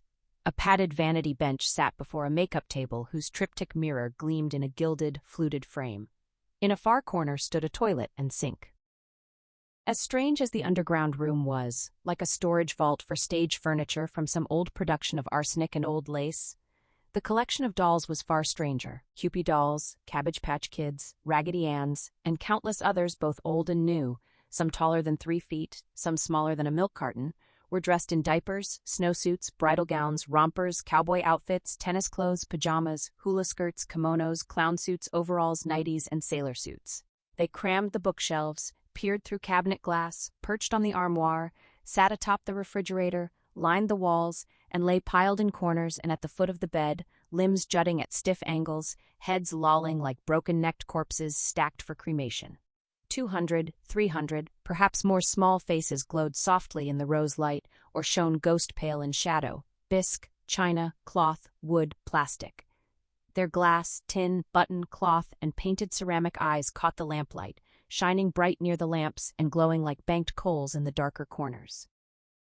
China half believed, for one frozen moment, that the dolls could actually see her, except for those few whose eyes seemed filmed over with rose-colored cataracts, and that a living awareness glimmered deep inside their terrible stares. Though none of them moved or shifted their gaze, they carried an uncanny aura of life, as if the killer were also a warlock who had stolen the souls of his victims and trapped them forever inside these small, painted figures. Then a quiet stir of motion emerged from the gloom, and the shadow resolved into the captive herself. When she stepped into view, the dolls lost every trace of their eerie power. She was the most beautiful child China had ever seen, more beautiful even than in the Polaroid, her straight hair gleaming with a lustrous auburn tint under the strange light, though China knew it was really platinum blonde. Fine-boned and slender, graceful in every line, the girl possessed an ethereal, almost angelic beauty that made her seem less a real person than a vision sent to speak of redemption and hope and a guiding star. She wore black penny loafers, white knee socks, a blue or black skirt, and a short-sleeved white blouse with dark piping on the collar and pocket flap, the uniform of a parochial school. The killer must have chosen the clothes himself, and China understood at once why he favored such outfits. Though the girl was physically 16, the demure uniform made her look no older than 11, shy, untouched on the eve of her confirmation Sunday. Sociopaths like him were always drawn to beauty and innocence because they needed to defile it. Once innocence was stripped away and beauty cut and crushed, the malformed creature inside him could finally feel superior. Only after the innocent and the beautiful lay dead and rotting could the world begin to resemble the wasteland of his own interior. The girl settled into the armchair. She held a book, opened it, turned several pages, and seemed to read. She had surely heard the padded panel slide open on the viewport, yet she never looked up. She simply assumed her visitor was, as always, the eater of spiders. A rush of feeling tightened around China's heart with surprising force. She called the girl's name through the port. The single word dropped into the airless space and vanished without echo or distance. The cell had clearly been lined with even thicker layers of soundproofing than the vestibule, and all that effort to contain any screams told China that the killer sometimes invited ordinary people into his house, perhaps for dinner, perhaps for beers and a football game. The sheer boldness of it chilled her. He passed for human in the everyday world. People laughed at his jokes, asked his advice, shared their lives with him. He might even attend church. On Saturday nights he could be out dancing, smoothly two-stepping across the floor with a smiling woman in his arms, moving to the same music everyone else heard. China raised her voice and called the name again. The girl still did not look up. She called it louder, nearly shouting through the screened opening. The girl remained seated with her knees pressed primly together, the book in her lap, head bowed so that wings of hair hid most of her face. She sat as if deaf, or as if she had long ago learned to retreat into a deep, silent place inside herself, where no shouted arguments or drunken chaos could reach her. China remembered doing the same thing as a child, hiding from her mother and her mother's dangerous friends. When the noise and violence grew too great, she had escaped through the back of an old wardrobe into Narnia, or to Toad Hall in the Wild Wood, or into realms she invented herself. She had always been able to return, but sometimes she had wondered how wonderful it would be to stay there forever, where no one from this world could ever find her again. Peering through the port now, China felt certain Ariel had fled to just such a faraway place and had become detached from this one in every way that mattered. After a year in this dismal hole, enduring the killer's occasional attentions, she might have wandered so deep into her inner world that she could not easily, or ever, come back. The girl finally lifted her eyes from the book, but she stared at nothing in the room, nor at China's face in the door. Her gaze was focused on something twice removed from this place. Even in the weak rose light, China could see that Ariel's eyes were unfocused and strange, as glassy as any of the dolls surrounding her. The killer had told the men at the service station he had not yet touched Ariel in that way, and China believed him. Once he took her innocence, he would have to destroy her beauty, and once that was done, he would kill her. The fact that she still lived meant she remained untouched. Yet day after day, month after month, she had waited in exhausting suspense for the moment he decided she was ripe. His sour breath, his hot, insistent hands, the crushing weight of him, every humiliation. In this single room, there had been nowhere to hide. Ariel's refuge might be inside the very book she held. She still moved through the motions of this world, grooming, eating, bathing, dressing, but she lived in some other dimension. China's heart rolled between sorrow and a storm of rage. Through the port, she told the girl she was here now, that Ariel was no longer alone. She said she was her guardian and would keep her safe. The words felt strange on her tongue, yet she repeated them. Ariel's gaze never left her private elsewhere. Her hands relaxed, and the book slipped from her lap, thumping to the floor. The thick padding swallowed nearly all the sound. She gave no sign she had noticed the drop. China's fear for Ariel burned hotter than any fear for herself. Her heart hammered. Hot tears blurred her vision. She blinked them away fiercely. She turned from the locked inner door and shoved the outer one open. The water pipe rattled louder than before as she stepped out of the sound-baffled vestibule into the main basement room. Barely a minute had passed since she had first slid the viewport panel aside. The son of a bitch was still in the shower, naked and defenseless. Now that she knew exactly where Ariel was, she no longer needed him alive to lead the police to the girl. The revolver felt solid and right in her hand. Better than right. She would have freed Ariel and taken her out of there if she could, but she had no key and the inner door would not yield easily. She had only one choice left. She crossed to the cellar stairs, blue steel gleaming. Even if he finished showering before she reached him, he would still be naked and defenseless, toweling off. She would go straight into the bathroom and open fire at point-blank range, first shot through the heart, then at least one more to the face to be certain. She would empty the entire cylinder, keep squeezing until the hammer clicked on spent brass. She could do it. She would do it. She climbed the steep stairs, stepping over the wet footprints she had left on the way down. China Shepherd no longer hiding, coming up out of the hole, alive, never going back into Narnia again. The pipe kept rattling. She thought ahead. She could not risk shooting through the shower curtain, because she would have no way to know if she had hit him. She would need to yank the curtain or door aside first, but a strange weakness was already creeping into her fingers and wrists. Her arms shook so badly she had to grip the revolver with both hands to keep from dropping it. Her heart rattled like the copper pipe. She reached the upper landing and stepped into the laundry room, scared of the coming confrontation even though the crazy freak was naked and defenseless. She could not shoot through the curtain. She would be firing blind, unable to aim at his chest or head. China moved past the dryer and washer, the scent of laundry detergent sharp in her nose, and reached the open kitchen door.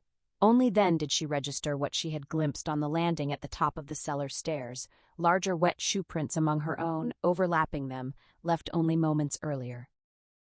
Momentum carried her forward into the kitchen before she could stop. The killer came at her from the right, past the dinette set. He was big, powerful, a charging force, neither naked nor defenseless.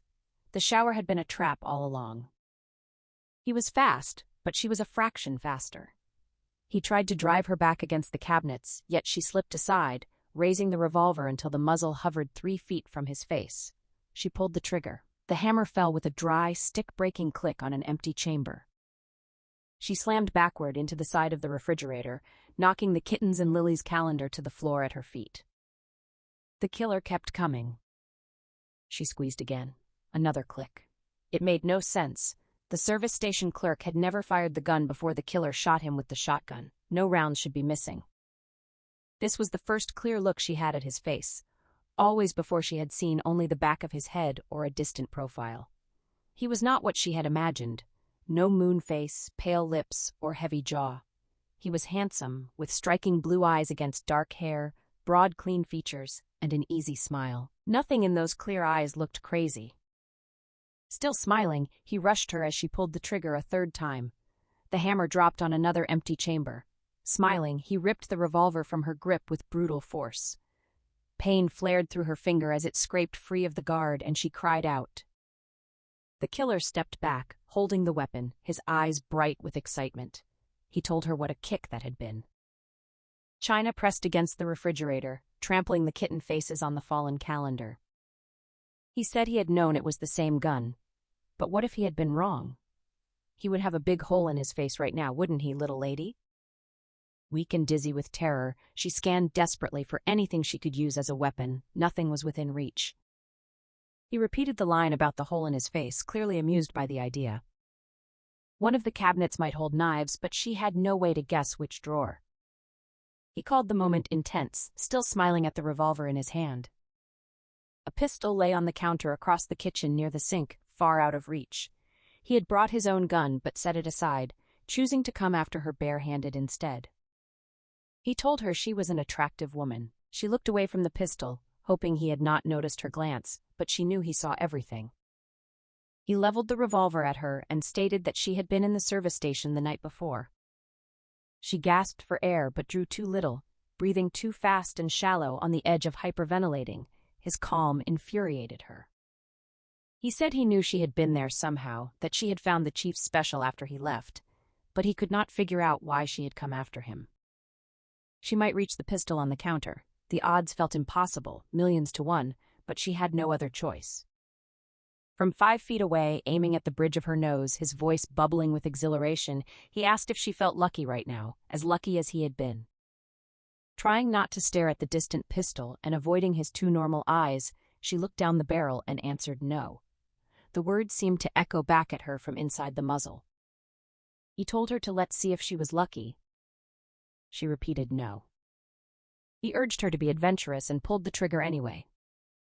She flinched, expecting the gun to explode in her face after the way her luck had run. Click. He told her she was even luckier than he was. China could not follow what he meant. Her thoughts kept sliding toward the pistol by the sink, her last impossible chance. He asked if she had heard what he promised Fuji when the clerk reached for the gun. His calm patter unsettled her more than anything. She had expected violence, rape, torture, not conversation, as if this were only a shared road trip with an interesting detour. Still aiming the revolver at her, he reminded her that he had told Fuji he would shove the bullets up his ass if he moved. He always kept his promises. His words finally seized her full attention.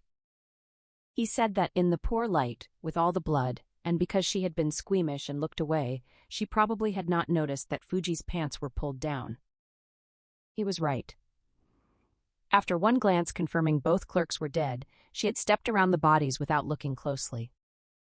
He told her he had managed to insert 4 rounds into Fuji. Then they had started popping back out, post-mortem gas. It had been ridiculous, even funny, but he had been in a hurry, and finally, it was too much trouble to force in the 5th. This was a 5-shot weapon.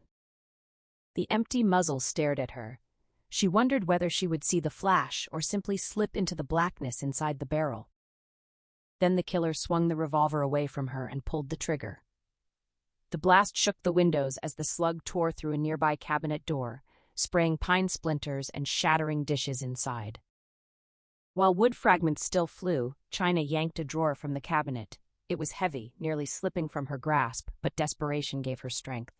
She hurled it upward at his head, silverware spilling in a bright arc, spoons, forks, and butter knives flashing under the lights and clattering across the tile. The sudden shower of metal startled him backward into the dinette table. Even as he stumbled, China lunged for the sink. The instant the empty drawer crashed somewhere behind her, her hand closed on the pistol grip. A red dot on the frame told her the safety was likely off. She would not have to worry about empty chambers like with the revolver. If even one bullet remained in the magazine, it would be chambered. Her trigger finger had already stiffened and swelled. Pain flared when she tried to hook it through the guard. She switched to her middle finger, fighting a wave of nausea. The killer skated across the littered floor amid the brittle clatter of scattering flatware and reached her before she could raise the gun. He slammed his arm down, pinning her hand to the countertop. Her finger jerked on the trigger. The bullet smashed into the backsplash, spraying yellow ceramic chips into her face. She squeezed her eyes shut just in time. He drove the heel of his hand against the side of her head, sending shards of darkness exploding behind her eyes, then clubbed his fist into the nape of her neck. With no memory of falling, China lay on the kitchen floor, seeing everything from a bug's eye view across the vinyl tiles through a chaotic tumble of utensils. Spoons looked like shovels, forks like pitchforks, knives like lances. The killer's black boots moved around her. For a moment, confusion pulled her back to the Templeton house in Napa Valley, hiding under the guest room bed, but the scattered flatware on the floor cleared her head. The killer said he would now have to wash all these before putting them away. He circled the kitchen, methodically collecting the silverware, keeping spoons with spoons and knives with knives. China was surprised she could still move her arm, heavy as a petrified tree limb. Still, she managed to point at the killer and curl her throbbing trigger finger, swallowing the pain and the bitter taste that came with it. The gun did not fire. She squeezed again, and nothing happened. Then she realized her hand was empty. She was not holding the pistol. Strange. One of the knives lay near her fingers, a table knife with a serrated edge, good only for butter or soft food, not for killing, but still a knife. She closed her hand around it quietly. All she needed now was the strength to rise from the floor. Curiously, she could not even lift her head. She had never felt so exhausted.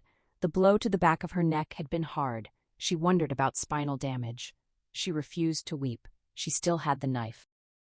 The killer came to her, stooped, and plucked the knife from her grasp. It slipped away easily, even though she clutched it with everything she had, as if it were melting ice instead of steel. He called her a bad girl and rapped the flat of the blade against the top of her skull. Then he went back to his cleanup. While trying not to think about spinal injury, she got her hand around a fork. He returned and took that away too, telling her no, as if correcting a stubborn puppy. She called him a bastard, dismayed by the slur in her voice. He answered with sticks and stones. She cursed him again, more viciously. He mocked her choice of words and suggested washing her mouth out with soap. She kept cursing. He told her mother had never taught her such language. She answered thickly that he did not know her mother. He struck her again, a hard chop to the side of the neck. Then China lay in darkness, listening to her mother's distant gay laughter and the voices of strange men, shattering glass, cursing, thunder and wind, palm trees thrashing above Key West. The laughter turned mocking. Crashes that were not thunder, the skittery feel of a palmetto beetle across her bare legs and back. Other times, other places. The iron fist of memory in the vapor of dreams. Shortly after 9 in the morning, after he had dealt with the woman and finished washing the flatware, Mr. Vess released the dogs. At the back door, the front door, and in his bedroom were call buttons that sounded a soft buzzer in the kennel behind the barn. When the Dobermans had been sent there earlier with the word crib, the buzzer brought them back to active patrol at once. He pressed the button by the kitchen door and stepped to the large window by the dinette to watch the backyard. The sky hung low and gray, still hiding the Siskiyou Mountains, but the rain had stopped. Evergreen boughs drooped and dripped. The bark on the deciduous trees looked sodden black. Their limbs, some showing the first fragile green buds of spring and others still bare, appeared charred as if by fire. Some people might see the scene as passive now that the thunder and lightning were gone, but Mr. Vess knew a storm held just as much power in its quiet aftermath. He felt in harmony with that quiescent power, the deep growth that water gave the land. From behind the barn the Dobermans emerged, padding side by side for a short distance before they split up and each took his own route. They were not on attack status yet. They would chase and detain any intruder but not kill. To prime them for blood, he had only to speak the name Nietzsche. One of them, Liederkranz, trotted onto the back porch, stared through the window at his master with adoration, wagged his tail once and then once more, then returned to duty. He stood tall and vigilant, looking south, then west, then east. He lowered his head, sniffed the wet grass, and moved off across the lawn, ears flattened, tracking some imagined threat to his master with fierce concentration. On a few past occasions, as a reward and to keep them sharp, Mr. Vess had turned a captive loose and let the dogs stalk her, foregoing the kill himself. It had always been an entertaining spectacle. Secure behind his four-legged guard, he went upstairs to the bathroom and adjusted the shower until the water ran luxuriously hot. He lowered the radio volume but left it on the swing music program. As he stripped off his soiled clothes, steam rolled over the top of the shower curtain. The humidity sharpened the dark stain's fragrance. Naked, he stood for a couple of minutes with his face buried in the blue jeans, the t-shirt, the denim jacket, breathing deeply at first and then delicately sampling each exquisite nuance of odor, wishing his sense of smell were 20,000 times stronger, like a Doberman's. Still, the aromas carried him back into the night just past. He heard again the soft popping of the sound suppressor, the muffled cries and thin pleas for mercy inside the Templeton house. He smelled Mrs. Templeton's lilac body lotion and the sachet from the daughter's underwear drawer. He tasted the spider once more in memory. Regretfully, he set the clothes aside for laundering. By evening he would need to pass for the ordinary man he was not, and that reverse lycanthropy required time to make convincing. While Benny Goodman played 1 o'clock jump, Mr. Vess stepped into the stinging hot water, scrubbing vigorously with the washcloth and plenty of Irish Spring, washing away the too pungent scents of sex and death that might alarm the sheep. They must never suspect the shepherd hid a snaggle-toothed snout and bushy tail beneath his herdsman's disguise. Taking his time, bopping to song after song, he shampooed his thick hair twice and worked in a penetrating conditioner. He scrubbed under his fingernails with a small brush. He was perfectly proportioned, lean yet muscular, and he took great pleasure in soaping himself, enjoying the sculpted contours under his slippery hands. He felt exactly like the music sounded, like the soap smelled, like sweetened whipping cream tasted. Life simply was. Vess lived. China came out of the Key West darkness and tropical thunder into a fluorescent glare that stung her bleary eyes. At first she mistook the fear hammering in her chest for the old fear of Jim Woltz, her mother's friend, and thought her face was pressed to the floor under the bed in his seaside cottage. Then she remembered the killer and the captive girl. She was sitting slumped forward in a chair at the round table in the dining area off the knotty pine kitchen, head turned to the right, staring through a window at the back porch and the yard beyond. The killer had removed a seat cushion from another chair and placed it under her head so her face would not press uncomfortably against the wood. She shuddered at his thoughtfulness. China tried to lift her head. Pain lanced up the back of her neck and throbbed hard along the right side of her face. She nearly blacked out and decided not to hurry. When she shifted in the chair, chains clinked. Getting up might not be a choice anymore. Her hands rested in her lap. When she tried to raise one, both came up together. Her wrists were cuffed. She pulled her feet apart and felt the shackles on her ankles. Every small movement set off a noisy rattle of additional restraints. Outside, something black as soot bounded across the green lawn, scampered up the porch steps, and crossed to the window. It jumped up, planted its paws on the sill, and stared in at her. A Doberman pinscher. Against her breasts, Ariel clutched an open book like a shield, hands splayed across the binding. She sat curled in the enormous armchair, legs drawn up beneath her, the only perfect doll among all the others in the room. Mr. Vess sat on a footstool in front of her. Fresh from the shower, shaved and combed, he looked presentable in any company. Any mother would see him on her daughter's arm and think him a prize. He wore loafers without socks, beige cotton dockers, a braided leather belt, and a pale green chambray shirt. In her schoolgirl uniform, Ariel looked good too. Vess was pleased she had kept herself groomed in his absence, exactly as instructed. Sponge baths and washing her long hair in the sink could not be easy. He had built this room for others who had come before her, none of whom had lasted longer than 2 months. Until Ariel, with her engagingly independent spirit, he had never imagined keeping anyone this long. A shower had therefore seemed unnecessary. He had first seen her in a newspaper photograph. Though only a 10th grader, she had been a prodigy who led her Sacramento high school team to victory in a statewide academic decathlon. She had looked so tender. The newspaper had trembled in his hands, and he had known at once he must drive to Sacramento and meet her. He had shot her father. Her mother had owned a huge collection of dolls and made them herself as a hobby. Vess had beaten her to death with a ventriloquist dummy whose large carved maple head served as well as a baseball bat. He told Ariel she was more beautiful than ever. His voice sounded muffled by the soundproofing, as if he spoke from inside a buried coffin. She gave no reply and did not acknowledge him. She had been in this silent mode, without interruption, for more than 6 months. He said he had missed her. These days she never looked at him. She stared at a point above his head and off to one side.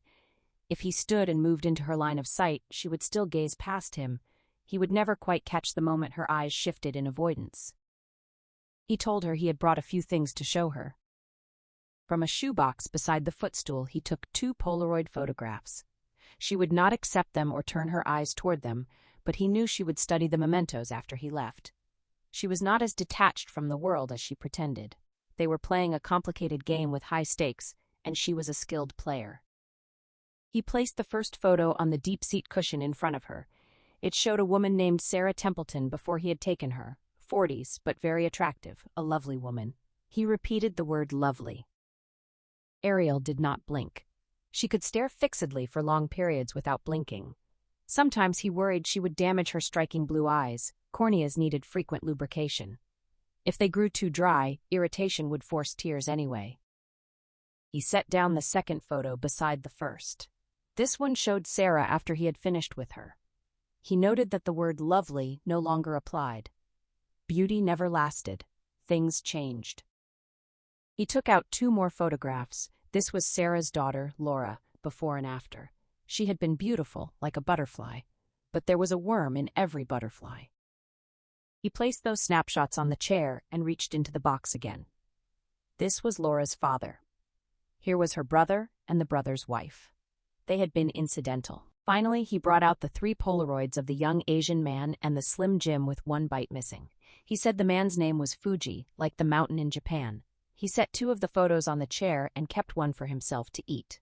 Then he would become Fuji, carrying the power of the East and the power of the mountain. When the time came to take Ariel, she would feel both the boy and the mountain inside him, and so many others all their power. It would be very exciting for her, so exciting that when it ended, she would not even care that she was dead. This was a long speech for Mr. Vess. He was not usually talkative. The girl's beauty moved him now and then to such words. He held up the Slim Jim. The missing bite had been taken by Fuji just before he killed him. His saliva would have dried on the meat. She could taste a little of his quiet power, his inscrutable nature. He placed the wrapped sausage on the chair. He promised he would be back after midnight. They would go out to the motor home so she could see the real Laura, not just the picture. He had brought her back so Ariel could see what became of all pretty things. There was also a young man, a hitchhiker he had picked up. He had shown the boy a photograph of Ariel and had not liked the way he looked at it.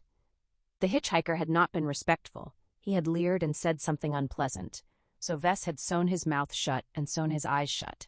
She would be excited to see what he had done. She could touch both him and Laura. Vess watched closely for any tick, shudder, flinch, or subtle change in her eyes that would show she heard him. He knew she did, but she was clever at keeping a solemn face and pretending catatonic detachment. If he could force one faint flinch, one tick, he would soon shatter her completely and have her howling like the worst patients in Bedlam. That collapse into ranting insanity was always fascinating to watch, but she was tough, with surprising inner resources. Good. The challenge thrilled him. Afterward they would go out to the meadow with the dogs, and she could watch while he buried Laura and the hitchhiker. Maybe the sky would clear and there would be stars or even moonlight. Ariel huddled on the chair with her book, eyes distant, lips slightly parted, deeply still. He told her he had bought another doll for her from an interesting shop in Napa that sold local craftsmen's work. It was a clever rag doll. She would like it. He would give it to her later. Mr. Vess rose from the footstool and casually checked the refrigerator and the pantry cabinet. She had enough supplies for 3 more days. He would restock tomorrow.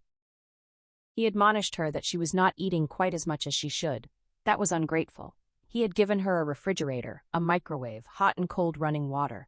She had everything needed to care for herself. She should eat. The dolls were no more responsive than the girl. She had lost 2 or 3 pounds. It had not yet affected her looks, but she could not lose any more. She gazed into thin air, as if waiting for her voice box string to be pulled before reciting recorded messages. He warned her not to think she could starve herself until she grew haggard and unattractive. She could not escape him that way. He would strap her down and force-feed her if necessary. He would make her swallow a rubber tube and pump baby food into her stomach. In fact, he would enjoy it. Did she like pureed peas, carrots, applesauce? It did not matter, since she would not taste them, unless she regurgitated. He gazed at her silken hair, red blonde in the filtered light. The sight translated through all 5 of his extraordinary senses, bathing him in the sensory splendor of it. One stimulus held so many associations that he could lose himself for hours in the contemplation of a single hair or one drop of rain, if he chose, because that single thing would become an entire world of sensation. He moved to the armchair and stood over her. She did not acknowledge him. Though he had entered her line of sight, her gaze had somehow shifted above and to one side of him without any detectable movement. She was magically evasive. He wondered aloud whether he could get a word or 2 out of her if he set her on fire. A little lighter fluid on that golden hair, and whoosh. She did not blink. Or he could give her to the dogs and see if that untied her tongue. No flinch, no tick, no shudder. What a girl. Mr. Vess stooped, lowering his face until they were nose to nose. Her eyes aligned directly with his, yet she was still not looking at him. She seemed to peer straight through him, as if he were not a man of flesh and blood, but a haunting spirit she could barely detect. This was no simple trick of letting her eyes go out of focus. It was something infinitely more clever, which he could not understand at all. China sat chained to the heavy chair at the dinette table, her hands folded before her, eyes fixed on the red, swollen index finger of her right hand. It throbbed steadily, matching the dull ache in her head, though the pain in her neck had eased for now. She knew it would return sharper than before within 24 hours, like the delayed lash of a severe whiplash. If she lived that long, neck pain would be the least of her concerns. Through the window, she had watched 2 Dobermans padding across the lawn, sniffing the grass and air, pausing to prick their ears before continuing their patrol. They moved with alert purpose, clearly on guard. Earlier, fury had helped her push down terror, but now humiliation proved far more effective at smothering fear. The shame did not stem from her own bondage or failure to protect herself. What cut deepest was her broken promise to the silent girl locked among the dolls in the cellar. She had sworn to be her guardian, to keep her safe. In memory, she returned again and again to that upholstered vestibule and the viewport, certain she had only raised false hopes. The girl would feel betrayed, abandoned once more, and retreat even further into her private world. China unfolded her hands and slid them flat across the wooden table, chains rattling softly with the motion. She was no fighter, no paladin. She was simply a waitress, skilled at earning tips, because 16 years in her mother's unstable world had taught her that ingratiating charm ensured survival. With customers, she remained relentlessly agreeable, eager to please. The brief, polite, surface-level exchange between diner and server had always felt ideal to her, no need to bare her heart. She had stayed friendly with other waitresses but never formed real friendships. Commitment carried too much risk of hurt and betrayal. Over the years, she had allowed only 2 lovers close. She had liked both and loved the second, yet neither relationship had lasted long. True intimacy demanded revelation, and revealing her childhood or her mother's emotional absence filled her with embarrassment and doubt. She still carried the irrational conviction that she had been unworthy of her own mother's love, and that knowledge made her fear no man could truly cherish her. She folded her hands again and leaned forward, pressing her forehead to the backs of her thumbs as she closed her eyes.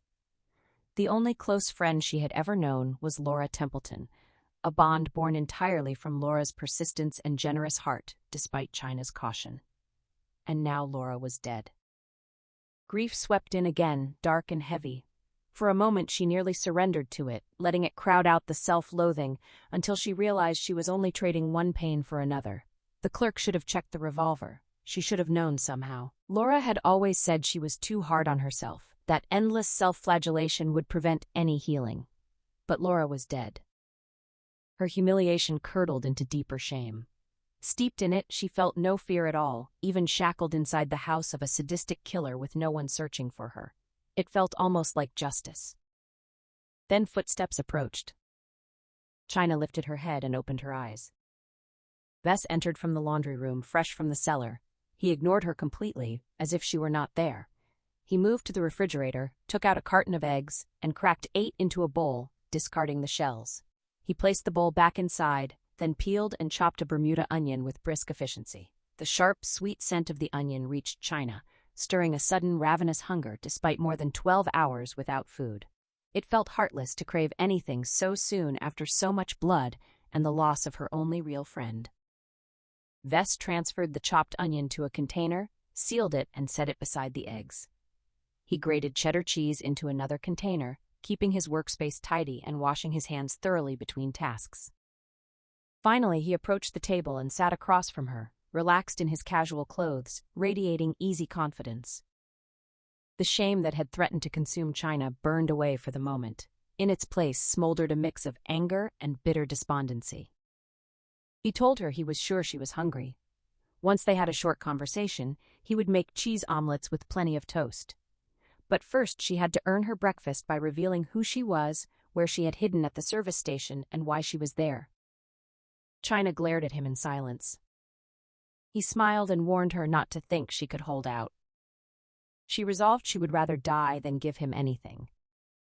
He explained calmly that he would kill her regardless, though he had not yet decided exactly how.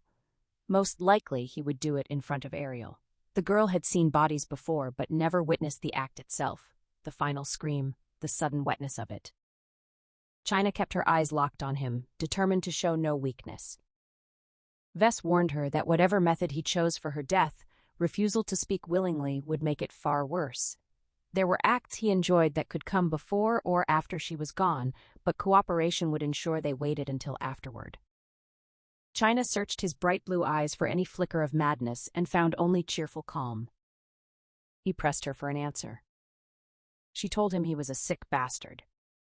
Smiling, he said the last thing he had expected from her was tedium. She said she knew why he had sewn the hitchhiker's eyes and mouth shut. He acknowledged she had found the body in the closet. She accused him of raping the man before or during the murder, then sewing the eyes because the victim had seen, and the mouth because he felt ashamed and feared even the dead might somehow reveal it. Unfazed, Vess claimed he had not had sex with him at all.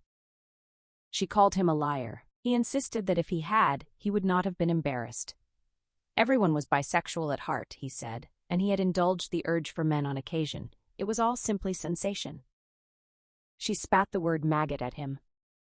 He told her he saw exactly what she was doing, clearly amused. She hoped some insult would trigger a hair-trigger rage so he would kill her fast. But he was not that kind of psychopath. China realized he was right, though she had not admitted the plan to herself.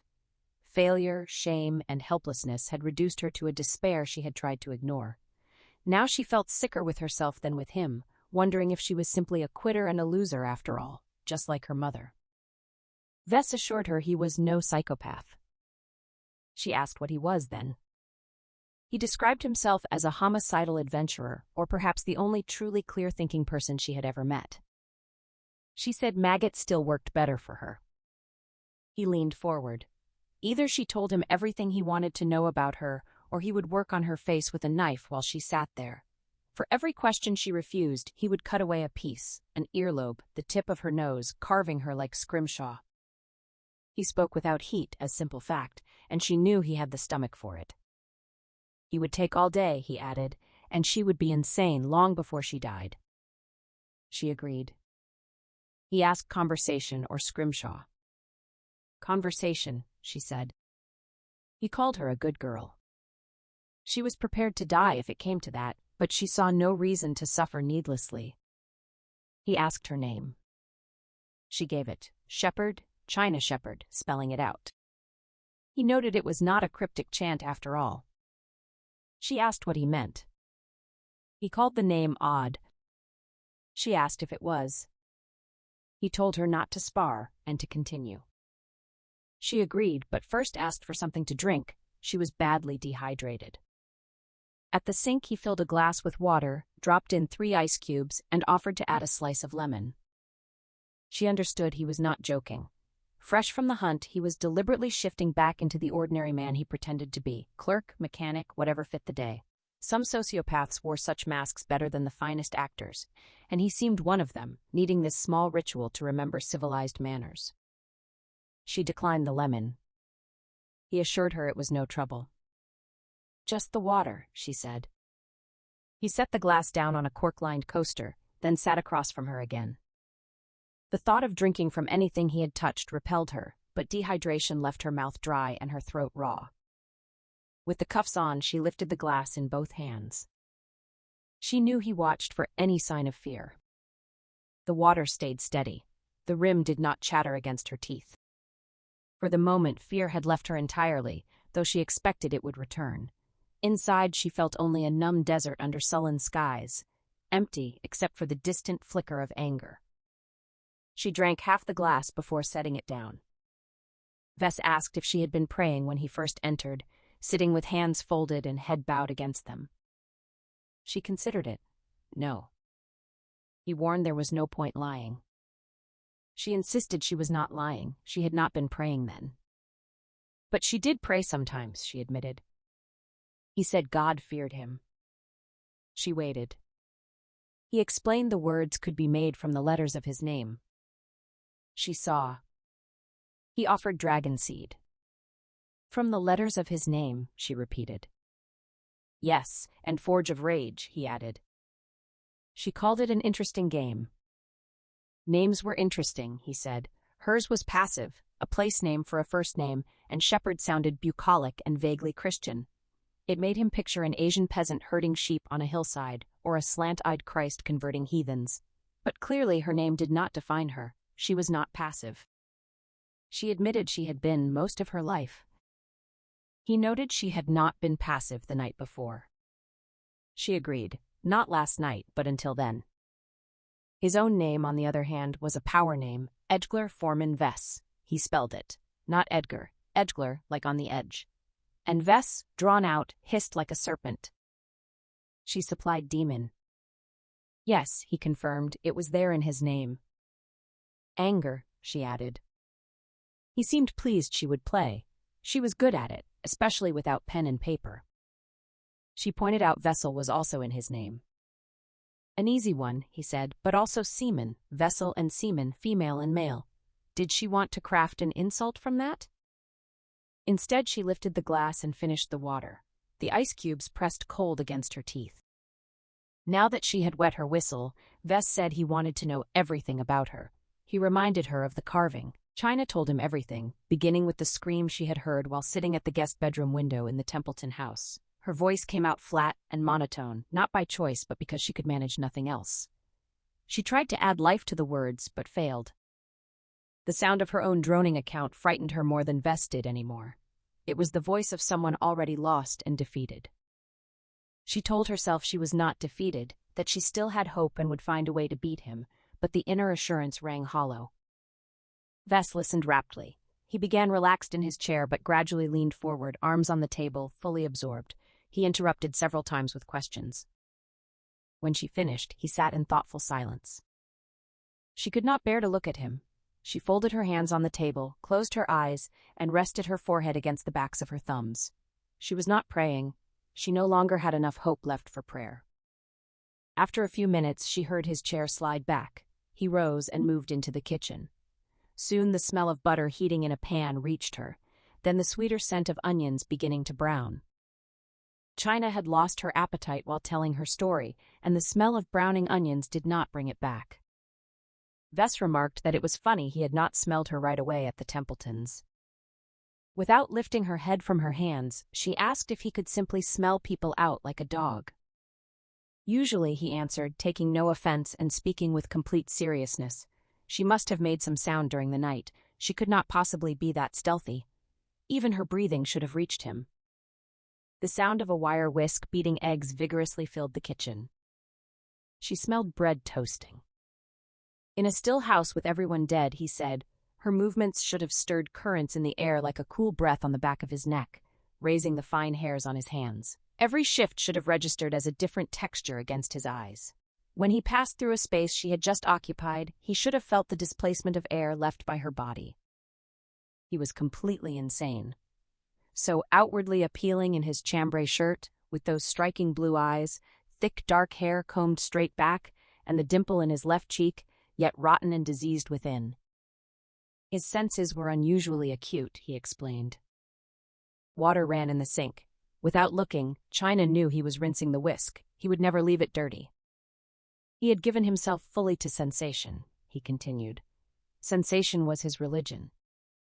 A loud sizzling rose, far stronger than the sound of the onions, accompanied by a fresh aroma. Yet she had remained invisible to him, like a spirit. What made her special? Bitterly, she murmured against the tabletop that if she were special, she would not be sitting here in chains.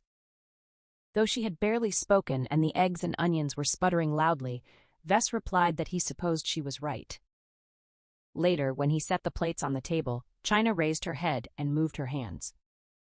Rather than make her eat with her hands, he said he would give her a fork, assuming she understood the pointlessness of trying to throw it and stab him in the eye. She nodded. Good girl, he said. On her plate lay a plump 4-egg omelet, oozing cheddar, and dotted with sautéed onions, topped with 3 firm tomato slices and a sprinkle of chopped parsley. 2 pieces of buttered toast, each cut neatly on the diagonal, bracketed the omelet. He refilled her water glass and added 2 more ice cubes. Though famished earlier, China could now barely stand the sight of food. She knew she had to eat, so she picked at the eggs and nibbled the toast, but she would never finish what he had served. Vess ate with hearty appetite yet perfect manners, using his napkin often to blot his lips. Lost in her private grayness, China found that the more he seemed to enjoy his breakfast, the more her own omelet tasted like ashes. He told her she would be quite attractive if she were not so rumpled and sweaty, her face smudged with dirt and her hair straggly from the rain. A real charmer beneath the grime. Maybe later he would bathe her. China Shepherd, untouched and alive. Uncannily, after a silence, Vess repeated the words, untouched and alive. She knew she had not spoken them aloud. He asked if that was what she had said on the stairs earlier, on her way down to Ariel. She stared at him, speechless. He pressed her. Finally, she admitted yes. He had been wondering about it. She had said her name and then those 3 words, but none of it had made sense until he learned her full name. She looked away toward the window. A Doberman roamed the backyard. Was it a prayer? He asked. In her desolation, China had thought he could scare her no further, but she had been wrong. His intuitiveness terrified her in ways she could not fully grasp. She turned from the dog and met his eyes. For one brief moment she glimpsed the dark, merciless animal inside him. He asked again if it was a prayer. Yes, she said. Deep in her heart, he asked, did she truly believe God existed? She should be truthful with him and with herself. Not long ago she had been just barely certain enough to answer yes. Now she remained silent. Even if God existed, Vess continued, did he know that she did? She took another bite of the omelet. It felt greasier now. The rich eggs, butter, and cheese cloyed in her mouth and were hard to swallow. She set down her fork. She was finished, having eaten barely a third of the meal. Vess cleaned his plate and washed it down with coffee he did not offer her, no doubt expecting she would try to throw the hot liquid in his eyes. He observed that she looked so glum. She did not reply. She was feeling like such a failure, wasn't she? She had failed poor Ariel herself and God too, if he existed. What did he want with her, she asked, meaning why drag this out instead of killing her and ending it? He had not figured that out yet, he said. Whatever he did with her had to be special. He sensed she was special whether she believed it or not, and whatever they did together should be intense. She closed her eyes and wondered if she could still find Narnia after all these years. He said he could not yet answer what he wanted with her, but he had no doubts about Ariel. Would she like to hear what he intended to do with her? Most likely she was too old to believe in anything, even a magic wardrobe. His voice drifted out of her internal grayness as if he lived there too. He had asked her a question. Remember their bargain? She could answer, or he would slice off a piece of her face. Did she want to hear what he intended for Ariel? She was sure she already knew. Yes, some of it, he agreed. Sex was obvious. She was a luscious piece. He had not touched her yet, but he would. He believed she was a virgin. At least when she still spoke, she had said so, and she had not seemed the type to lie. Or there was the wild wood beyond the river, with Ratty and Mole and Mr. Badger, green boughs heavy in summer sun, and Pan piping in cool shadows. He wanted to hear her crying, lost and broken. He wanted to smell the purity of her tears, feel the exquisite texture of her screams, know their clean scent, and the taste of her terror. There was always that. Neither the languid river nor the wild wood appeared, no matter how China strained. Ratty, Mole, Mr. Badger, and Mr. Toad had vanished forever into the same hateful death that had taken Laura and would soon take her. The sadness of that loss felt, in its way, as deep as the sadness of what had happened to Laura and what awaited her. Vess said that once in a while he brought one of them back to the room in the cellar, always for the same purpose. She did not want to hear this. The handcuffs made covering her ears difficult, and if she tried, he would shackle her wrists to her ankles. He would make her listen. The most intense experiences of his life had all occurred in that room, he told her.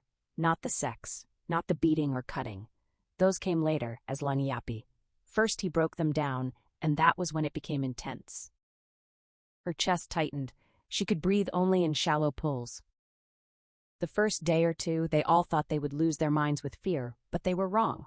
It took far longer than a day or two to drive someone truly and irrevocably insane. Ariel was his 7th captive. The others had held on to their sanity for weeks. One had cracked on the 18th day, but 3 had lasted a full 2 months. China abandoned the elusive wild wood and met his gaze across the table. Psychological torture was far more interesting and difficult than the physical kind, though the latter could be thrilling, he said. The mind was so much tougher than the body, a greater challenge, and when the mind finally broke, he swore he could hear the crack, louder than bone splitting, and how it reverberated. She searched his eyes, trying to find the animal consciousness she had glimpsed earlier. She needed to see it. China stared into Vess's eyes, searching for any trace of the beast she had once glimpsed there.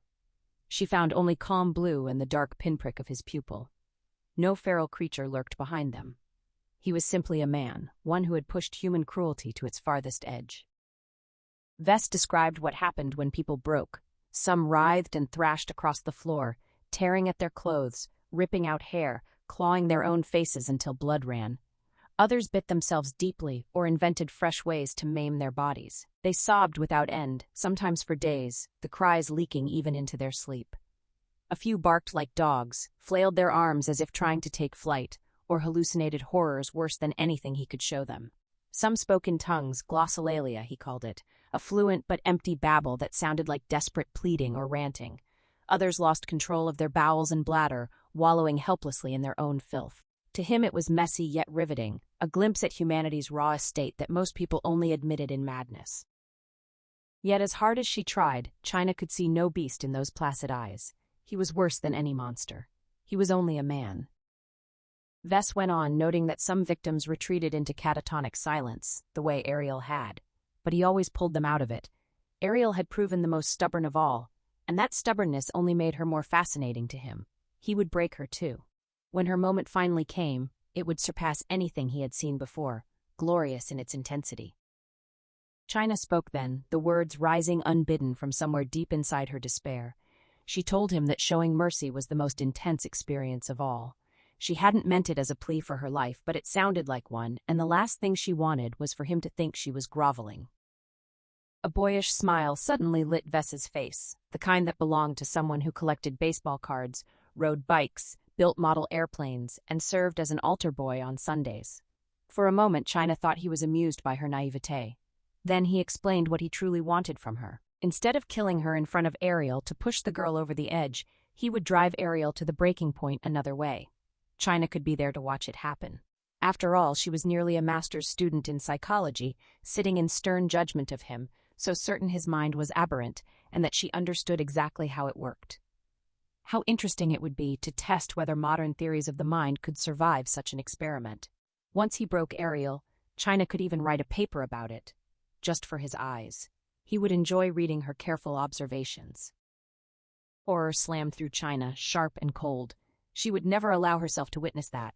No matter how tightly shackled she would find a way to end her own life first. Bite open her wrists, swallow her tongue, throw herself down the stairs, anything to avoid watching that lovely girl dissolve into madness.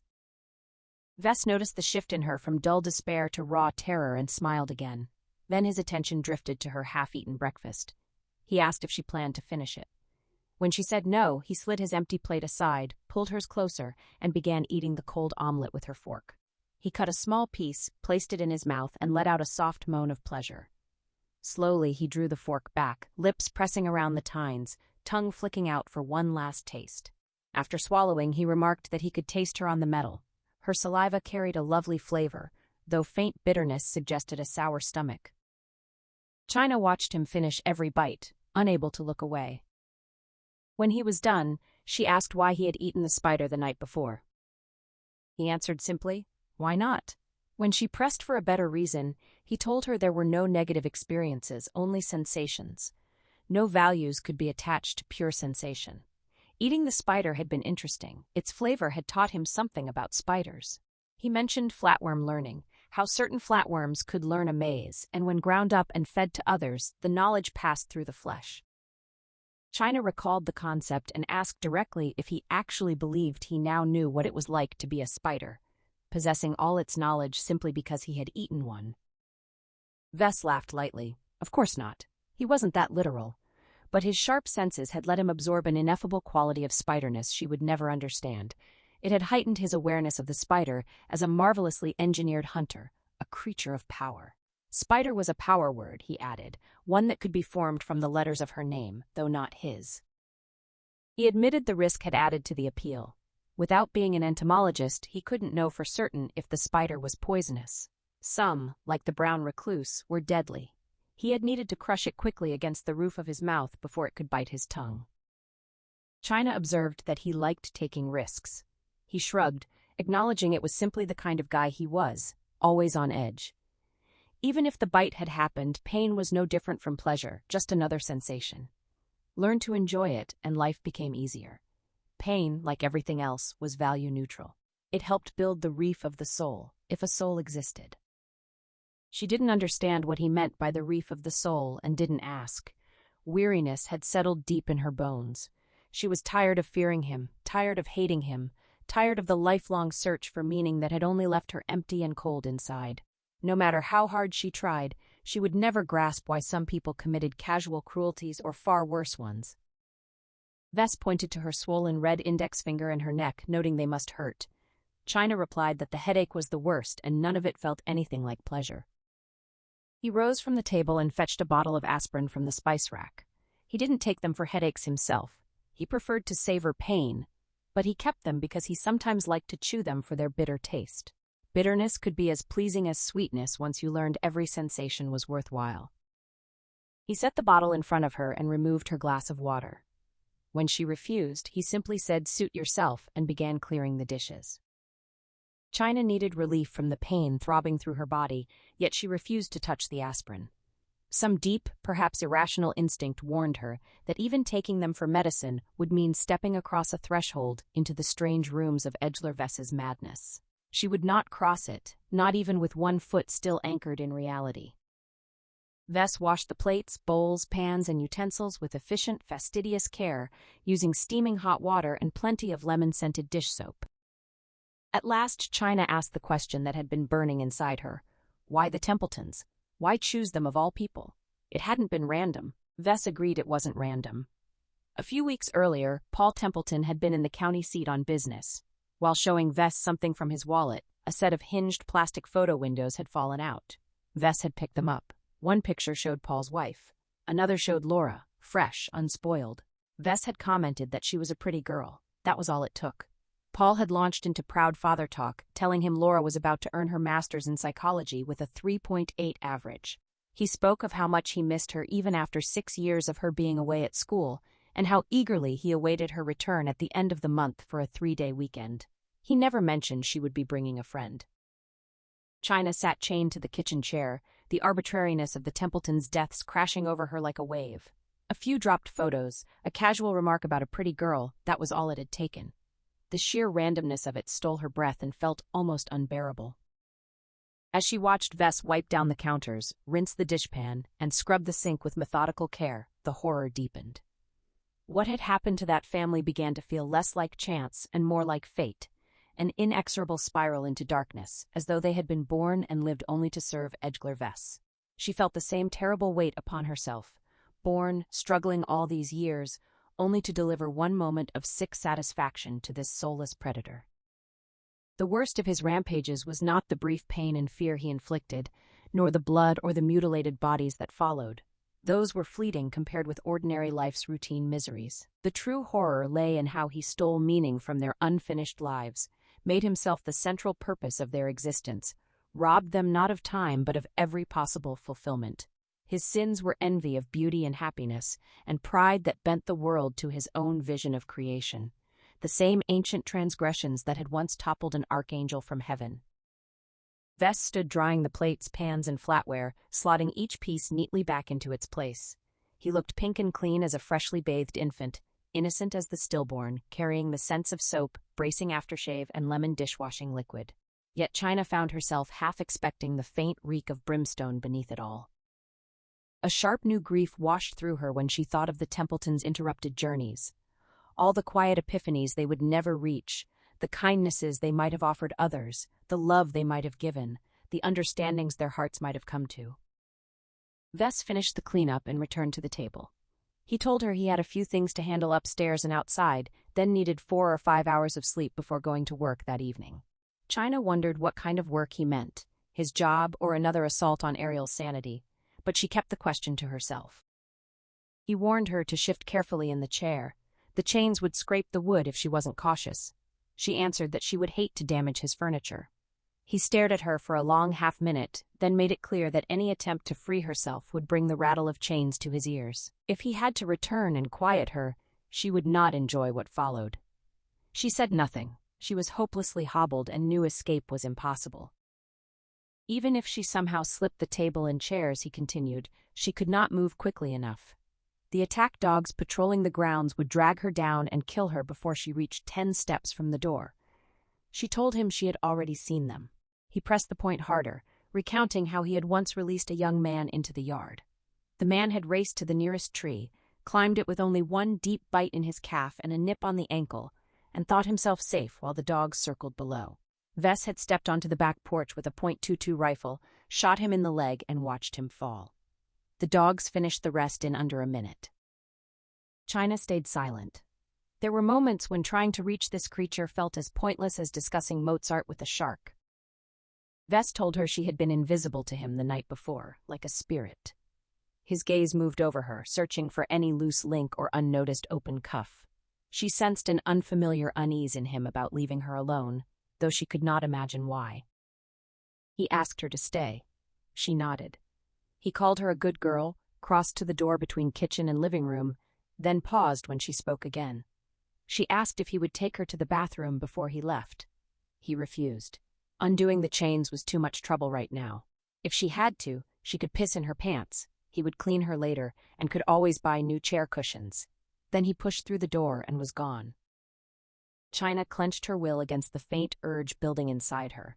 She refused to endure the humiliation of sitting in her own waste. Oddly, even now, she still cared about avoiding that shame, and still found herself thinking about a future at all. Halfway across the living room, Mr. Vess stopped and listened toward the kitchen. No clink of chains reached him. He waited. Still nothing. The silence unsettled him. He knew so much about her now, yet she still held mysteries.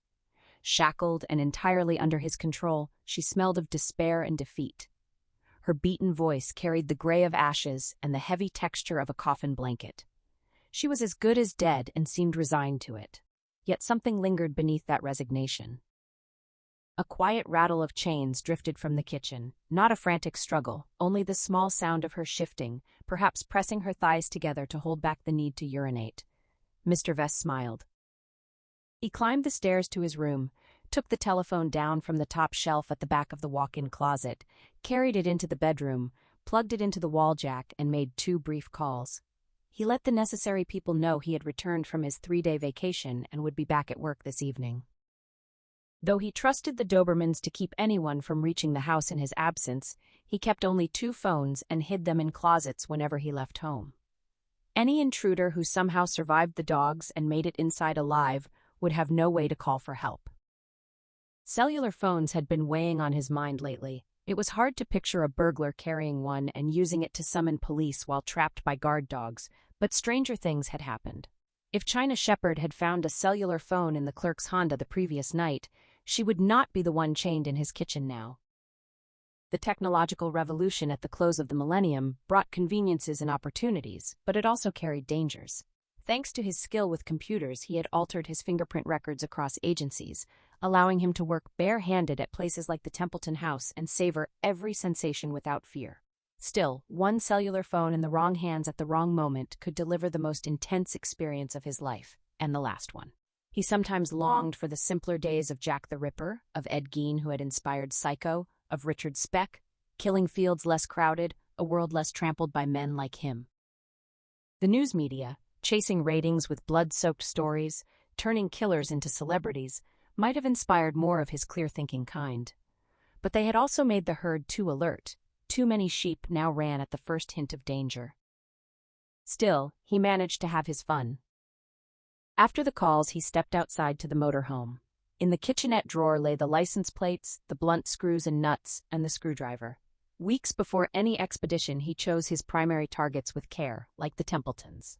He nearly always drove well beyond Oregon's borders to keep his 2 lives, good citizen and homicidal adventurer, from ever crossing. For Laura Templeton, he had used a different method: late-night computer searches through California's DMV records, scanning driver's license headshots with age, height, and weight listed beside them. The data let him filter out grandmothers who photographed well or plump women with thin faces. Most listed street addresses, and good maps did the rest. Nearing the target, within 50 miles, he removed the plates from the motorhome. He left them off until he was safely back in Oregon, far from the scene, so no one could trace him through a neighbor's chance glance and a photographic memory. If a police officer stopped him for speeding or any other violation, he would feign honest surprise that the plates were missing, stolen for reasons only God knew. He was a convincing actor. Should the chance arise without real risk, he would kill the officer. Otherwise, professional courtesy would likely resolve the matter swiftly. Now he crouched beside the front of the motor home and attached one plate to the frame in its niche. One by one, the Dobermans came to him, sniffing his hands and clothes. They found only aftershave and lemon dish soap, nothing of the hunt they craved. Starved for attention yet still on duty, none lingered. Each received a pat on the head, a scratch behind the ears, and a quiet word of affection before returning to its patrol. "Good dog," Mr. Vest told every one of them. "Good dog." China sensed the shift the instant Vest stepped back into the kitchen. Before he spoke, something in his presence had changed, subtle yet unmistakable. He approached the table as if to sit, then stopped short.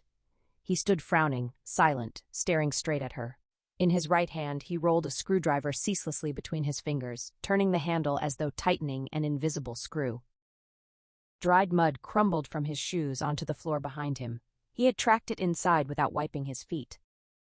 She knew better than to speak first. They had reached a fragile point where any word might ignite violence. Only minutes earlier she had half-welcomed a quick death and even considered ways to end her own life while chained. Now she held her tongue, afraid that even an innocent remark could push him over the edge. Deep in her desolation, a small, stubborn hope still flickered, camouflaged, pathetic, dehumanizing as raw animal hunger for one more breath of life at any cost. Finally, Vest spoke. He asked about last night in the redwoods. Had she seen anything odd? She waited, then answered that she had not. He pressed. The elk. A whole herd of them. Hadn't they seemed peculiar? She replied that they were coastal elk, common in that area, and perhaps they appeared almost tame because tourists drove through regularly. He kept turning the screwdriver slowly. His fingers were filmed with dry mud. He told her he could still smell the musk of the elk, feel the texture of their eyes, hear the green ferns swaying around them. The sensation ran through him now like cold, dark oil in his blood. No reply was possible. She offered none. Vest lowered his gaze from her eyes to the turning screwdriver, then to his own shoes. He glanced over his shoulder at the mud on the floor and muttered that this would not do. He set the screwdriver on the counter, removed his shoes, and carried them into the laundry room. Returning barefoot, he used paper towels and Windex to wipe every crumb of mud from the kitchen tiles. In the living room, he ran the vacuum over the carpet until every trace was gone. The domestic chores took nearly 15 minutes. By the time he finished, the uneasy mood that had gripped him upon entering had vanished, scrubbed away by the routine housework. He told her he was going upstairs to sleep now. She was to stay quiet and not rattle the chains much. When she said nothing, he warned that if she wasn't quiet, he would come back down and shove 5 feet of the chain up her ass. She nodded. He called her a good girl and left the room. China understood the difference now. For those few minutes he had lacked his usual supreme self-confidence. Now it had returned, fully restored. Mr. Vest always slept in the nude to allow his dreams free passage. In the deep current of his sleep, Edgler Vest moved naked through a world where every figure he met was also naked, whether he tore them apart in glistening heat or ran with them in a pack through shadowed heights and down into moonlight. Clothes had no place there. The heat of the dreams burned the very idea of them away. Nakedness felt more natural in that realm than it ever did in waking life. He never suffered nightmares. In his waking hours he faced every tension and resolved it. Guilt never touched him. He passed no judgment on others and cared nothing for their opinions. Whatever felt right to him was right. He looked after himself first, because only by liking himself could he succeed as a human being. Therefore he always slipped into bed with a clear mind and an untroubled heart. Within seconds of his head touching the pillow, Mr. Vest was asleep. From time to time his legs pedaled slowly beneath the covers, as though he chased something only he could see. Once, almost reverently, the word father slipped from his lips and hung in the quiet air, an odd thing, since at 9 years old he had burned his father to death.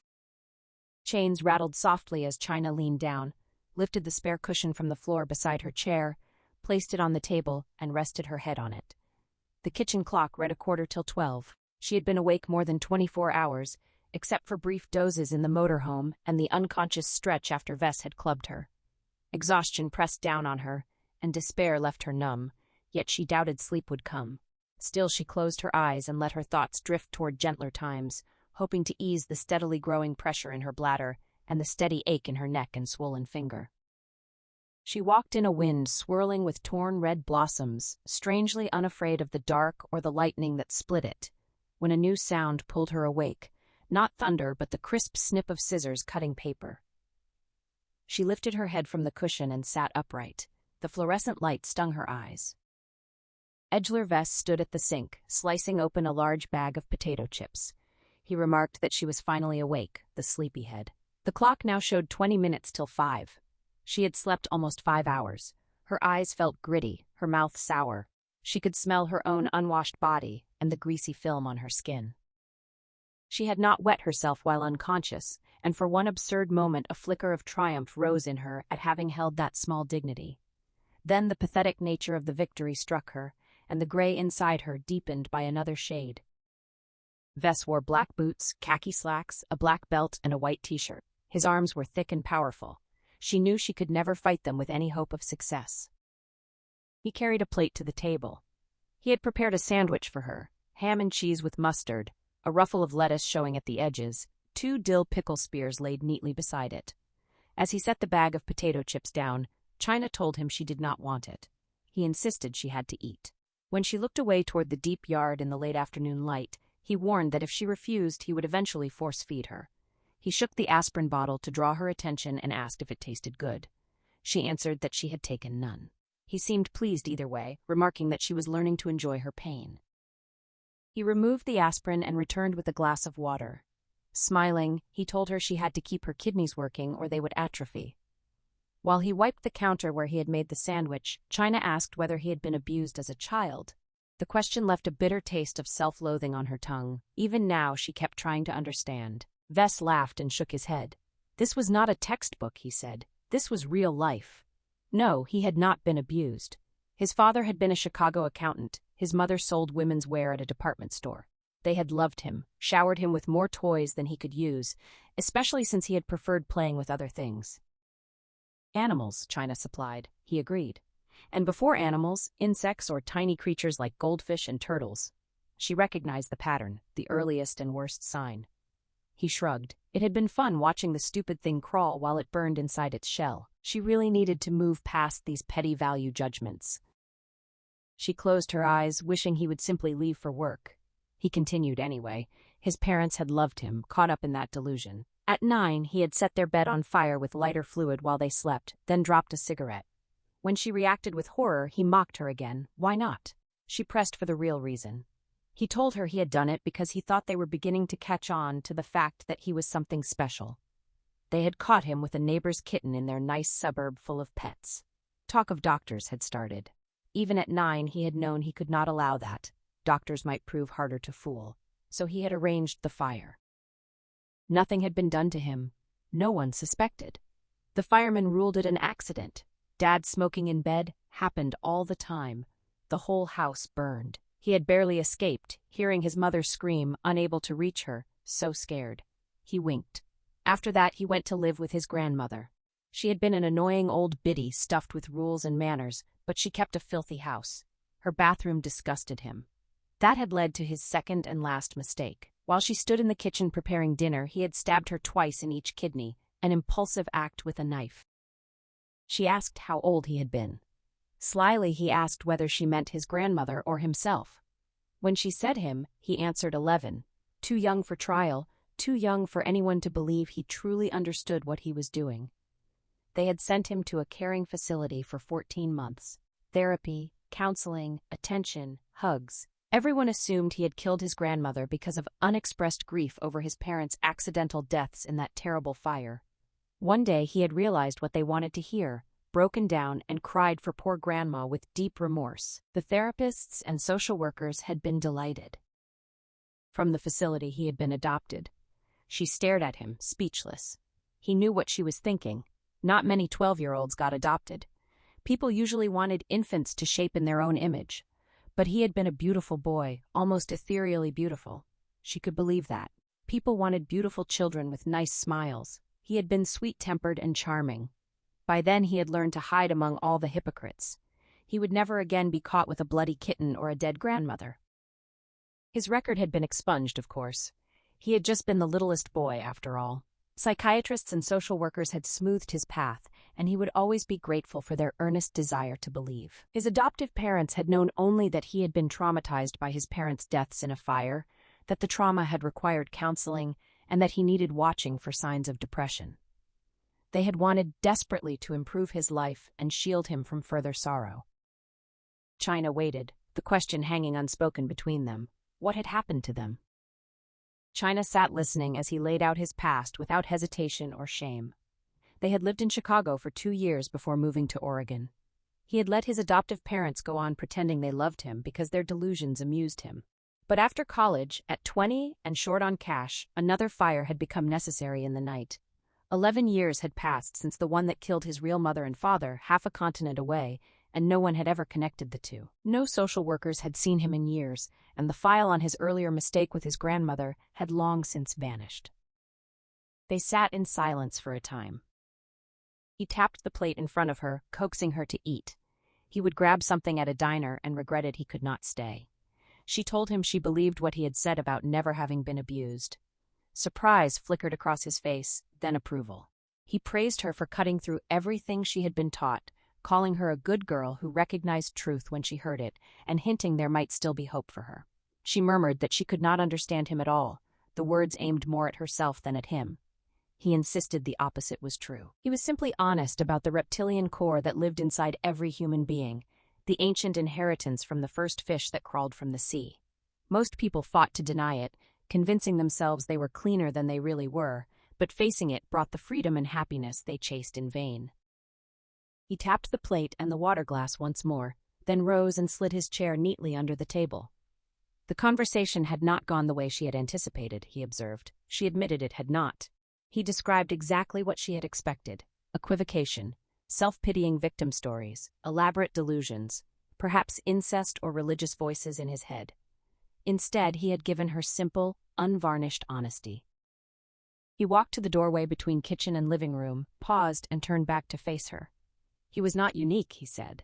The world teemed with men like him, most of them simply less free. When she asked where many of them ended up, he answered that politics suited them perfectly. The power to ignite wars offered a deep satisfaction, even if public life required trading hands-on work for remote destruction. One could still study the graphic reports and photographs, stay safe from capture, and receive monuments and banquets for the body count. Bombing a country flat or crushing 34 children in a religious compound with tanks and flames while labeling them cultists brought applause instead of consequences. He glanced at the clock. A few minutes past 5. He would finish dressing and leave, he told her, returning as soon after midnight as possible. He shook his head at the sight of her, almost saddened, and wondered aloud what kind of life she thought she was living, untouched and still breathing. She needed to stop fighting her own reptile nature and embrace the cold and the dark. That was what they truly were. He left her chained in the kitchen as twilight thickened and the last light drained from the world. Mr. Vest stepped onto the porch, locked the front door behind him, and whistled for the dogs. The evening air had turned cool and sharp against his skin. He zipped his jacket higher. From every direction, the 4 Dobermans exploded out of the gathering dusk and raced toward him, paws drumming across the boards in a scrambling dance of eagerness as they jostled for position closest to their master. He knelt among them, doling out generous strokes and scratches. To him, the dogs were simply tools, no different from the oil he sometimes worked into a drill or chainsaw. Their frantic affection could not detect the complete insincerity behind it. Movies always showed dogs sensing the monster, but life was not so obliging. He suspected they were deceiving him right back, their devotion nothing more than respect born of fear. He stood. The dogs gazed up, expectant. They had been released from the kennel by the buzzer earlier and remained on apprehend and detain status. He spoke the single command word. Instantly, the 4 animals stiffened, ears pricking then flattening, black eyes gleaming in the fading light. They wheeled away from the porch and fanned out across the property, now elevated to full attack readiness. Vest settled his hat on his head and walked toward the silvered cedar barn where the car waited. He left the motor home parked beside the house. Later, he would back it down the lane to shorten the distance he would have to carry the 2 bodies to the meadow of unmarked graves. With each step he drew slow, deliberate breaths, emptying his mind so he could slip cleanly back into the ordinary world he maintained for cover. He enjoyed the game. Out there, he passed among the repressed, deluded masses who ruled the earth with lies and spent their lives denying what they truly were.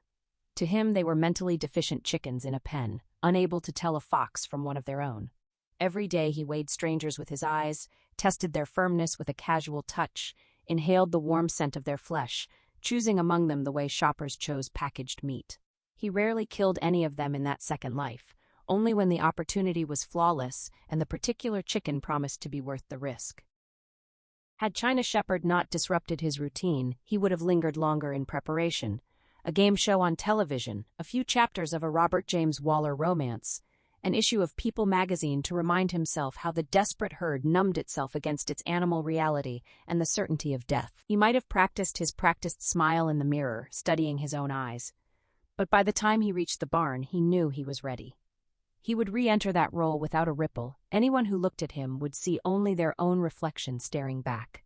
Most people had lied to themselves about their predatory nature for so long they could no longer recognize it in someone else.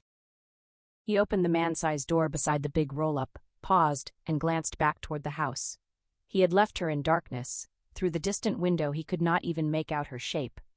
Yet the twilight was still bright enough that the psychologist might have watched him walking to the barn. She could be watching even now. He wondered what new shock this ordinary version of him had delivered, how many more of her illusions had crumbled, how much deeper her despair had become at the realization that he passed for an upright citizen. He had always had such a way with women. After the lights went out and he had gone, China leaned back in the pine captain's chair away from the table. The smell of the ham sandwich turned her stomach. It was not spoiled, it smelled exactly as a ham sandwich should. But the very thought of food made her gag. China sat chained in the pine captain's chair, the smell of the untouched ham sandwich still turning her stomach. Nearly 21 hours had passed since her last full meal at the Templeton house. The few bites of cheese omelet at breakfast had done nothing to sustain her, especially after the brutal physical demands of the previous night. She should have been ravenous, yet eating felt like an admission of hope she no longer wanted to make. All her life she had clung to hope like a fool drunk on optimism, only to watch every expectation burst like an empty bubble and every dream shatter like glass. Until the night before, she had believed she had climbed far beyond the misery of her childhood, scaling a greased ladder toward real understanding, quietly proud of how far she had come. Now it seemed the ascent had been an illusion. For years her feet had simply slipped over the same two slick rungs on a stairmaster of effort, burning energy without gaining any true height. The long nights waitressing, the aching legs and stubborn pain in her lower back, the toughest classes at the University of California, the studying until dawn after shifts, the endless sacrifices and loneliness and striving, had all led only to this: chains, deepening twilight, and the kitchen of Edgler-Vess. She had once hoped to understand her mother enough to forgive her. She had even secretly dreamed they might reach a quiet truce. They could never have a close relationship or true friendship, but she had imagined the two of them sharing lunch at a seaside cafe, sitting al fresco under a large umbrella, making light conversation about movies, the weather, and the seagulls wheeling across a sapphire sky, never speaking of the past, free, at least, of active hatred.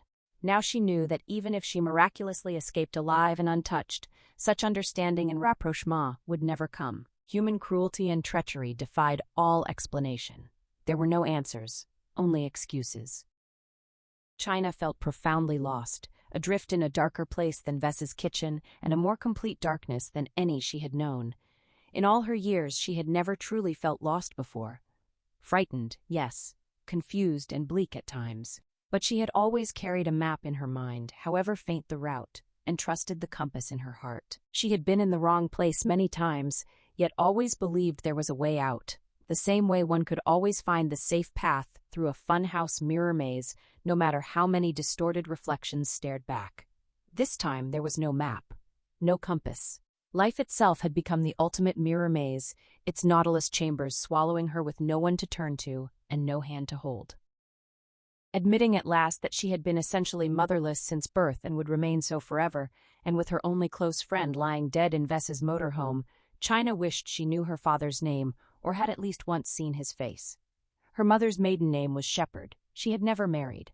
Over the years, Anne had dismissed questions about him by saying he was dead, delivering the words dry-eyed and almost lightheartedly, offering no details of his looks, his work, where he had lived, or even his name. She had claimed that by the time she was pregnant, she was no longer seeing him, that he was history and had never known about the child.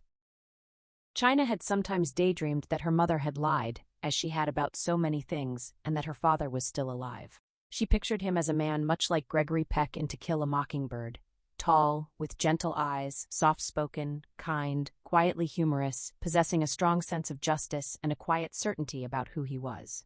A man respected by others yet never considering himself special, and one who would love her.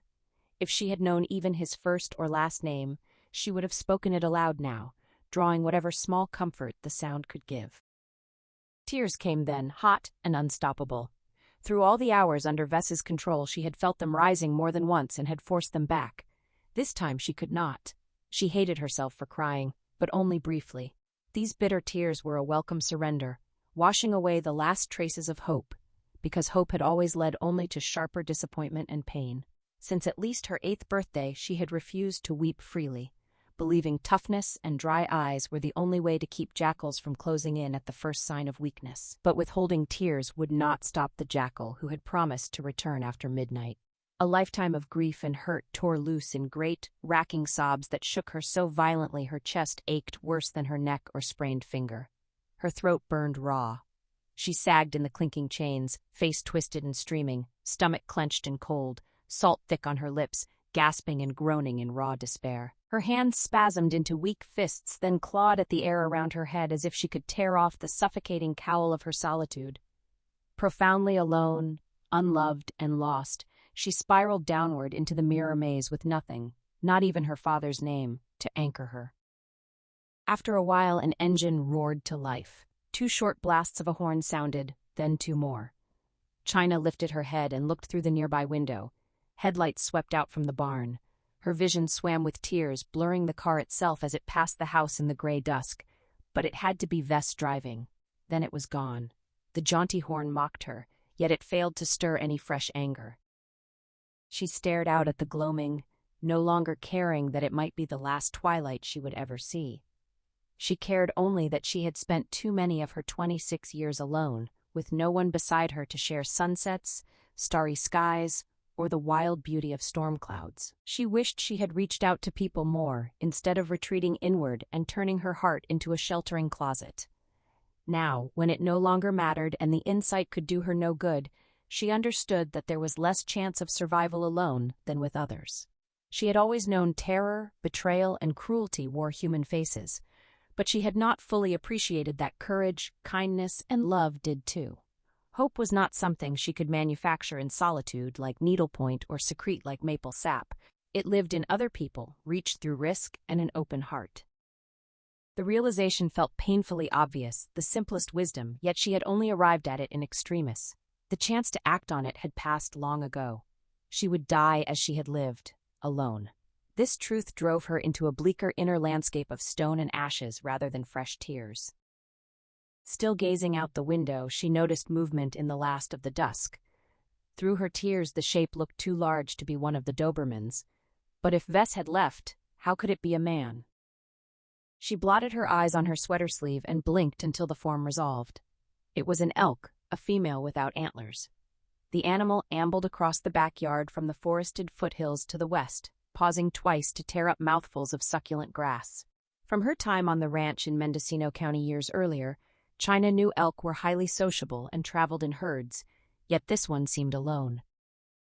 The Dobermans should have been charging it, barking and snarling at the promise of blood. They should have smelled it even from the far corners of the property, yet none appeared. Likewise, the elk should have caught the dog's scent and bolted, wild-eyed and snorting. Nature had made its kind constant prey to mountain lions, wolves, and coyotes. They were always watchful. But this one moved with no sign of skittishness, coming straight toward the back porch after its brief grazes. Though not a wildlife expert, China recognized it as the same type of coastal elk she had seen in the redwood grove the night before. Gray-brown coat with familiar white and black markings on body and face. Yet this place seemed too far inland, with the high mountain silhouettes now visible to the west pressing against the purple sky. A formidable range lay between here and the Pacific, Coastal elk, lowland creatures partial to plains and gentle hills, should not have wandered this far. The coloration, however, matched exactly.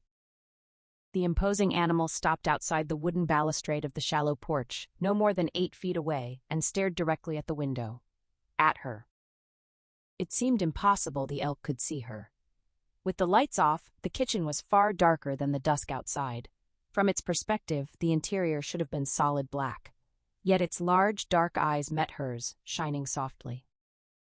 She remembered Vess's tense return to the kitchen that morning, endlessly turning the screwdriver in his hand, an odd light in his eyes, and his sudden questions about the elk in the redwood grove. China did not understand why the elk mattered to him any more than she understood why this one now stood unchallenged by the dogs, studying her intently through the glass. She did not puzzle over it long. In her present mood, she was ready to accept, to experience, and to admit that understanding was not always possible. As the deep purple sky deepened to indigo and then to India ink, the elk's eyes grew gradually more luminous, golden rather than red. Pale plumes of breath streamed steadily from its wet black nostrils. Without breaking eye contact, China pressed the insides of her wrists together as best she could within the handcuffs. The steel chains rattled softly, all the lengths binding her to the chair, to the table, and to everything that had come before. China remembered the solemn pledge she had made earlier that day. She would kill herself before becoming a witness to the complete mental destruction of the young girl locked in the cellar. She had believed she could summon the courage to bite open the veins in her wrists and bleed out. The pain would be sharp but brief, and then she would drift sleepily from this darkness into another that would last forever. She had stopped crying. Her eyes were dry. Her heartbeat had slowed to the steady rhythm of a sleeper under heavy sedation. She raised her chained hands in front of her face, bending them backward as far as the cuffs allowed and spreading her fingers wide so she could keep gazing into the elk's eyes.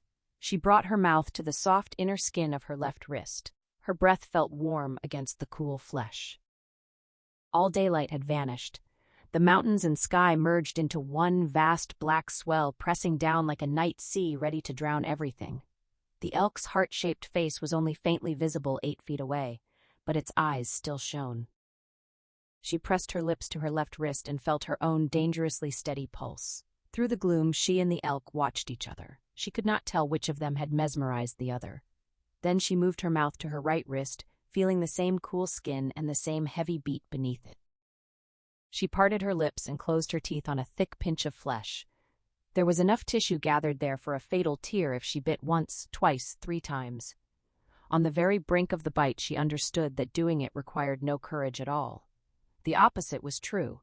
Refusing to bite was the act of valor. But she no longer cared about valor or courage or anything else. All she wanted was an end to the loneliness, the pain, the hollow futility. And the girl, Ariel, waiting in the hateful silent dark below. She remained poised for the fatal nip, her heart filled between its slow beats with the stillness of deep water. Then, without any awareness of releasing the pinch, she realized her lips were once more pressed to her unbitten wrist, feeling the slow pulse of life. The elk was gone. Only darkness remained where it had stood. She had not closed her eyes or even blinked, yet the creature had vanished as mysteriously as a magician's assistant slipping beneath a black shroud. Her heart suddenly hammered hard and fast. "No," she whispered in the dark kitchen. The single word was both a promise and a prayer. Her heart spun like a wheel, racing, driving her out of the gray internal fog and into a brighter landscape. "No," she said again, louder now, defiance sharpening the sound. She shook her chains as if she were a spirited horse trying to throw off its harness. "No, no, no! Shit, no!" Her voice echoed off the refrigerator, the oven glass, the ceramic counters. She tried to pull away from the table to stand, but a loop of chain locked her chair to the barrel pedestal and would not let the seat move far. Digging her heels into the vinyl floor and scooting backward would only drag the heavy table inch by inch at best. A lifetime of effort would never snap the links. Still, she refused surrender. "No, damn it, no way, no!" she growled through clenched teeth. She reached forward, drawing the chain taut where it wound between the spindles of the railback chair behind the tie-on pad. She strained for the crack of dry wood, jerking harder, harder, until hot pain sewed a seam through her neck, and the old clubbing agony flared again in her neck and right cheek. She would not let pain stop her. She yanked again and again, scarring the furniture, holding the chair down with her body while half lifting it, pulling until her biceps quivered. Grunting with effort, needles of pain stitched down her neck, across her shoulders, and into her arms. She clenched her teeth so tightly her jaw muscles ticked, pulled until the arteries throbbed in her temples and red and silver pinwheels spun behind her eyelids. The chair held solid. The spindles were thick, the joints well made. Her heart boomed, partly from the struggle, but mostly from a wild, exhilarating sense of liberation. It was irrational. She was still shackled, no closer to freedom than when she had awakened in the chair. Yet she felt as though she had already escaped and reality simply needed time to catch up. She sat gasping, sweat beading on her brow, thinking. Forget the chair for now. She needed to stand and move before she could deal with it. First, she had to free herself from the table. She could not reach low enough to unscrew the carabiner linking the short ankle chain to the longer one that bound chair and table together. Otherwise, she could have freed her legs.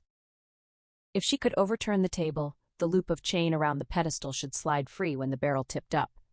She believed turning it onto its side would work, though the dark made the mechanics hard to picture.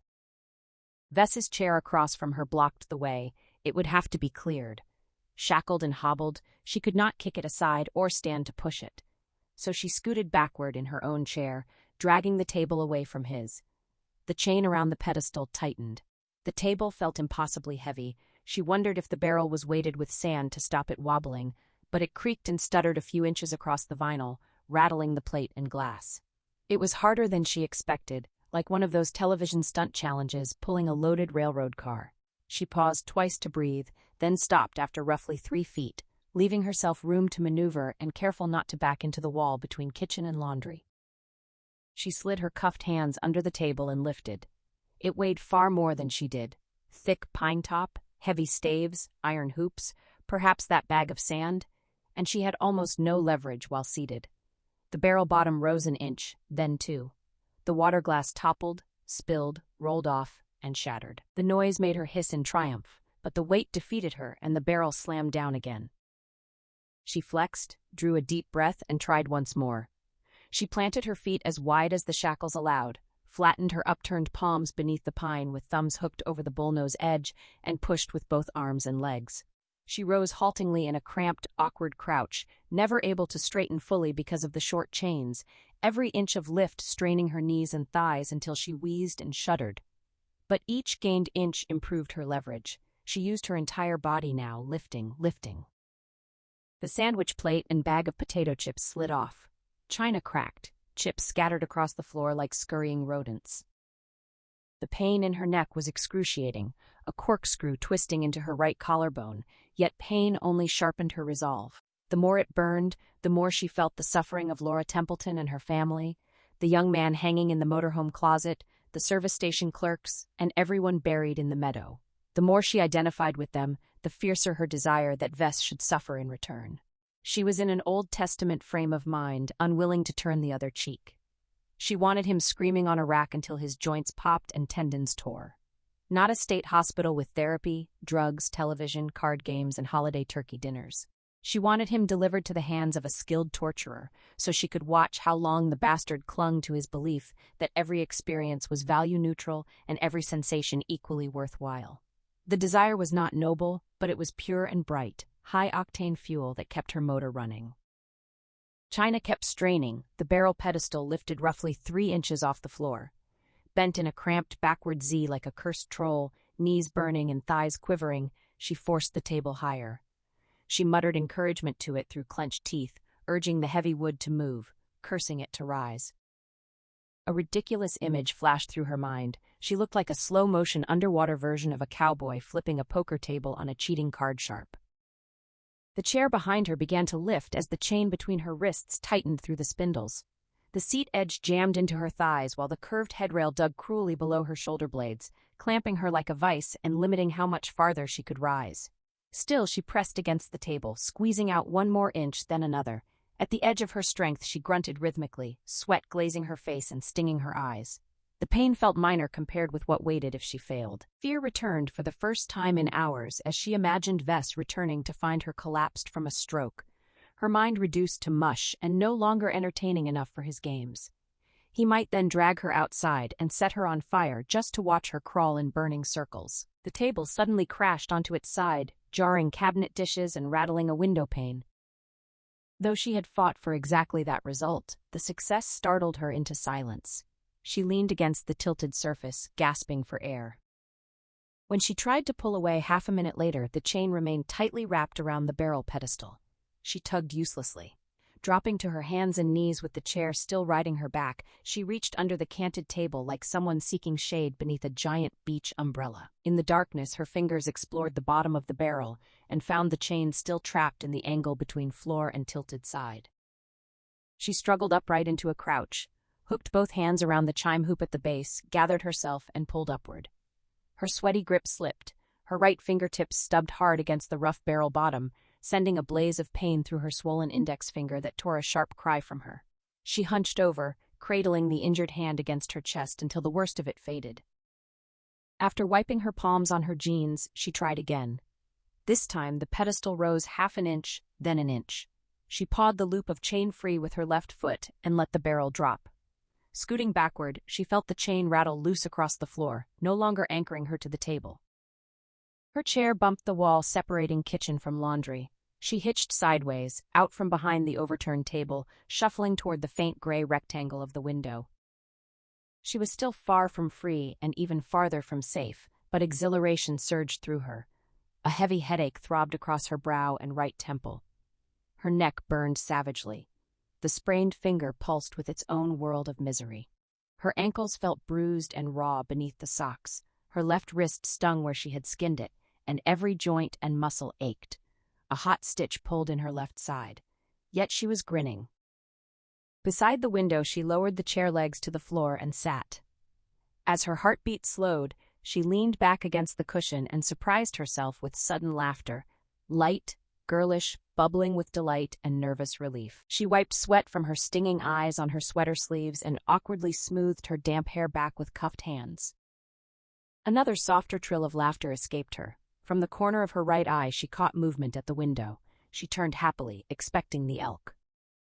A Doberman stared back at her, its oil-black face only inches away on the other side of the glass. Its pointed muzzle pressed close, wet nose leaving a smear. The dog's inky eyes were cold and merciless, shark-like in their steady concentration. A thin, keening whine slipped through the glass, expressing pure killing hunger rather than fear or need. China's laughter died. The dog dropped out of sight. She heard its paws thumping rapidly back and forth across the porch boards, accompanied by urgent whines and low, quarrelsome growls. It leaped up again, planting broad forepaws on the sill, eye to eye with her once more. Agitated, it bared long, pearly teeth in a wide but humorless grimace, yet it did not bark or snarl. The crash of the table or the shattering glass must have carried outside. The dog had likely been listening to her curses and self-encouragement, and certainly to her laughter. Dogs had poor eyesight but extraordinary noses. Perhaps it had caught the sharp scent of her sudden exuberance through the glass and found it alarming. The large sliding window, 2 broad panes recently installed, looked big enough for the agitated animal to smash through if it tried. The dogs were trained to patrol the grounds, not assault the house, but the bared teeth gleamed threateningly in the gloom. China waited until the dog dropped from view again, then reached down and gathered the loop of excess chain to keep from tripping. Listening to it pace the porch, she rose into the awkward crouch imposed by the chair on her back and edged around the kitchen, staying close to walls and cabinets. She shuffled her feet to push aside broken glass and china fragments rather than step on them. At the doorway to the front room, she found the light switches but hesitated. Glancing back, she saw the Doberman at the window again and wished she could keep the kitchen dark. Still, she needed to search drawers, so she flipped the lights on. The dog twitched, ears flattening then pricking, and locked its gaze on her. Ignoring it, China bent forward as far as her bonds allowed, hoisting the chair higher on her back, and tried to reach the carabiner linking her ankle chain to the longer one still wound through the chair. Even free of the table, she could not get her fingers on the coupling. She moved along the cabinets, opening drawers one after another and studying their contents. Passing the telephone jack in the wall, she paused, frustrated. Vess clearly had a second life that required a phone. The jack was not a dead plug. He had hidden the handset somewhere. For a psychotic killer, Vess was surprisingly methodical about covering his tracks. She opened a few cupboard doors but found only pots, pans, dishes, and glasses. Realizing he would have concealed the phone outside the kitchen and in a place she would never find quickly, she gave up on it. She continued opening drawers. In the fourth, she discovered a compartmentalized plastic tray holding an assortment of small culinary tools and gadgets. She parked the chair beside the open drawer and sat down. China watched the Doberman pace frantically across the porch, its paws drumming faster than before as it whined with rising urgency. She couldn't understand why the dog remained so agitated. She had stopped smashing dishes and overturning furniture, moving quietly now as she searched the drawers while trying to silence the clatter of her chains. Nothing she did should have alarmed it. Yet the animal seemed to sense she was trying to escape. An impossibility, she told herself. It was only a dog, incapable of grasping the complexities of her predicament. Still, it raced from one end of the porch to the other, then leaped up to peer through the window again, fixing her with fierce black eyes that burned with unmistakable warning. She rummaged through the drawer and pulled out a wooden-handled corkscrew, turning its spiraling point over in her fingers before setting it aside. A bottle opener followed, then a potato peeler, and a lemon rind shaver, none of any use. Next came a pair of heavy-duty tweezers, the kind used for reaching into tightly packed jars. Their gripping blades proved too thick to fit into the narrow keyholes of her handcuffs, so she discarded them too. Then her fingers closed around the ideal tool. A 5-inch steel poultry strut, one of a dozen bound by a rubber band. She worked one free. Rigid and slender, about a 1/16 of an inch thick, it ended in a sharp point with a small eye loop at the top, sized for turkeys rather than chickens. The thought of roasted turkey flooded her senses. The imagined aroma filled her nose, making her mouth water and her stomach growl sharply.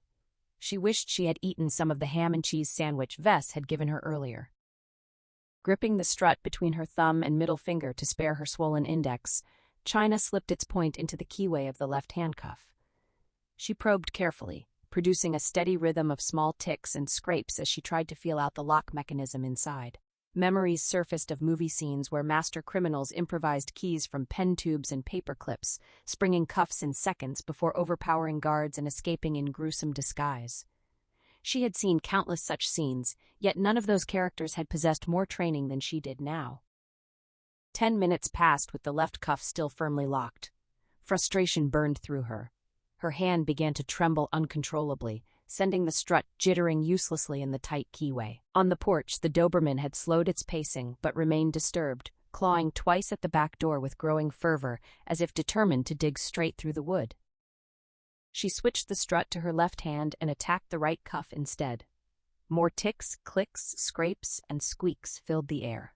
Sweat poured down her face from the intense concentration, matching the exertion she had spent earlier trying to overturn the heavy table. Finally, she hurled the turkey strut to the floor in defeat. It bounced with bright metallic pings across the tiles, striking fragments of broken plate and glass. She was no psychotic criminal genius from the movies, just a waitress and psychology student. Even with better tools, she might need hours to free herself from the cuffs and shackles, but she couldn't spare that kind of time. Once unfettered, far more urgent tasks awaited before Vess returned. She slammed the drawer shut.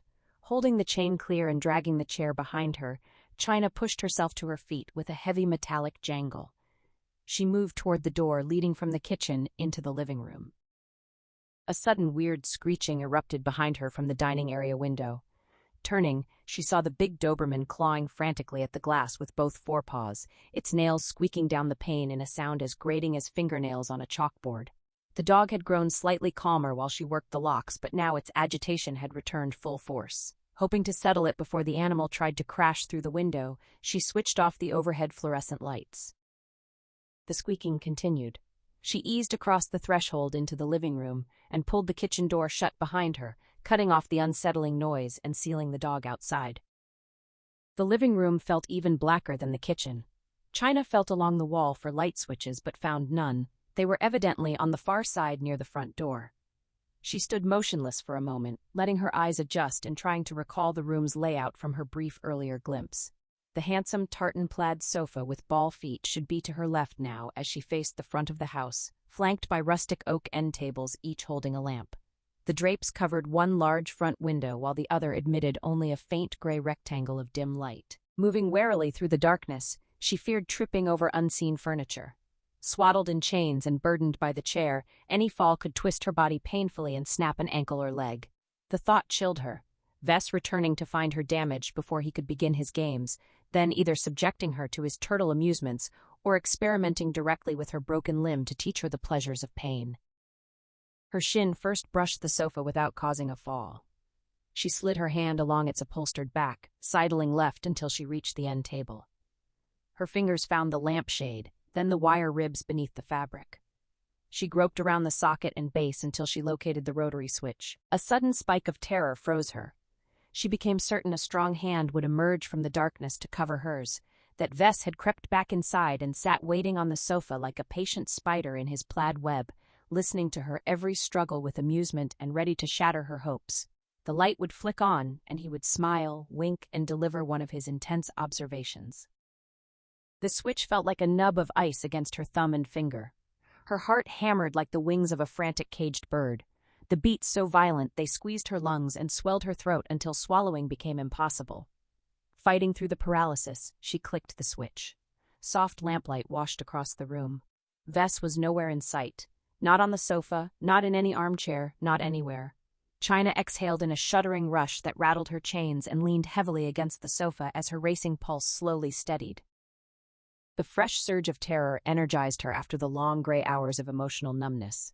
If her heart ever failed, the mere thought of Vess would restart it more reliably than any defibrillator. The fear proved she had returned to life, and that hope had returned with her. She shuffled toward the massive river rock fireplace that spanned the entire north wall from floor to ceiling. Its deep central hearth sat flush with the floor, which would make her next task easier. She had briefly considered descending to the cellar workbench she had glimpsed earlier to find a saw, but quickly dismissed the idea. Navigating the steep steps while hobbled, draped in heavy chains, and carrying the pine chair on her back carried too much risk of a catastrophic fall. Her strength was already depleted from lack of food and the earlier physical ordeals, and her various pains left her shaky. Even reaching the bottom safely felt like a high-wire act after too many martinis.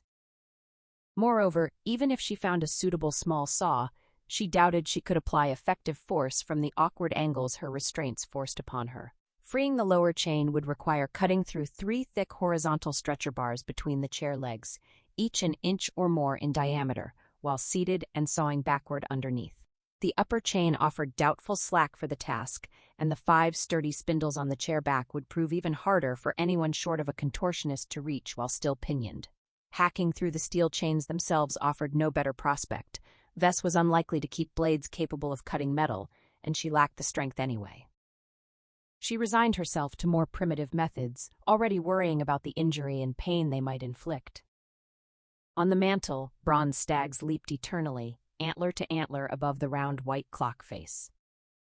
It was 8 minutes past 7. She had nearly 5 hours until Vess returned. Or maybe less. China reminded herself that Vess had claimed he would return as soon after midnight as possible, yet she had no reason to trust him. He could appear at 10, or 8, or in 10 minutes. She shuffled onto the flagstone hearth and moved right along the smooth river rock wall past the firebox and brass andiron. Positioning her left side to the stone, she twisted her upper body left like a discus thrower, then whipped sharply right. The chair on her back slammed into the wall with a clatter of chains and rebounded hard against her shoulder, ribs, and hip. She repeated the motion with greater force, but the impacts only scarred the pine and chipped tiny slivers. Hundreds more would reduce the chair to kindling, yet they would leave her bruised, bloodied, and broken long before that. Swinging the chair like a dog wagging its tail gave her no real power. Only one other method might work, and she hated the thought of it. She glanced at the mantel clock. 2 minutes had passed since her last look. 2 minutes meant nothing if midnight still lay ahead, but it was catastrophic if Vess was already turning off the public road and gliding up his private driveway right now, the lying bastard who had planted the false hope of a long absence. Panic rose inside her, rich and swelling, but she refused to taste even a crumb of it. Panic devoured time and strength. She forced herself to stay calm. Freeing herself required using her own body as a living battering ram. The pain she already carried was severe, What waited would be far worse, and the prospect terrified her. She stood listening to her heartbeat and the mantel clock's hollow ticking. Climbing the stairs first might let her find a telephone upstairs, call the police, have them handle the Dobermans, unlock her shackles, and rescue Ariel too. One call and every burden would lift. Yet deep intuition told her no phone waited up there. Vess was too methodical. He would have unplugged any unit and taken it with him. Hobbled and unbalanced by the chair, she risked a crippling fall on the stairs, then another on the way down, all while wasting precious minutes. She turned her back to the river rock wall, shuffled 6 feet away, closed her eyes, and gathered her courage. One of the spindles might splinter and drive forward, piercing the cushion or skewering straight through her.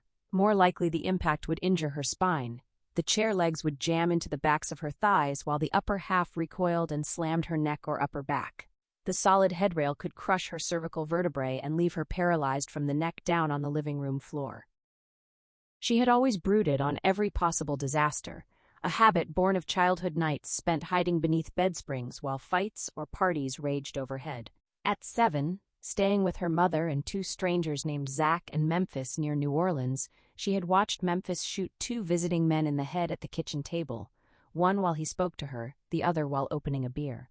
She had fled to the barn loft and hidden in loose hay for an hour, every image in her mind drenched red with imagined bullet wounds. Yet she had survived that night. She had survived for what felt like eternity. She would survive this too, or die trying. Eyes still closed, China hurtled backward as fast as the leg irons allowed, shuffling in frantic little steps that would have looked ridiculous if anyone had seen.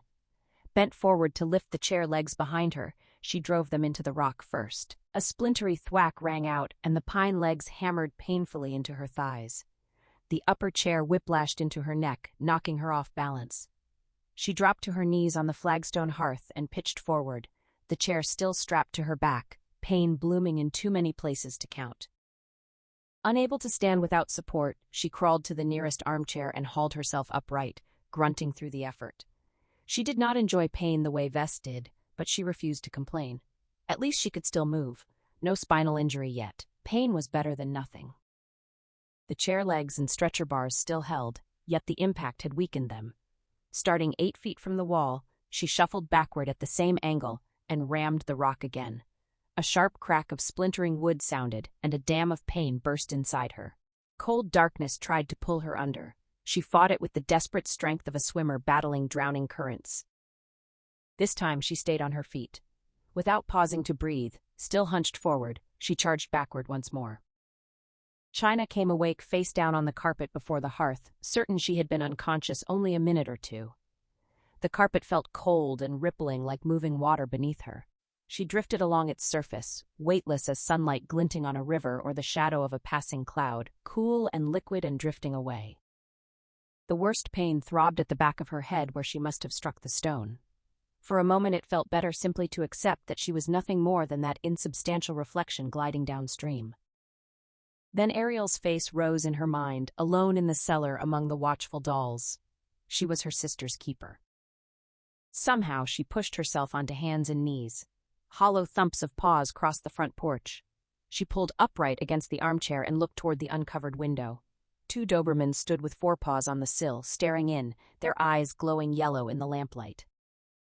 At the base of the stone wall lay one rear leg of the chair, its thicker end jagged with splinters where it had torn free from the seat. A 1-inch stretcher bar jutted from it at a right angle. The lower chain hung more than half free.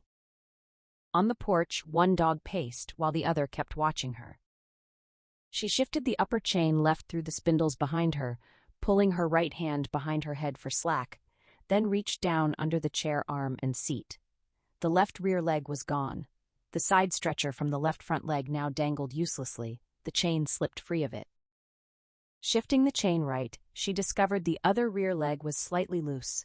She pulled, pushed, and twisted, but lacked the leverage to break it off. No stretcher had ever joined the front legs. Only the right side stretcher bar now kept the lower chain from falling away completely. She charged backward into the rock once more. Blazing pain exploded through her body, nearly sweeping her away. When the leg refused to snap, she refused to surrender to the hurt or the exhaustion. She hobbled forward, then launched herself backward again. Wood split with a dry crackle. Broken pine pieces clattered across the flagstones. The lower chain rang brightly as it fell free. China bent forward over the back of the big leather armchair, dizzy and shaking violently as whirling darkness filled her. Pain and fear of hidden damage sickened her. She wondered about fractured vertebrae and internal bleeding. Squeak, squeak, squeak. One of the dogs clawed at the window glass again. She was not free yet. The upper half of the chair still bound her through its 4 spindles. Those spindles were thinner than the leg stretchers and should break more easily. The tie-on foam cushion would offer some protection against them hammering her back. She cleared the heavy andiron and brass fireplace tools from the curved rock pilasters flanking the firebox. The lifting and shoving sent her head spinning and her stomach churning under fresh waves of agony. Past thought or calculation now, driven by raw animal need, China stood as straight as she could and rammed backward into the pilaster. The cushion helped, but not enough. Every joint already felt like a rotten tooth. The impact rattled her like a dentist's hammer on one needing root canal. She did not pause. Fear that the pulsing pains would shake her apart kept her moving. Howling in anticipation, she slammed backward again and screamed as the blow rattled her bones. Chains jangled with each impact while wood splintered. The vigilant dogs answered with keening whines at the window. She rammed once more, screaming, unable to stop, terrified by her own cries. She came to face down on the floor again, racked by dry heaves, gagging on the bitter taste in her mouth, hands clenched against defeat. She felt small, weak, and pitiful as violent shudders ran through her. The tremors slowly eased. The carpet undulated, cool and pleasant beneath her, and she drifted once more as a cloud shadow on fast-moving water, gliding onward toward the edge of the world and into darkness. She woke from red dreams of guns pulled from refrigerators and exploding heads. No dogs waited at the window or paced the porch. The house was quiet. The Dobermans had withdrawn, calmer now, content to watch the doors and windows for her next move. The pain surprised her less than the clarity in her head. One urgent pressure stood out from all the rest, something she could relieve without moving far. "Hell no," she muttered, and slowly sat up. Rising disturbed deep aches that had quieted while she lay still. Grindings in her bones and hot flares in her muscles made her freeze and gasp at first, but once upright she knew none were crippling on their own. The combined burden was heavy, yet she could carry it. The heavy pine chair no longer weighed her down. It lay in fragments and splinters around her on the floor, all chains free of it. The mantel clock showed 3 minutes to 8. The last she remembered was 7:10. She must have been unconscious for half an hour or more. Sweat had dried on her skin and her hair was barely damp at the nape. The realization left her feeling weak and uncertain again. If Vess could be believed, she still had 4 hours.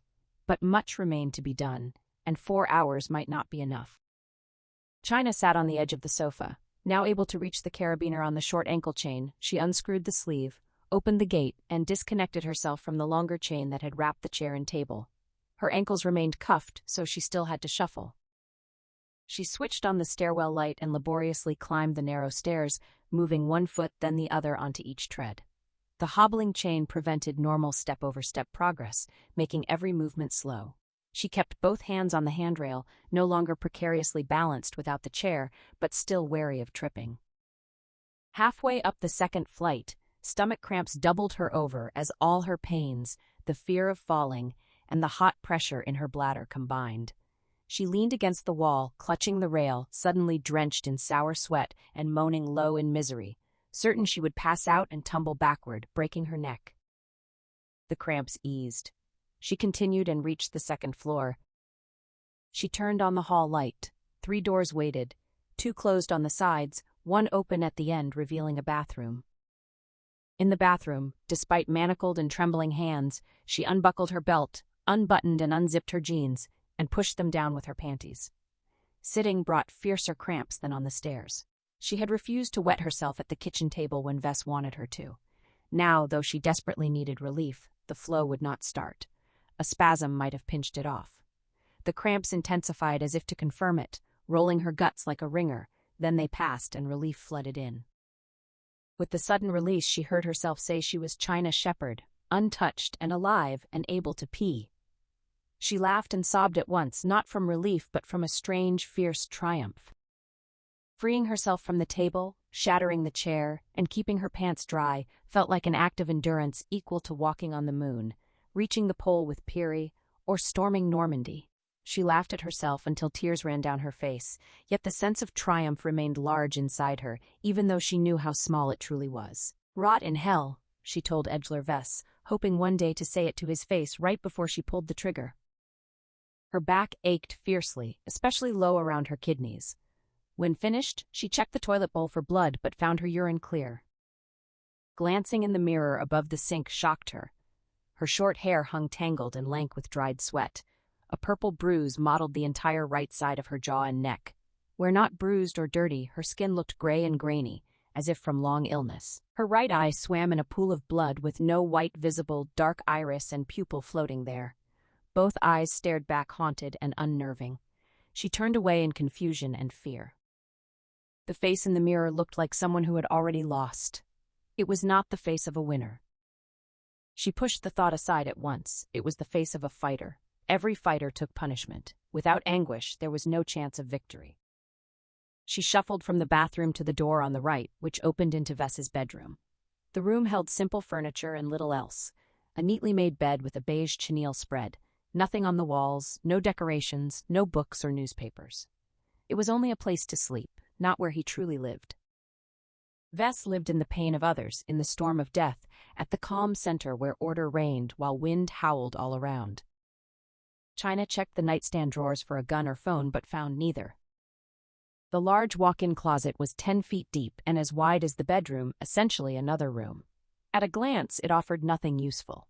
She was certain a thorough search might turn up something worthwhile, perhaps even a hidden gun, but built-in cabinets, laden shelves, packed drawers, and stacked boxes would take hours to examine. More urgent tasks waited. China emptied the dresser drawers onto the floor, finding only socks, underwear, sweaters, sweatshirts, and a few rolled belts. No guns. Across the hall lay a Spartan study with bare walls and blackout blinds. 2 long work tables held computers and laser printers along with other equipment she could partly identify and partly not. An office chair sat between the tables on bare wood flooring, clearly to let Vess roll easily from one station to the other. The utilitarian room drew her. She sensed its importance despite the ticking clock. She sat in the chair and looked around, puzzled that such high-tech gear existed in this remote house. She suspected Vess could access the internet, yet no phone or modem was visible. 2 unused phone jacks waited in the baseboard. His security measures had blocked her again. She opened one of several ring-bound notebooks on a table. It was divided into sections for federal agencies. The first covered the Social Security Administration, filled with Vess's notes on trial-and-error hacking of its data files. The next section detailed an ongoing experiment to breach the passport agency's records through complex routes without detection. He was clearly preparing new identities for the day his homicidal adventuring finally caught up with him. China doubted these were his only projects.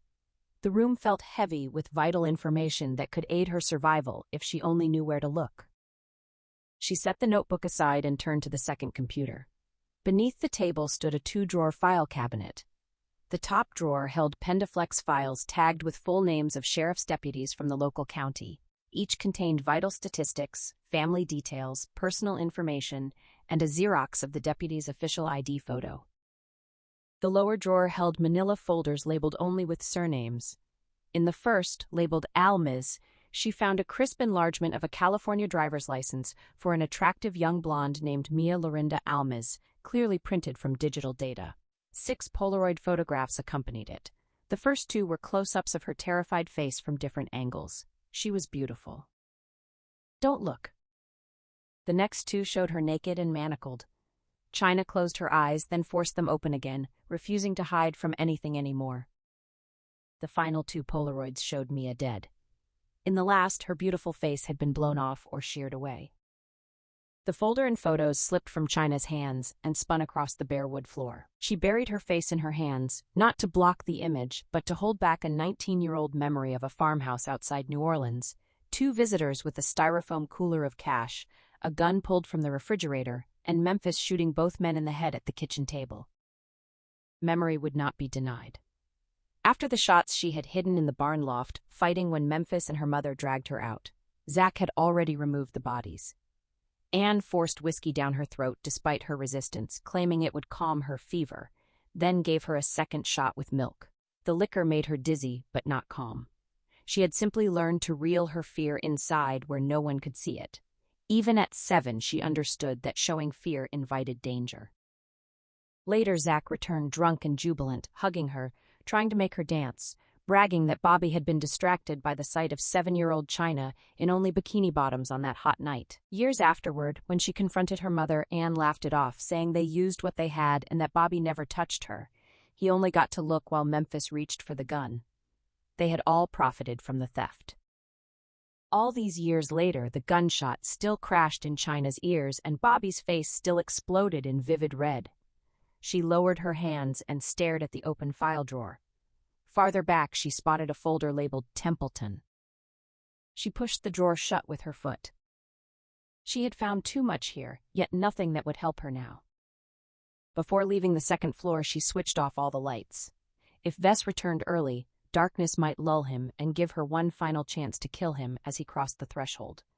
She hoped it would not come to that. Despite her fantasies of shooting him, she did not want to face him again.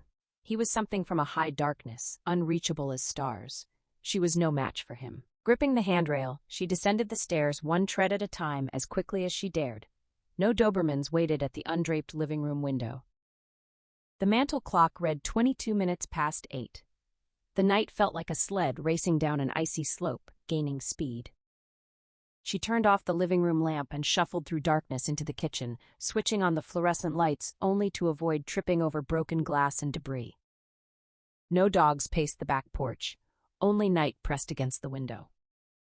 She entered the windowless laundry room, shut off the kitchen lights behind her, and pulled the door closed. China descended into the cellar and went straight to the workbench and the tall metal cabinets she had noticed earlier. Inside the first, she found cans of paint and lacquer, brushes, and drop cloths folded with military neatness. One cabinet held only thick pads with dangling black leather straps and chrome buckles. She left them untouched.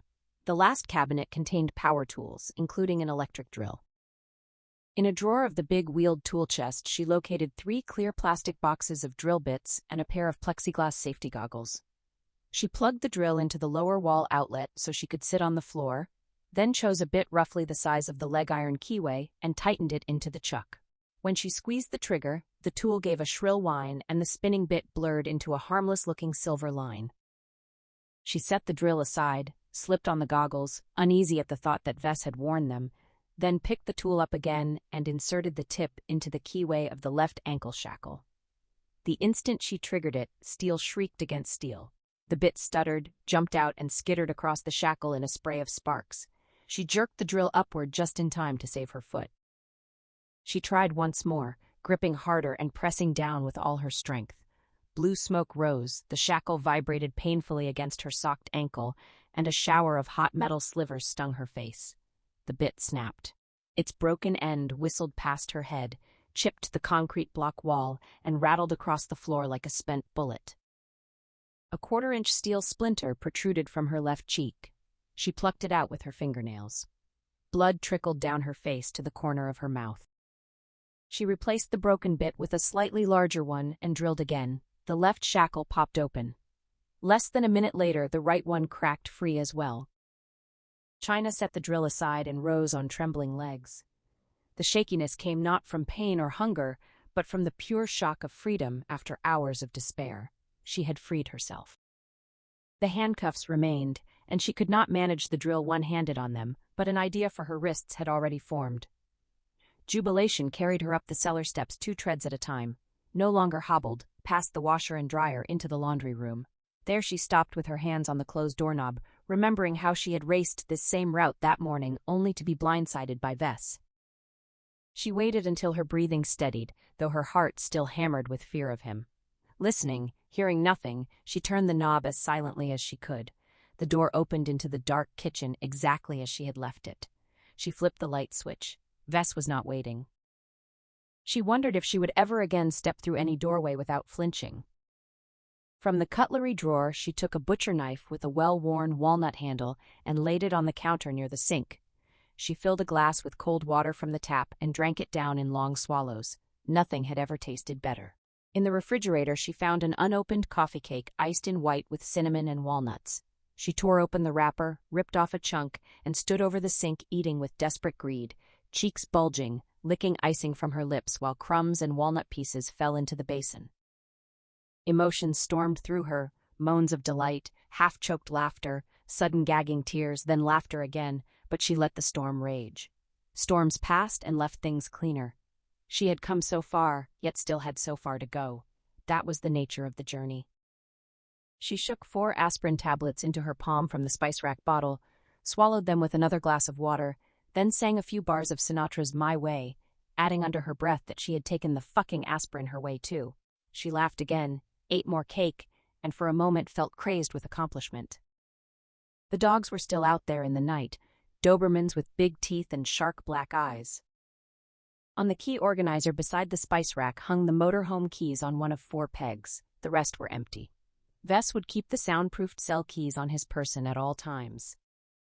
She gathered the butcher knife and the half-eaten coffee cake, switched off the kitchen lights, and returned to the cellar. Pintle and Gudgeon. She knew the words from childhood books by C.S. Lewis, Madeline L'Engle, Robert Louis Stevenson, and Kenneth Graham.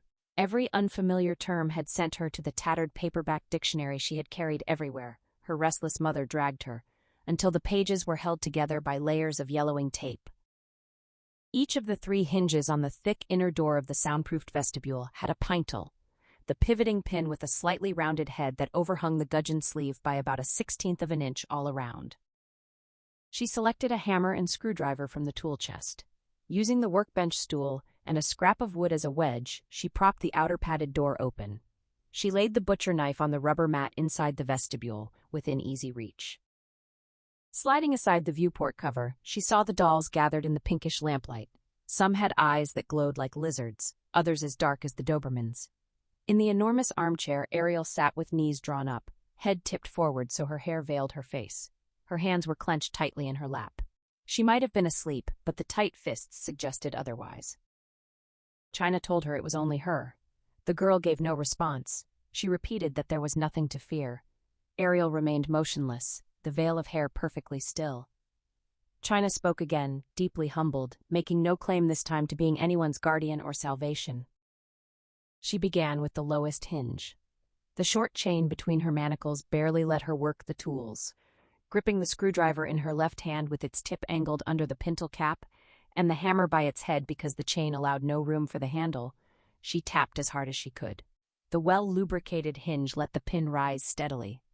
5 minutes later, despite resistance from the 3rd pin, she popped the uppermost pintle free.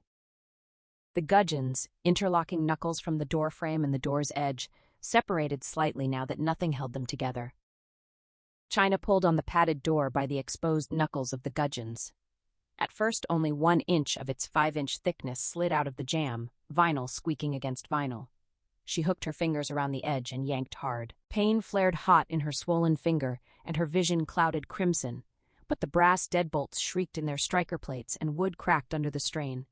She kept pulling in steady rhythm, prying the door open inch by inch until she gasped too hard to curse. The door's weight and the close vertical spacing of the 2 deadbolts worked in her favor. The heavy slab began to twist on the locks as if they were a single pivot. Gravity pulled the longer upper portion outward. China yanked harder. Wood splintered again. The entire 5-inch width of the padded door swung free of the jam. She pulled it leftward and the deadbolts slid out of the striker plates. The door suddenly came toward her, too heavy to lower gently. She backed quickly into the cellar and let the slab thud onto the vestibule floor. She waited, catching her breath, listening for any sign that Vess had returned. When the house remained silent, she re-entered the vestibule, crossed the fallen door like a bridge, and stepped into the cell. The dolls watched with unmoving, sly expressions. Ariel sat exactly as before in the enormous armchair, head lowered, fists clenched, white-knuckled in her lap. The commotion had not disturbed her. China said her name softly. No reply. She sat on the footstool in front of the chair. "Honey, it's time to go." Still no response. China leaned forward, lifted the girl's chin, and looked up into her shadowed face. Ariel's eyes were open but stared straight through her with a bleak, lifeless detachment, as if the world had turned transparent. Her lips moved in silent whispers. China enfolded one of the cold, fiercely clenched fists with both cuffed hands. The bones felt sharp, the skin icy. She tried to pry the fingers apart. They resisted like marble. Finally, she lifted the hand and kissed it with a tenderness she had never given or received, whispering that she wanted to help, that she needed to help, and that leaving without Ariel would make her own escape pointless. At last, the girl's fingers stirred. They opened partway, stiff and hooked like a skeleton's calcified joints, but would not relax fully. The familiar conflict, Ariel's desperate wish to reach out warring with paralyzing fear, tightened China's throat until she could neither swallow nor breathe. She slipped one cuffed hand into Ariel's and the other over it, then rose. "Come on, child. Come with me. Out of here." Ariel stood, face blank as an egg, still gazing into some other world. After 2 steps, she stopped and refused to go farther no matter how China pleaded. She could imagine her private wild wood, but perhaps she could no longer picture any world beyond these walls. China released her hand, selected a bisque doll with golden ringlets and painted green eyes dressed in a white eyelet pinafore over a blue dress, and pressed it into Ariel's arms for comfort. At first, Ariel remained unresponsive, one hand still fisted at her side, the other like a half-open crab claw. Then, without shifting her distant gaze, she gripped the doll by the legs. A fierce expression flashed across her face like a bird's shadow and vanished. She swung the doll like a sledgehammer and smashed its head into the dinette table, shattering the unglazed China face. China gripped her shoulder and said, "Honey, no." Ariel wrenched free and slammed the doll down harder. China stepped back, respecting the fury. The girl pounded the doll repeatedly against the table until its head broke off and bounced across the room, until both arms cracked away, until the doll lay ruined. Then she dropped it and stood trembling, arms at her sides, still staring into elsewhere. The other dolls watched from shelves and corners, as if thrilled and feeding on the outburst the way Vess himself would have. China touched Ariel's face and kissed her forehead. Ariel, untouched and alive. The girl's trembling gradually eased. China told her she needed her help. This time Ariel allowed herself to be led from the cell like a sleepwalker. They crossed the fallen door through the vestibule. In the cellar, China retrieved the drill, plugged it into the power strip, and set it on the workbench. She had no watch, but she knew 9 o'clock had passed. Dogs waited in the night, and Edgeler Vess was somewhere out there, already dreaming of returning to his 2 captives.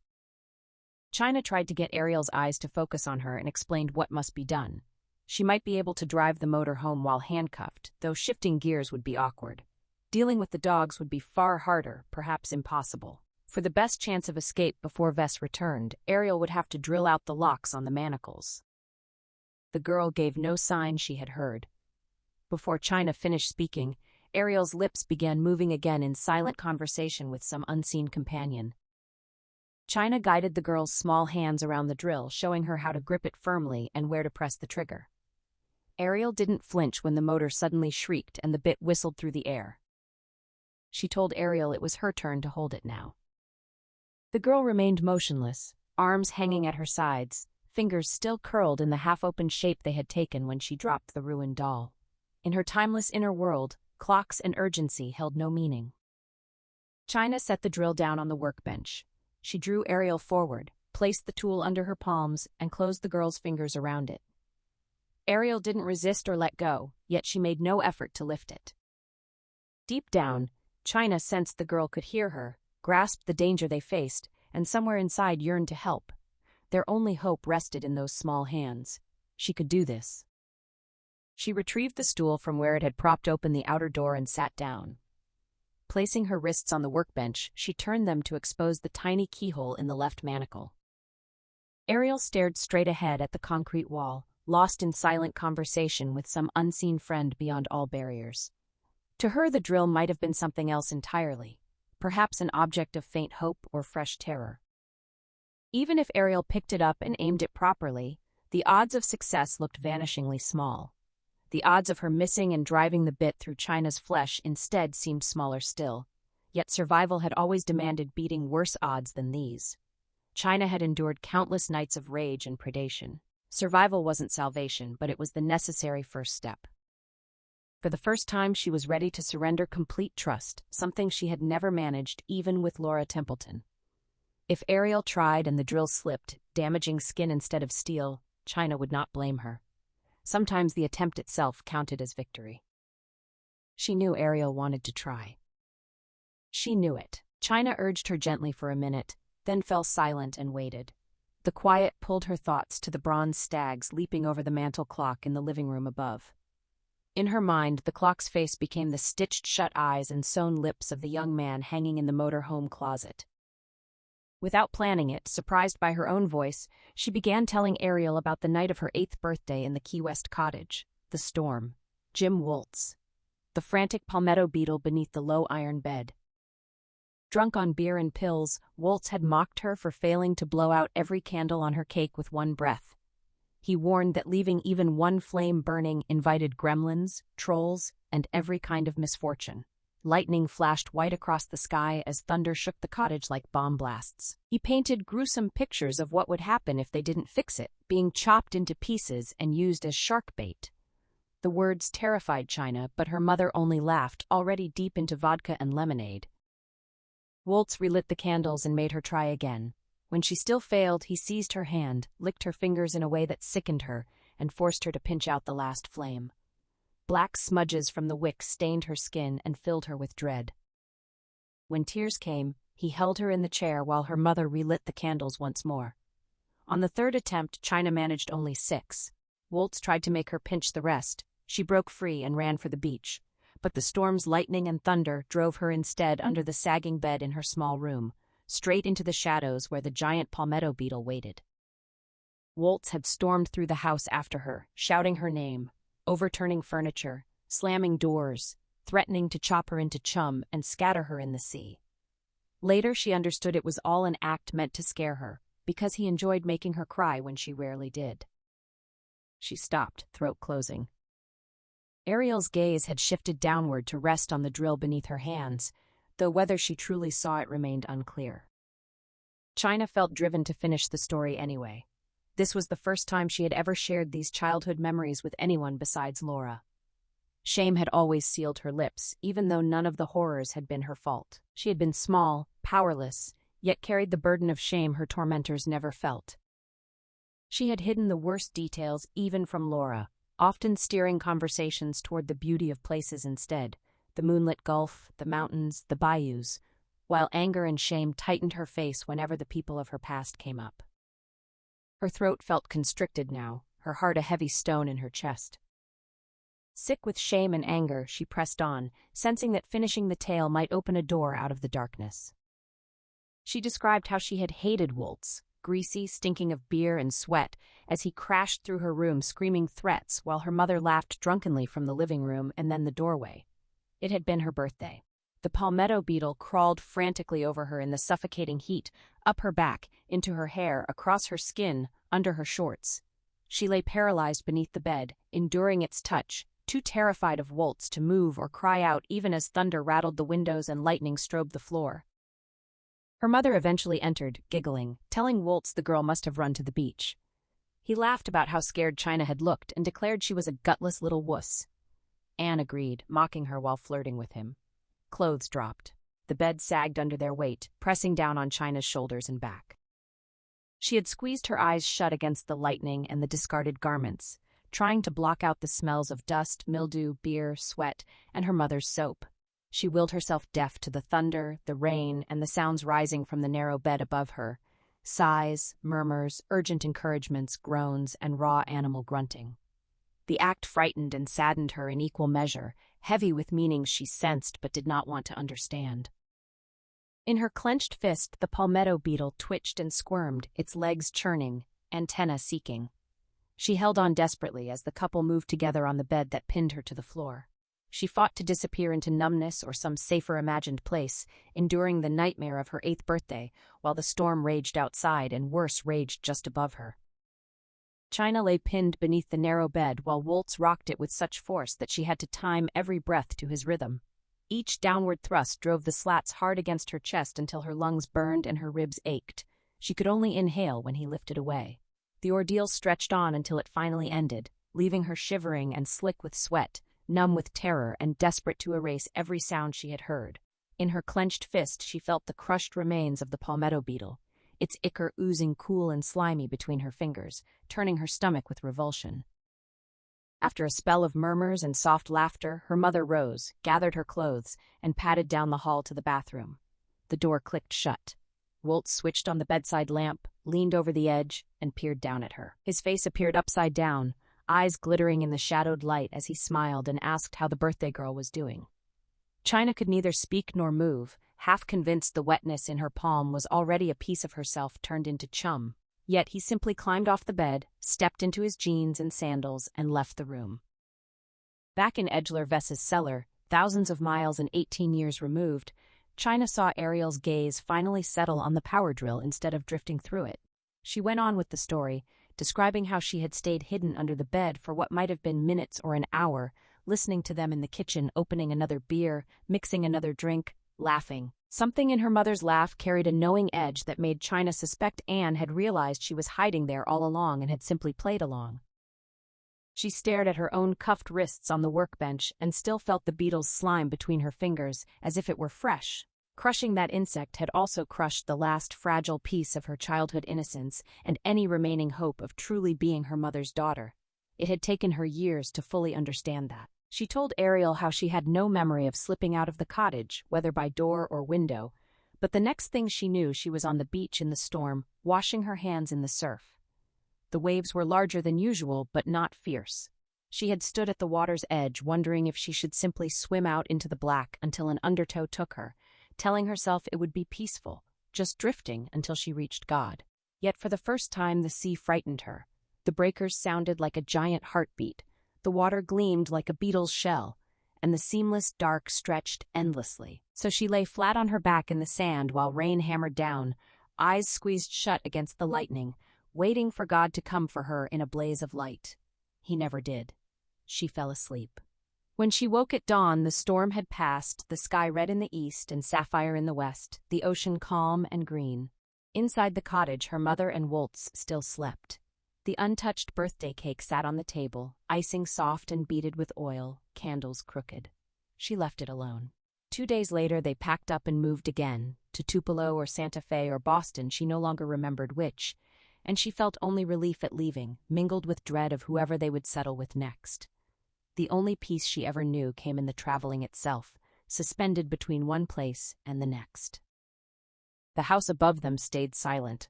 A spiky shadow crossed the cellar floor. China glanced up and saw a spider busy weaving a web between a joist and a light fixture. Time was slipping away. She might soon have to face the Dobermans still chained. Then Ariel lifted the power drill. China almost spoke words of encouragement but caught herself, afraid any sound might push the girl back into her distant trance. Instead, she fetched the safety goggles, slipped them onto Ariel without a word, and returned to the stool. Ariel accepted them without resistance. A faint frown creased the girl's smooth face and stayed there. Ariel squeezed the trigger once in a short test. The motor shrieked, the bit spun wildly. She released it and watched the bit coast to a stop. China realized she had been holding her breath. She exhaled, drew in fresh air that tasted suddenly sweeter, and carefully positioned her wrists on the workbench to offer the left manacle. Behind the goggles, Ariel's eyes moved from the drill bit to the tiny keyhole. She was seeing it now, though still with that detached calm. Trust.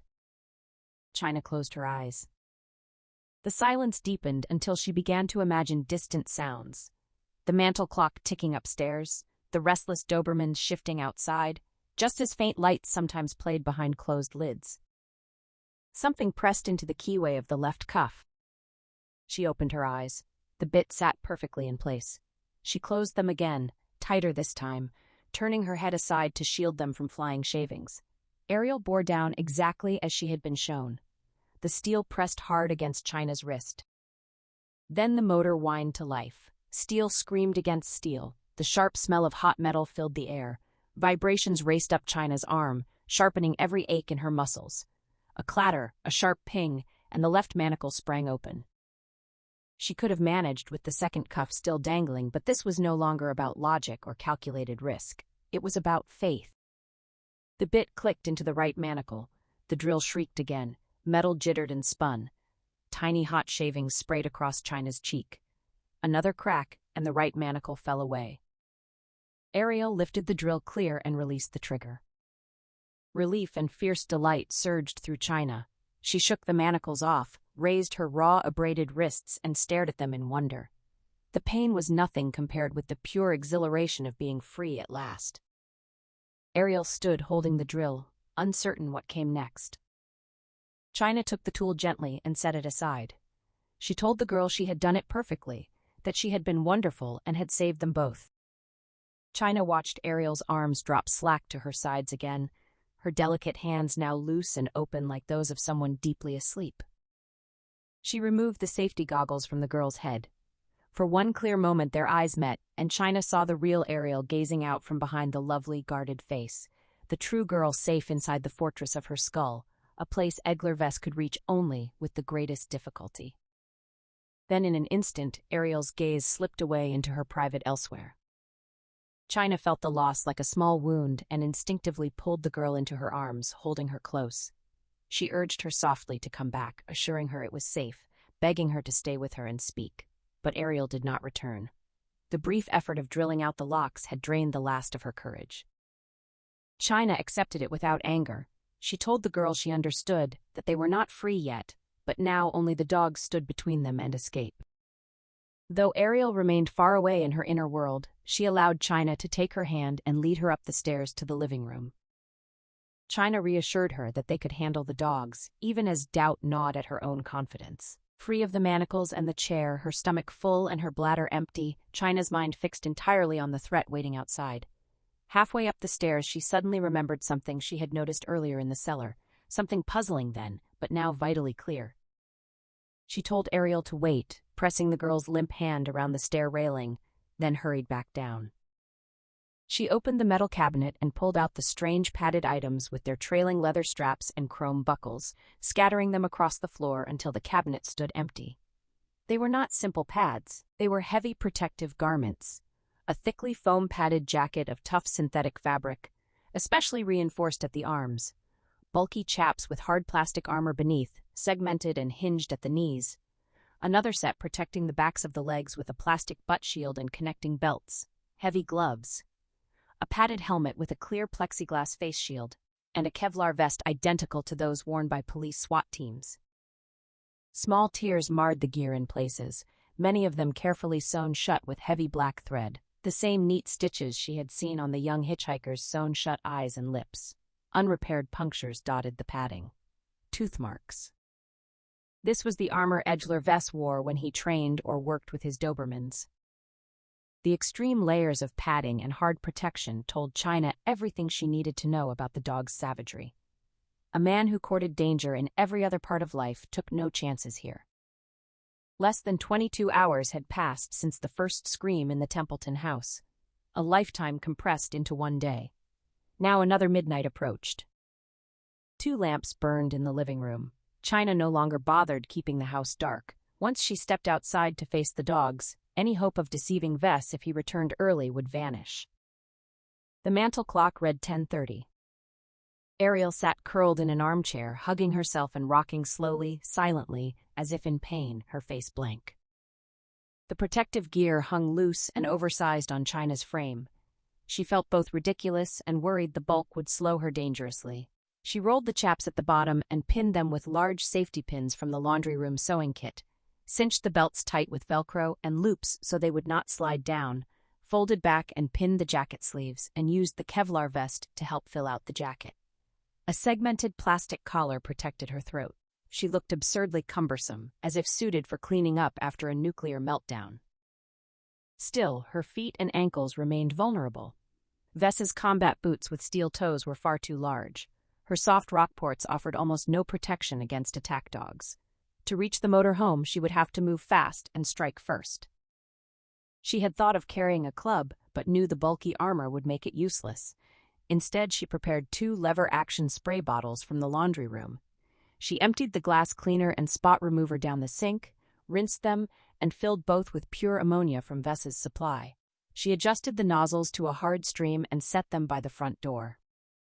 Ariel continued rocking silently in the armchair, staring at the carpet. Though the catatonic girl was unlikely to move on her own, China told her firmly to stay right there and not move until she returned. Ariel gave no reply. The heavy layers of padding and armor were already pressing painfully on China's bruised muscles and sore joints. Minute by minute, the discomfort would dull her mind and body. She had to act while she could still think and move clearly. She fitted the visored helmet over her head, lining it with a folded towel for a snug fit, and secured the chin strap. The plexiglass shield curved down 2 inches below her chin, open underneath for airflow, with small ventilation holes across the center. She moved to the front windows and looked out onto the porch, lit by the living room lamps. No Dobermans were visible. Beyond the porch, the yard lay in darkness, and the meadow stretched black as the far side of the moon. The dogs could be standing out there right now, watching her silhouette against the lighted windows, or crouched just beyond the balustrade, ready to spring. The clock showed 10:38. China felt a wave of dread wash through her. She did not want to do this. For a moment, she remembered a chrysalis she had once found hanging from a birch twig years ago in Pennsylvania. Semi-transparent, backlit by sunlight, revealing the fully formed butterfly, inside quivering frantically, legs twitching, eager yet terrified to emerge into the hostile world. Now, encased in her own padded armor, China felt exactly like that trapped imago, trembling, longing to retreat deeper into her protective shell rather than step into the night that waited. She walked to the front door. China pulled on the heavy stained leather gloves. They were surprisingly flexible despite their bulk and too large for her hands, but she tightened the adjustable Velcro bands at the wrists to keep them secure. She had sewn a brass key to the thumb of the right glove, threading it through the hole in the bow so the full serrated blade extended beyond the fingertip. That way she could slip it straight into the motorhome door lock without fumbling in her pockets or risking a drop while the dogs closed in. The vehicle might not even be locked, but she refused to gamble. She scooped up the 2 spray bottles, 1 in each hand, and double-checked that both nozzles were set to a hard stream. Quietly, she released the deadbolt, paused to listen for the soft thud of paws on wood, then eased the front door open a crack. The porch appeared empty. She stepped across the threshold and pulled the door shut behind her, fingers clumsy around the knob because of the bottles. She hooked her fingers over the trigger levers. Everything now depended on how fast the dogs came and whether she could aim in the narrow seconds they would give her. The night was utterly still, windless and deep. The seashell mobile hung motionless. Not a single leaf stirred on the tree at the north end of the porch. To her ears, muffled inside the padded helmet, the world felt soundless. She had the eerie sense that everything around her was nothing more than a detailed diorama trapped inside a glass paperweight. With no breeze to carry her scent, she wondered if the dogs might not yet know she had come outside. She dismissed the thought at once. Wishful thinking had never saved her before. She kept her back pressed to the house wall and edged right along the porch, eyes flicking left toward the railed north side and out across the dark front yard. No dogs. The chill air made her breath fog the inside of the visor in faint drifting patches. Each cloud spread a little farther than the last before fading. Even with the open bottom and the 6 small ventilation holes, she began to fear her own rapid breathing would soon blind her completely. Her heart hammered. She could not slow it. She tried angling each exhalation downward, but the effort produced a faint hollow whistle that betrayed the depth of her terror. She slid past the lighted living room window, uncomfortably aware of her own silhouette against the glow. She should have turned the lamps off, yet leaving Ariel alone in darkness had felt cruel. She had covered half the porch without incident. Boldness rose in her.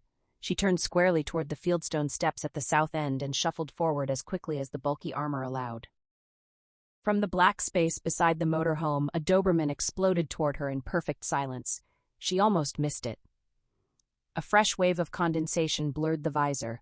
When it cleared, the dog was already airborne, ears flat, teeth bared, leaping straight up the steps. She squeezed the right bottle. The first hard stream of ammonia spattered uselessly onto the porch floor. The dog was still closing fast. Doubt flared. She felt ridiculous, like a child with a toy water pistol, but she pumped the lever again. The second stream fell short as the dog hit the top step. She fired once more while the previous jet was still falling. This one caught the dog full across the muzzle, splashing nose and bared teeth. The effect was immediate. The Doberman lost its footing mid-leap, tumbled squealing toward her. She jumped aside just in time. It rolled onto its back, pawing wildly at its snout, wheezing and hacking in shrill distress as caustic fumes filled its lungs. China turned from the writhing animal and kept moving. She heard herself muttering sharp curses under her breath in a steady, shocked rhythm. At the head of the steps she glanced back. The big dog was on its feet again, wobbling in tight circles, shaking its head violently between squeals and explosive sneezes. The second dog came out of nowhere as she reached the bottom step. From the corner of her eye, she caught the blur of black motion to her left, an airborne shape hurtling like a mortar round. She raised her left arm to swing, but was too slow. The impact slammed her sideways. She stumbled, yet somehow stayed upright. Teeth sank deep into the thick padded sleeve of her left arm. The dog worked at the foam like a butcher worrying meat, trying to rip through to artery and bone, but the layers held. It made no snarl, only a low, eerie keening from its throat, half growl, half hunger, that she heard clearly even through the helmet. At point-blank range, she reached across her body with her right hand and fired a hard stream of ammonia straight into the dog's eyes. The jaws snapped open as if a spring had released.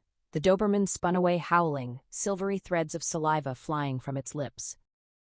She remembered the warning on the bottle, causes substantial but temporary eye injury. The dog rolled frantically in the grass, pawing at its face with desperate urgency. Without water, it would stay blinded and in pain for at least 15 minutes, probably longer. It scrambled up, chased its own tail in snapping circles, stumbled, fell, then streaked off into the night. Listening to its fading screams, China felt an unexpected stab of remorse. The dogs would have torn her apart without hesitation, yet they were only what Vess had trained them to be, victims of his will, not born killers. She would have spared them if the armor alone had been enough. How many more waited? Vess had spoken of a pack. 4, she thought. He could have lied. Maybe only 2 existed. She told herself to keep moving.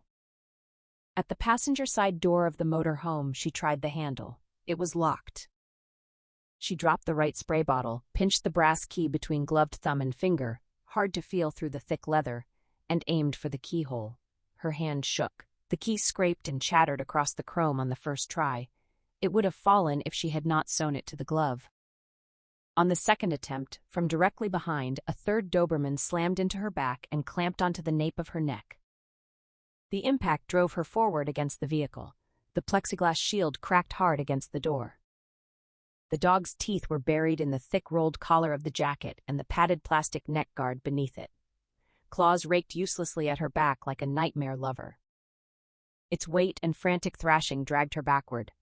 She fought to stay on her feet. She knew that once she hit the ground, the advantage would be the dog's. She lurched around in a stumbling half-circle to keep her balance. The first dog had vanished from the porch. This one chewing at her neck was the smaller animal she had sprayed across the muzzle earlier. It had recovered its breath and returned undaunted. At least there might be only 2. She still held the left spray bottle. She twisted and fired several bursts over her shoulder. The heavy padding in the jacket sleeve would not let her bend her arm far enough. The streams missed the dog's eyes. China hurled herself backward into the side of the motorhome. The Doberman caught between her and the metal took the full force of the collision. It released her and fell away with a high, pitiful squeal that turned her stomach yet sent a fierce wave of satisfaction through her. She scrambled sideways along the vehicle, buckles rattling and padded chaps slapping, desperate to keep her ankles out of reach. The dog no longer wanted the fight. It slunk off with its tail tucked, rolling its eyes to watch her, wheezing and trembling as though something inside had torn, favoring its right hind leg. She aimed the spray bottle and squeezed. The stream fell short, arcing uselessly into the grass. 2 dogs down. She had to keep moving. She turned toward the motorhome again and cried out as a third dog, heavier than she was, launched itself at her throat. Teeth punched through the jacket and drove her stumbling backward. She went down hard. The dog landed on top of her, chewing wildly at the collar padding. The impact slammed the breath from her lungs despite the layers of protection.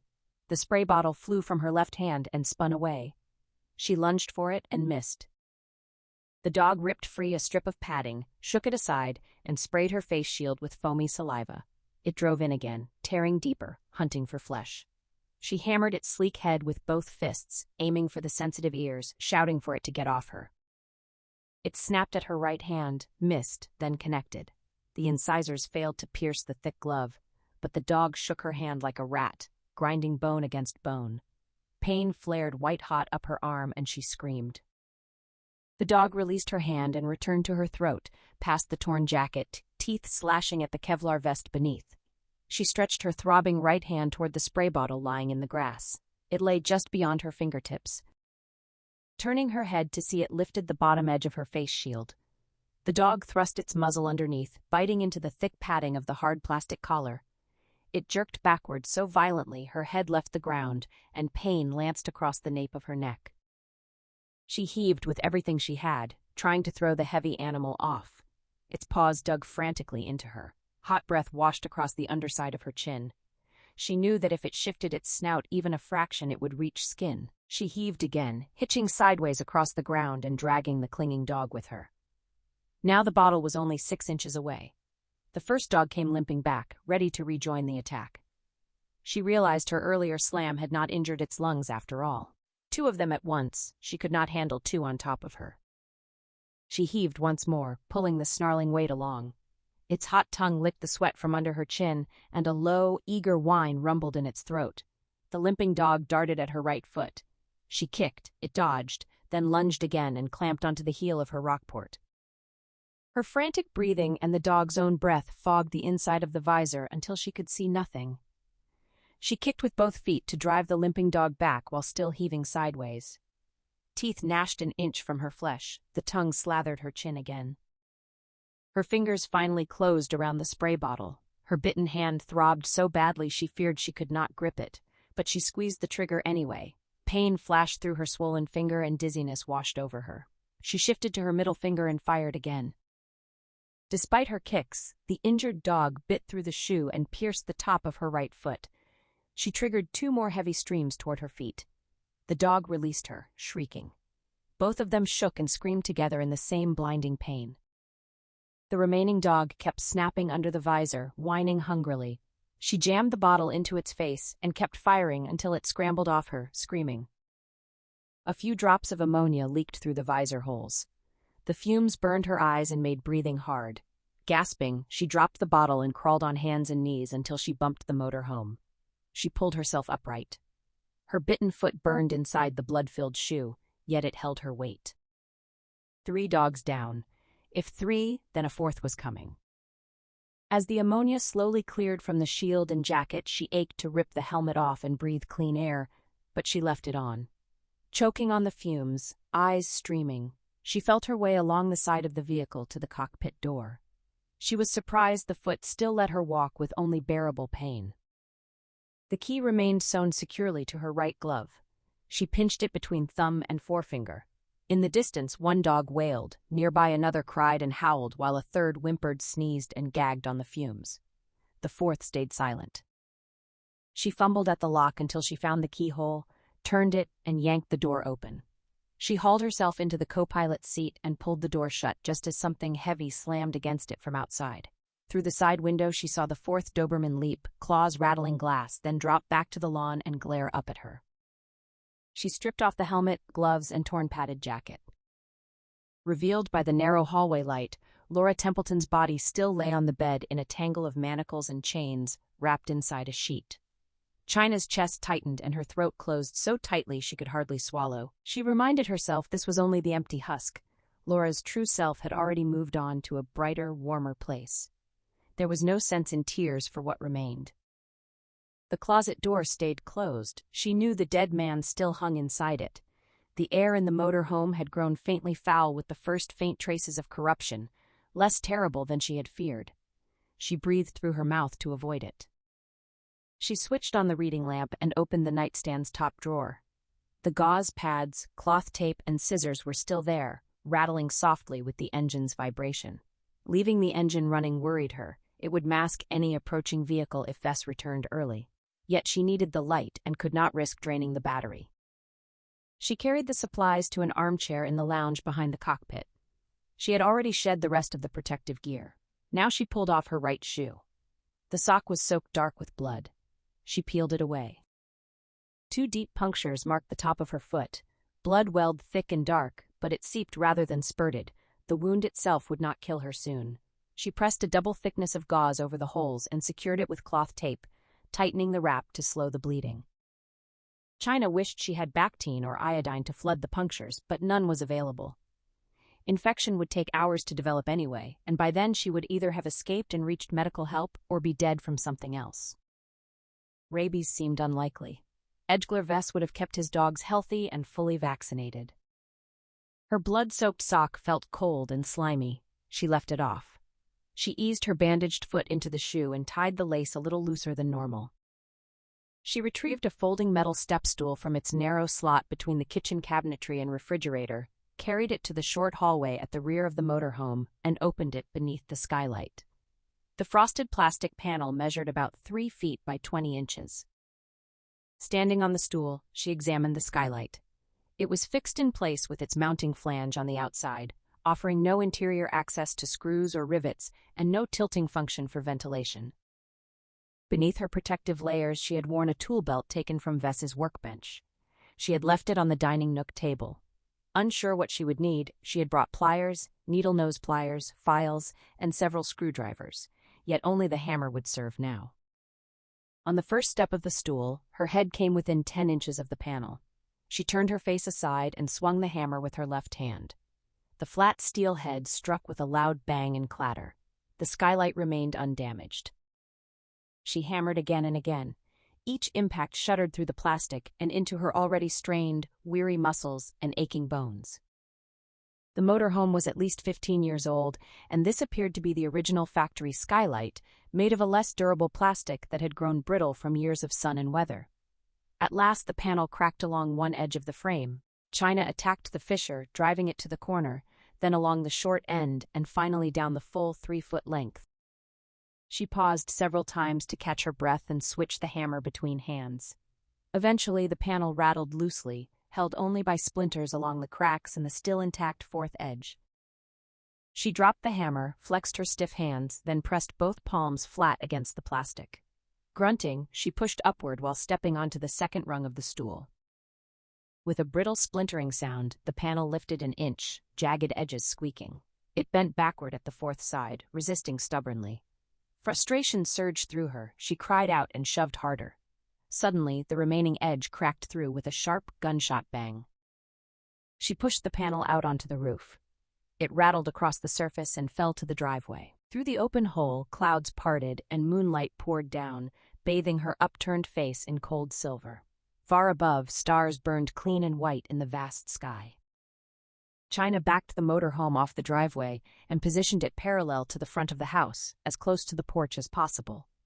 She let it roll slowly, careful not to churn up the thick grass in case the ground beneath remained soft from the earlier rain. She could not afford to get stuck. Once in place, she shifted into park and set the emergency brake, leaving the engine running. In the short rear hallway, the step-stool had toppled. She righted it, climbed the 2 steps, and stood with her head and shoulders through the broken skylight frame, breathing the night air. She wished the stool had a 3rd step. The angle made levering herself out difficult. She planted her hands flat on the roof on either side of the 20-inch opening and strained to pull her body upward.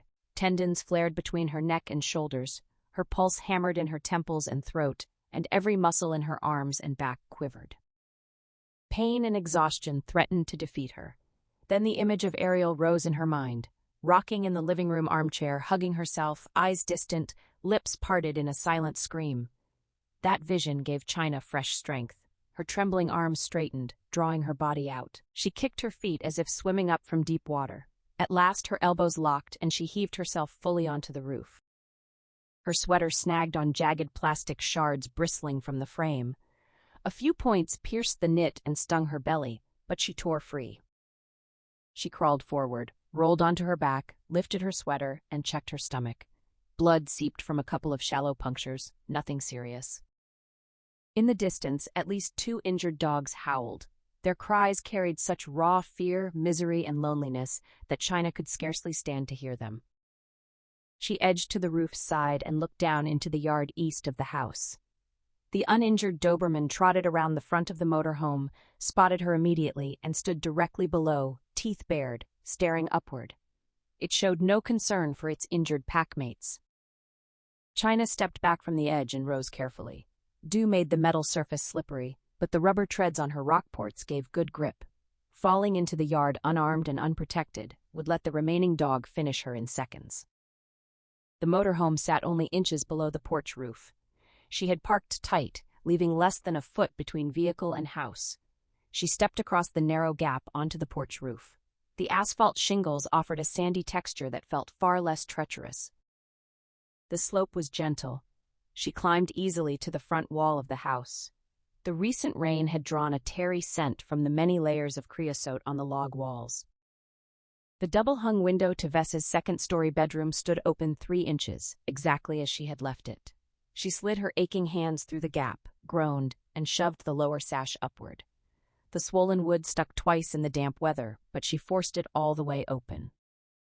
She climbed through into the bedroom where she had left a lamp burning. In the upstairs hallway, she glanced at the open door opposite the bedroom. The dark study lay beyond, and the nagging sense lingered that she had overlooked something important inside it. Something vital about Edgler Vess. But there was no time to investigate further. She hurried downstairs to the living room. Ariel remained huddled in the armchair, still hugging herself and rocking, lost in her private world. The mantel clock showed 4 minutes past 11. China told the girl to stay right there just a minute longer. She moved through the kitchen into the laundry room and found both a broom and a sponge mop. The mop had the longer handle, so she took it. Returning to the living room, she heard the dreaded squeak of claws on glass. At the nearest window, the uninjured Doberman scratched frantically. Its pointed ears stood alert, then flattened when it met China's gaze. It let out the familiar keening whine that raised the hairs on the back of her neck. Turning away from the dog, China started toward Ariel, then froze as her eyes caught movement at the second living room window. Another Doberman stood with forepaws on the sill, staring in. This had to be the first dog she had encountered outside, the same one she had sprayed in the muzzle earlier. It had recovered fast enough to bite her foot while the third dog pinned her down. She had believed she had blinded both the second and third dogs, and that her second spray at this one had also struck its eyes. She had been wrong. At the time, her own visor had been fogged, and she had been frantic, trapped beneath the third dog as it chewed at her throat and licked her chin. All she had registered was the animal's shriek when she fired the spray, and that it had released her foot. The ammonia must have only splashed its muzzle again, just as in their first meeting. The twice-injured Doberman did not scratch the glass. It simply watched her with intense focus, ears erect, missing nothing. Or perhaps it was not the same dog. Perhaps there were 5 or 6. At the first window, the claws continued squeaking. China crouched in front of Ariel and told her they were ready to go. The girl kept rocking. China took one of Ariel's hands. This time the fingers were not locked in a rigid fist. At her gentle urging, the girl rose from the chair. China carried the sponge mop in one hand and led Ariel with the other, crossing the living room past the 2 big front windows. She moved with deliberate slowness and kept her gaze averted from the Dobermans, fearing that any sudden haste or direct eye contact would trigger them to crash through the glass. They stepped through the doorless opening onto the stairs. Behind them, one dog began to bark. The sound unsettled her deeply. Their earlier disciplined silence had been unnerving, but this barking felt far worse. Climbing the stairs and pulling the girl along, China felt ancient, drained of strength, her legs aching for rest. She longed to sit and breathe, yet without steady tension on Ariel's arm, the girl halted and stood murmuring soundlessly to herself. Each riser seemed taller than the last, as if the staircase had grown enchanted and impossible beneath her. As they reached the landing and started up the second flight, glass shattered in the living room below. The crash flooded her with fresh energy. Suddenly she felt young and light, bounding up the remaining stairs like a gazelle. She urged Ariel to hurry and tugged her forward. The girl quickened her steps but still plodded heavily. At the top of the flight, China repeated the urgent call. Vicious barking surged up the stairwell behind them. She entered the upstairs hall, gripping Ariel's hand tightly, the thunder of ascending dogs louder than her own pounding heart. She pulled the girl through the left-hand door into Vess's bedroom and slammed it shut. There was no lock, only the spring latch on the knob. A dog hurled itself against the door. The frame rattled but held. She told herself they were only dogs. No matter how savage, they could not turn a doorknob. She led Ariel to the open window and propped the mop against the wall. The dogs clawed and barked at the door. China took the girl's face in both hands, leaned close, and searched her vacant blue eyes. She needed Ariel's help again, the way she had needed it with the drill and the handcuffs, but far more desperately now. Time was almost gone, and escape lay so close. She explained that they had to cross onto the porch roof. It was not steep. Ariel could manage it if she stayed careful. She instructed her to climb out the window, take 2 short steps to the left, not right because the roof ended there, and then stop and wait for her. She pulled the girl into a fierce hug, loving her as fiercely as she would have loved a sister or the mother she had never been able to love, grateful for everything Ariel had endured and survived. She promised she would be Ariel's guardian now. Edgler Vess would never touch her again. She would get them both out of this place and away from him forever. But Ariel had to listen, to help, to be careful. When she released her and looked into her eyes again, Ariel remained lost elsewhere. No flicker of awareness showed, unlike the brief moment in the cellar after the drill. The barking had stopped. In its place came a new metallic rattling from the knob. One of the dogs was pawing at it. Through the half-inch gap between door and jamb, she saw the brass latch tongue gleaming. If it sat shallowly, the dog's fumbling might spring it open by sheer chance. She told Ariel to wait, then crossed the room and dragged the heavy dresser halfway in front of the door. The dog sensed her movement and erupted again, barking with fresh fury while the knob rattled harder. No chair could be wedged beneath the knob, and the nightstand was too small. The dresser would have to do. When she turned back, Ariel was gone. Panic flared. She rushed to the window and looked out. There the girl stood on the porch roof, exactly 2 steps to the left as instructed, back pressed to the log wall, hair silvered by moonlight, staring upward at the sky, still far away in whatever distant place she inhabited. China pushed the mop onto the roof and climbed out after it while the dogs raged inside the house behind her. In the distance, the blinded dogs had fallen silent. She reached for Ariel. The girl's hand was no longer rigid but limp and cold. She praised her for following the instructions perfectly, but reminded her to always wait. She picked up the mop and guided Ariel to the edge of the porch roof. The gap to the motorhome was less than a foot wide, yet dangerous for someone in Ariel's state. She told her they would step across together. Ariel kept gazing skyward, her eyes filmed with moonlight until they looked milky and dead. The sight chilled China like an omen. She released the girl's hand and gently tilted her head downward until she could see the narrow gap. She explained again. They would cross together, hand in hand. The gap was small, no jump needed, but stepping into it would mean a fall to the ground where the dogs waited, or at least serious injury. China stepped across first. Ariel did not follow. Still holding her slack hand, China tugged gently and urged her to come on. They would turn Vess over to the police, and he would never hurt anyone again.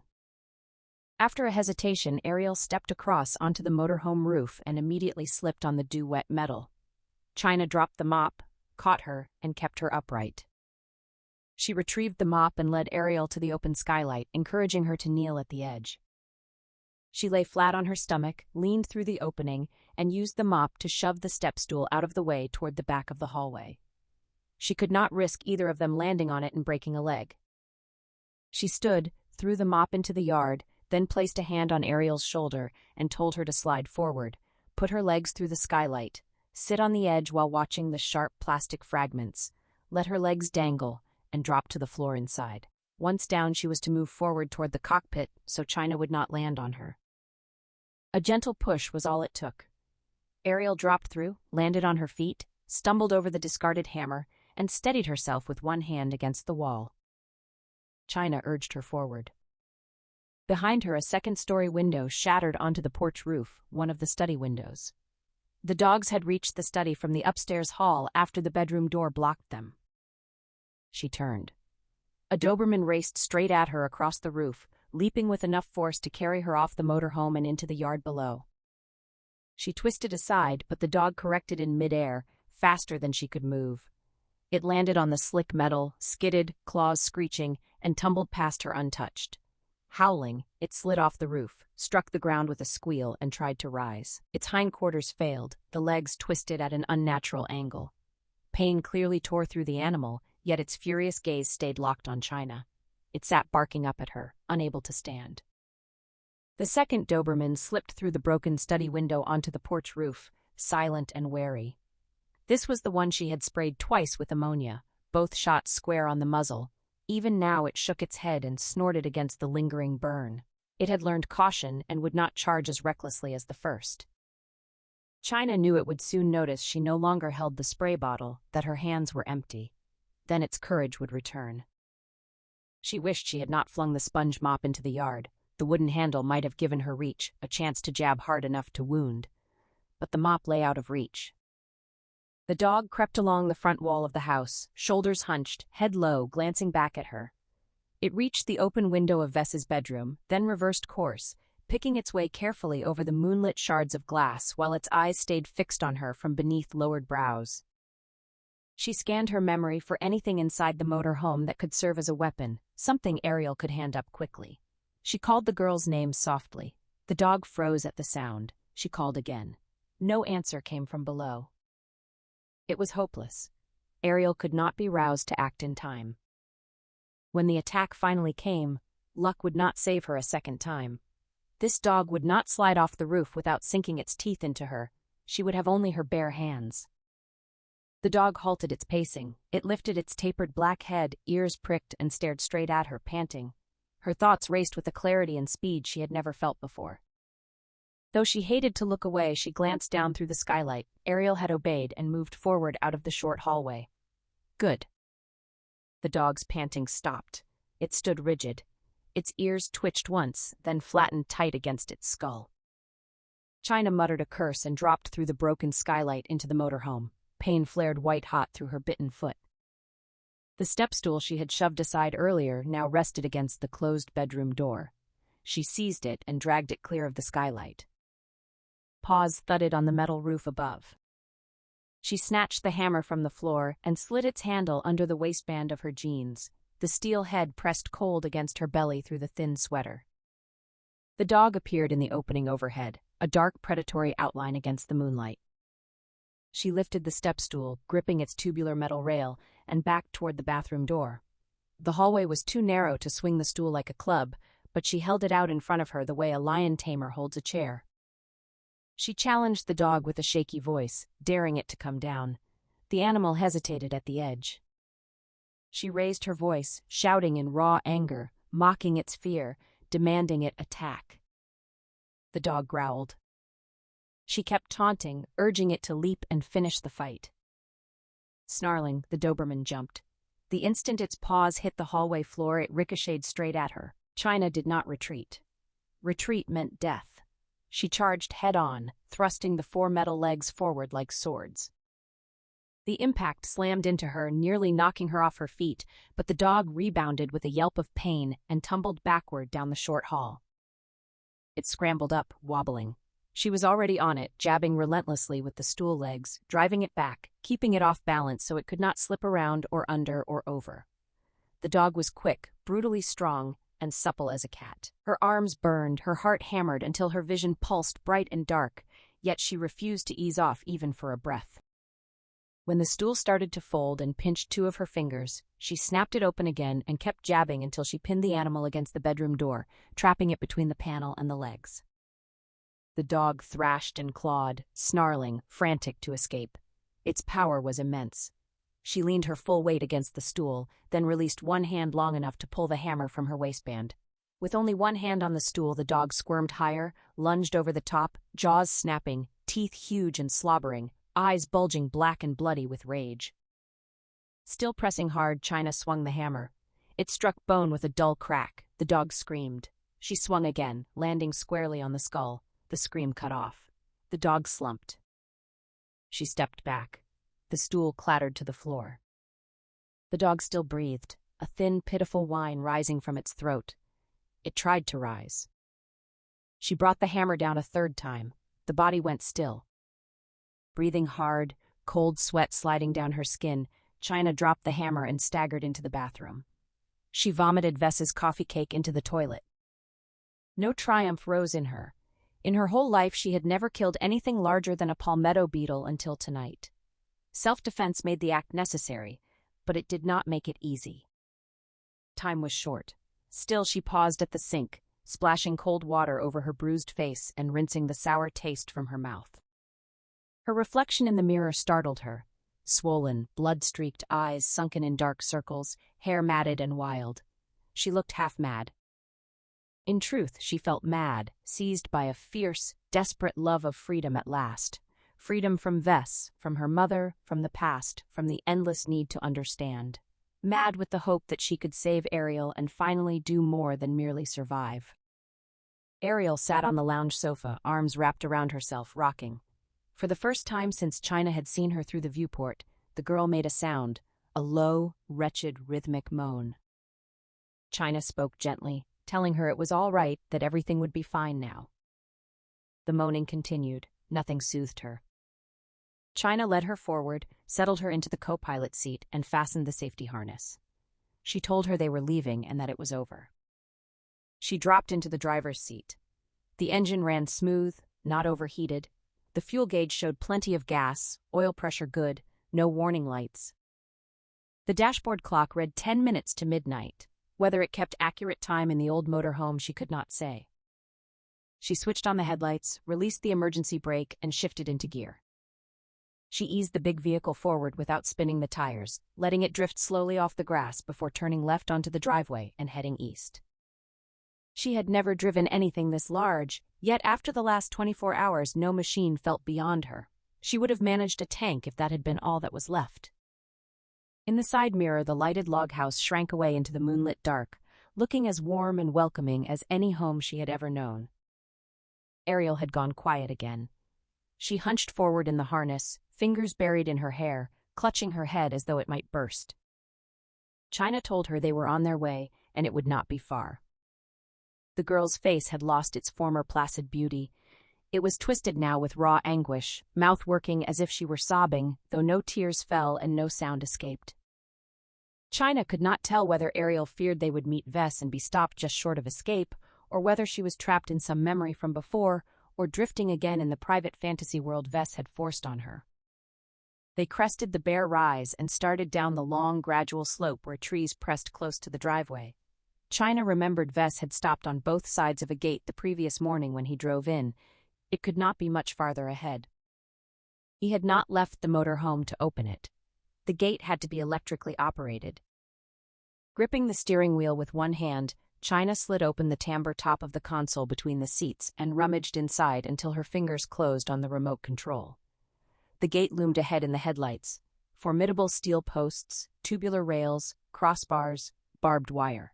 She hoped she would not have to ram it. Even the heavy motorhome might fail against such strength. She aimed the remote at the windshield and pressed the button. The gate began swinging inward.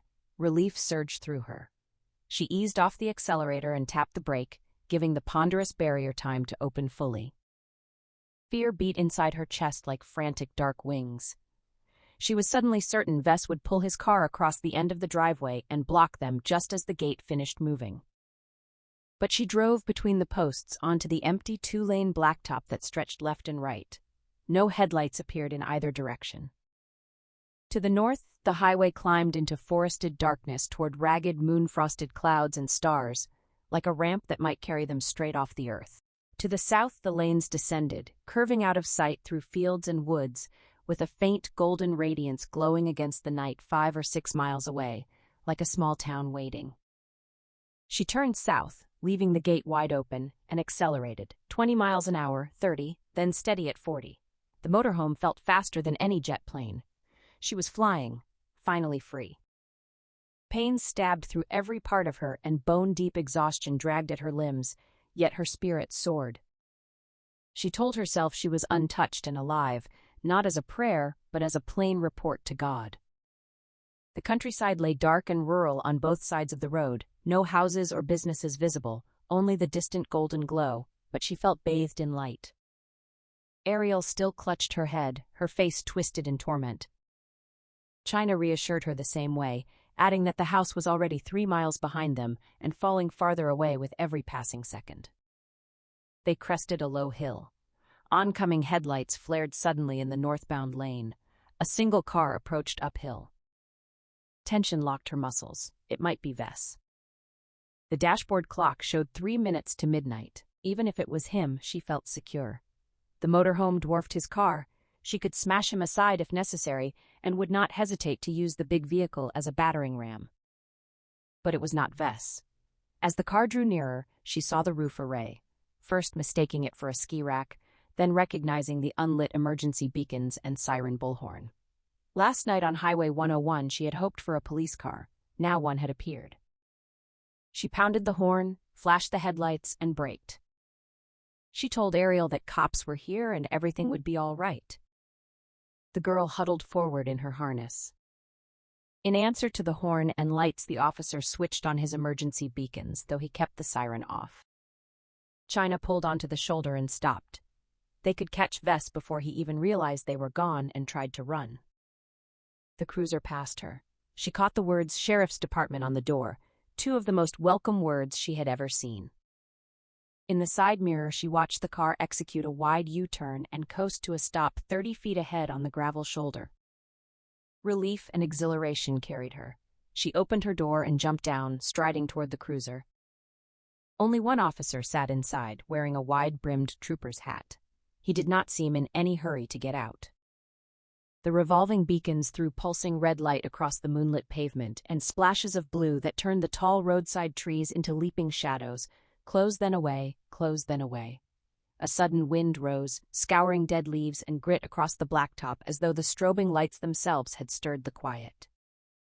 Halfway to the cruiser, memory of the files in Vess's study and the handcuffs struck her in an entirely new way. She stopped cold.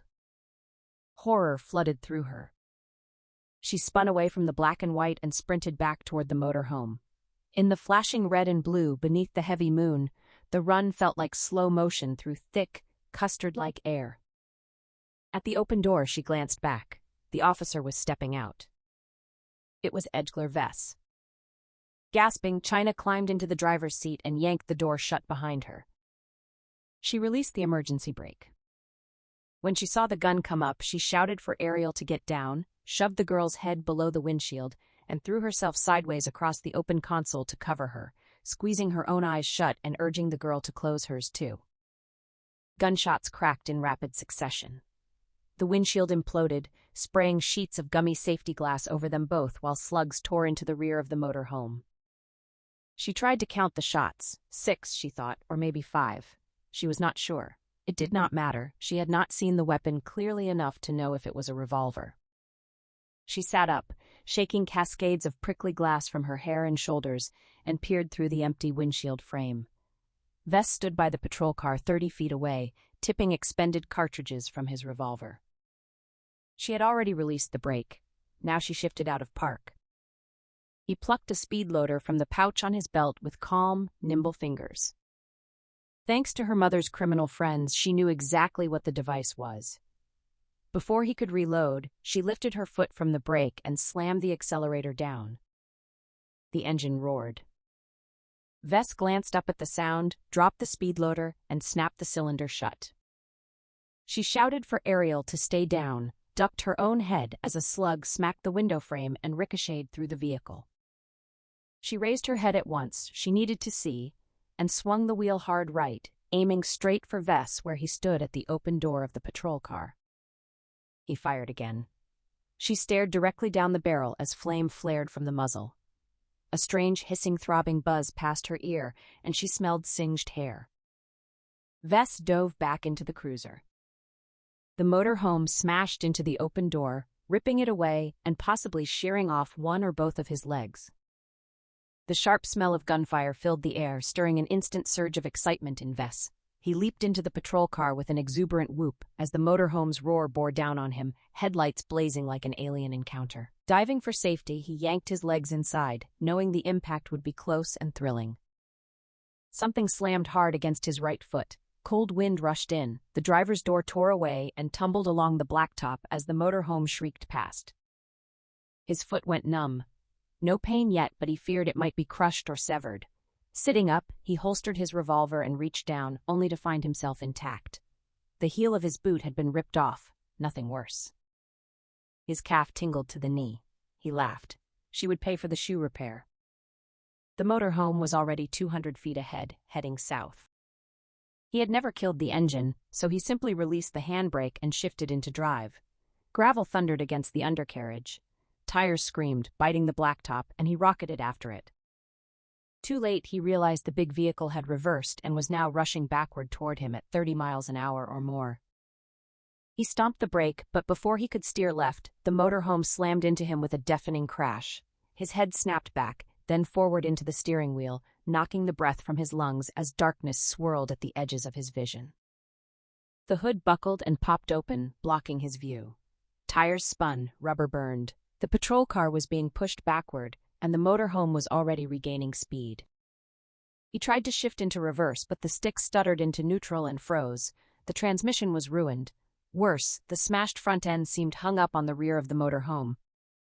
She would push him off the highway.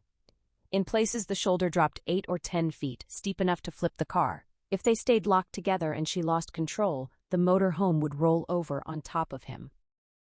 He smelled gasoline. This was a bad place to be.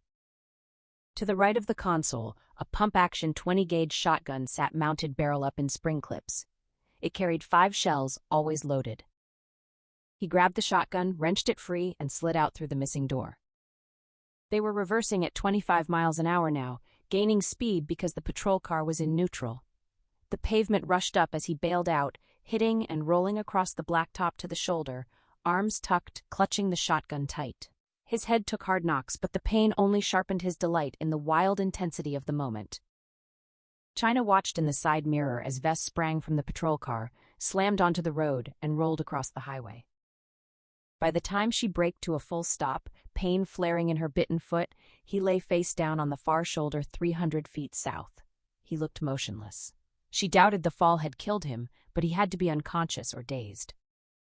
She could not bring herself to run him over while he lay helpless, yet she refused to wait and give him any advantage. She buckled her shoulder and lap belt. Shifting into drive, she started forward, only then noticing the sharp sting along the right side of her scalp. Touching it revealed a shallow furrow of blood where a grazing bullet had burned a 3-inch groove. Any closer and it would have taken off part of her skull. That explained the brief smell of singed hair. Ariel sat up, covered in a glittering veil of gummy safety glass, staring blankly toward Vess. Blood streaked the girl's hands, but the cuts were tiny nicks from the prickly glass, nothing serious. When China looked again, Vess was already on his hands and knees 200 feet away, a shotgun beside him. She floored the accelerator. A hard clunk sounded at the rear. The motorhome shook. Another clunk, then a scraping clatter jangle as they gained speed. In the mirror, she saw showers of sparks where ragged steel scraped the blacktop. The wrecked patrol car was still attached, dragging behind her. Vess rose, ear torn and bleeding, savoring the metallic taste and the raw thrill. Bones intact, he swallowed back sour vomit and picked up the shotgun. It seemed undamaged. The motorhome angled toward him across the lanes, closing fast like a juggernaut. Instead of fleeing into the woods, he sprinted in a looping path that would bring him alongside as it passed. He limped from the missing boot heel, but he remained more agile than the lumbering vehicle. China saw she could not run him down and spotted the shotgun. She yanked the wheel right, choosing escape over vengeance. Vess had no plan to shoot through the shattered windshield or side window. He was beginning to feel spooked by her resilience and doubted he could stop her that way. It was easier to fire from the hip, low. He pumped 3 rapid rounds. The recoil nearly knocked him off his feet, but he shredded the front driver's side tire. Rubber snakes flew into the air. The motorhome began to slide. As it streaked past, he fired his last 2 rounds into the rear driver's side tire. Now China Shepherd had serious trouble. The steering wheel whipped back and forth in her hands, burning her palms as she fought to hold it steady. She tapped the brakes. The vehicle yawed sharply left. Letting off made it yaw even more wildly right. The dragging patrol car stuttered against the rear bumper. The motorhome shuddered and swayed violently side to side. She knew they were going to tip. Half drunk on the smell of his own blood and the sexual tang of shotgun smoke, Vess tossed the empty 20 gauge aside. With shining eyes, he watched the old motor home lift off its right side tires and tilt onto its left rims. Shredded rubber littered the lanes. Steel rims gouged the blacktop with a grinding scream. The vehicle crashed onto its side with a flat boom that echoed between the trees. The patrol car, still hooked to the rear, was dragged over, flipped onto its roof, spun fully around, and came to rest in the northbound lane. The motorhome slid on 300 feet farther before slowing to a stop. Everything was ruined. The mess on the highway, his careful plans for Ariel, the bodies in the bedroom. Yet Vess had never felt more alive, every sense heightened, giddy with the ferocious thrill of the moment. He wanted to caper under the moon like a child, spinning until the stars whirled. Still, there were 2 deaths to arrange and a lovely face to disfigure. That would be fun too. He reached for the revolver in his holster. It was gone. It must have fallen out during the tumble. He scanned the ground for it. China felt no shock at still being alive when the motorhome finally slid to a stop. She instantly freed herself from the harness, then reached to release Ariel's. The vehicle lay half-capsized on the blacktop, its starboard side now the ceiling. Gasoline fumes hung thick in the air, making every breath a struggle. She pushed up from her seat, turned, and perched on the dashboard with her back to the windshield and her feet on the console, leaning against the steering wheel for support. She looked up at Ariel clinging to the door handle overhead to keep from falling onto her. China extended a hand, urging the girl to move quickly through the windshield and out to safety. When Ariel only stared blankly out the side window at the night sky, refusing to meet her eyes, China gripped her shoulder and pulled firmly. She kept coaxing her, warning how foolish it would be to die now after surviving this far, wondering if even the dolls would laugh at such pointless surrender. Sheriff Edgeler Vess approached past the overturned motorhome, battered and bleeding yet moving with surprising energy across the reeking pavement. He glanced briefly at the broken skylight but continued straight to the front of the vehicle. There he spotted China and Ariel emerging through the shattered windshield, their backs to him as they hobbled westward toward a distant grove of pines, the woman guiding the girl with a hand at her back. Vess came up fast behind them, gripping the 20-gauge shotgun by the barrel. China heard the wet squish of his uneven boot on the gasoline-soaked blacktop, but had no time to turn fully. He swung the weapon like a club with all his strength, smashing the stock across her shoulder blades. The blow drove the air from her lungs and dropped her hard onto the pavement, leaving her stunned and motionless, face down. Ariel continued tottering forward a few steps as if unaware of the attack, her movements mechanical and distant. China rolled onto her back, staring up at Vess with raw, white-hot rage burning through the pain and fumes. He stood over her and declared that God feared him. She wheezed back a sharp, defiant curse.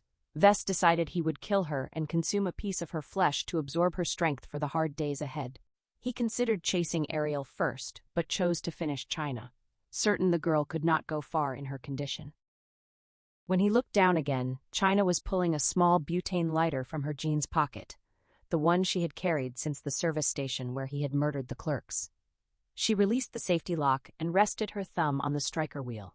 Fear gripped her as she lay soaked in gasoline, her clothes and hair drenched, the fumes choking her lungs. She knew the flame could ignite her instantly, yet she trusted there was justice and meaning in the world. Without it, she would be no different from Vess himself. She thumbed the wheel. A clean flame appeared. She pressed the lighter against his boot and released it. The flame caught the gasoline-soaked leather at once. China rolled away desperately, arms tight to her chest, spinning across the blacktop as fire erupted behind her with a roaring whoosh and searing heat. Blue flames raced across the wet pavement, but she cleared the soaked area, scrambling to her feet on dry highway and backing away from the blaze and the burning figure. Vess screamed, stamping wildly as flames engulfed his boots and climbed in sheets around him. His hair caught fire. China looked away. Ariel stood safely beyond the gasoline, oblivious, gazing up at the stars. China hurried to the girl and led her another 20 feet down the highway for safety. Vess's screams grew louder and more terrible. When she glanced back, he was coming after them, a staggering pillar of fire, completely engulfed, arms outstretched with blue-white flames licking from his fingertips. Fire whirled from his mouth and nostrils, his face hidden behind an orange mask of flames, yet he pressed forward blindly through the bubbling, melting blacktop. She pushed Ariel behind her, but Vess suddenly veered away. He had not seen them. The fire had seared him blind. He was chasing only Mercy. In the center of the highway, he collapsed across the yellow lines, jerking and twitching violently. Gradually, he curled onto his side, knees drawn to his chest, blackened hands tucked under his chin as his head drooped forward. The screaming stopped. He lay silent in the flames. On some level, Vess recognized the fading scream as his own, yet the agony unleashed delirious thoughts. He imagined the cry came instead from the unborn twin of the murdered clerk, whose image remained as a pink birthmark on the brother's forehead. In the end, terror filled him amid the strangeness of the consuming fire, and then he was no longer a man, only enduring darkness. China pulled Ariel farther back from the fire until her legs gave out. She dropped onto the highway, shaking violently, pain surging through her body, sick with overwhelming relief. Tears came then, deep sobbing tears she had never allowed under beds or in barn lofts or on scorched beaches, the tears of an 8-year-old girl finally set free. Headlights appeared in the distance. China watched them approach while Ariel mutely studied the moon beside her. Later, from her hospital bed, China provided detailed statements to the police but refused every request from reporters. In return, the officers shared what they knew about Edgeler Vess and the full scope of his crimes, though none of it explained the man. 2 facts stayed with her. First, Laura's father, Paul Templeton, had been stopped for speeding in Oregon weeks before the attack on his family. The young sheriff who wrote the ticket was Vess himself. It was likely then that photographs had slipped from Paul's wallet while he searched for his license, allowing Vess to see Laura's face. Second, Ariel's full name was Ariel Beth Delane. Until a year earlier, she had lived with her parents and 9-year-old brother in a quiet Sacramento suburb. Her mother and father had been shot in their beds. The boy had been tortured to death with tools from his mother's doll-making kit, and there was reason to believe Ariel had been forced to watch before Vess took her. Besides the police, China saw many doctors. They treated her physical injuries and repeatedly urged her to speak with a psychiatrist. The most insistent was Dr. Kevin Loveglin, a pleasant, boyish man of 50 who laughed musically and tugged nervously at his right earlobe until it turned red. She told him she needed no therapy because life itself was therapy. He pressed her about her past relationship with her mother and wanted her to learn to cope with grief, but she insisted she wanted only to feel it fully. When he spoke of post-traumatic stress, she answered with hope. When he spoke of self-fulfillment, she spoke of responsibility. When he spoke of building self-esteem, she spoke of faith and trust. Eventually, he realized he could offer nothing to someone speaking so different a language. China slept soundly every night despite the doctors' and nurses' fears that exhaustion and trauma would keep her awake. They braced for nightmares, but she dreamed only of a towering cathedral forest where she walked without fear, never alone and always safe. On April 11th, 12 days after admission, she walked out the hospital doors to find more than 100 reporters from newspapers, radio, and television crowding the sidewalk, including crews from the tabloid shows that had rushed her Federal Express contracts offering large sums for her story. She moved through them politely, answering none of the shouted questions. As she reached the waiting taxi, one thrust a microphone close and asked what it felt like to be such a famous hero. She stopped, turned, and told him she was no hero, only another person passing through life, wondering why it had to be so hard and hoping she would never have to hurt anyone again. Those close enough to hear fell quiet while the rest kept shouting. She climbed into the taxi and left them behind. The Delane family had carried heavy mortgages and maxed out credit cards before Vess ended their debts, leaving no estate for Ariel. Her paternal grandparents were alive but frail and without the means to help.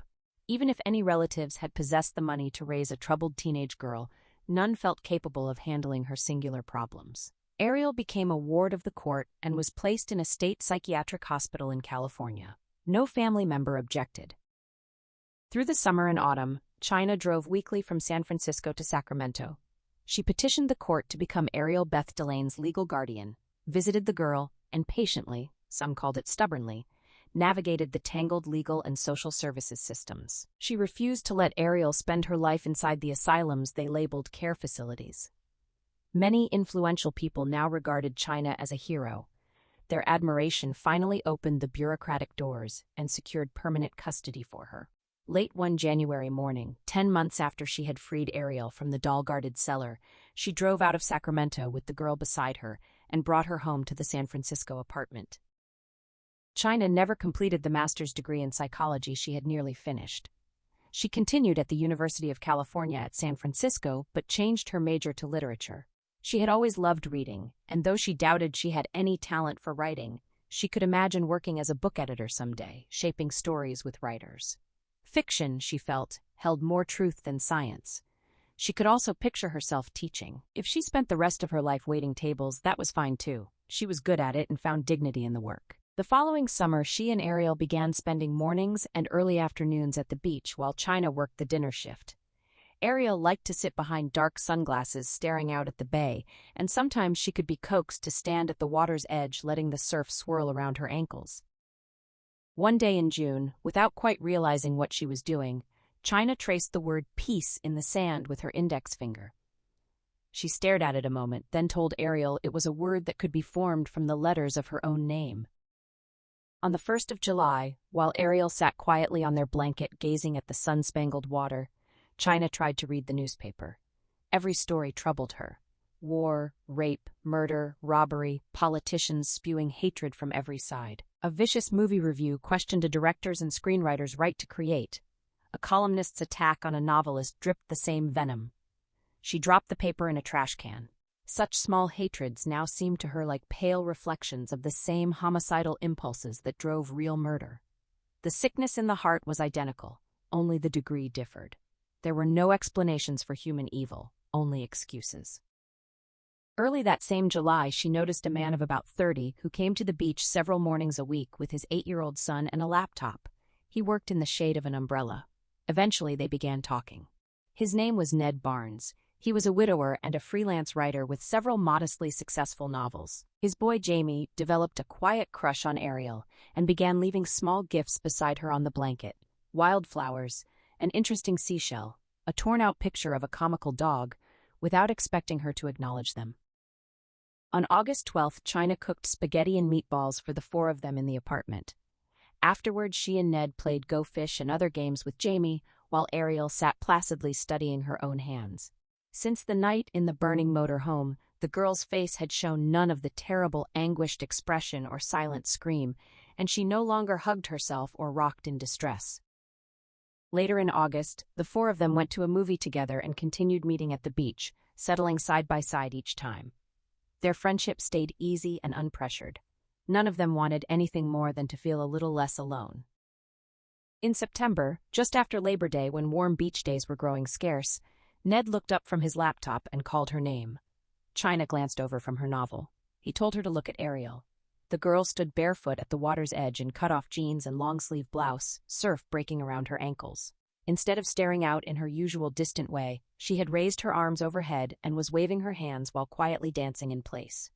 Ned said softly that Ariel loved the bay, loved life. Emotion tightened China's throat. She could only hope it was true. The girl danced only a short while, then returned to the blanket with the same faraway gaze. By December of that year, more than 20 months after fleeing Edgler-Vess's house, Ariel had turned 18, a lovely young woman. Yet in her sleep she still called out for her mother, her father, and her brother, her voice young, frail, and lost, the only time she ever spoke.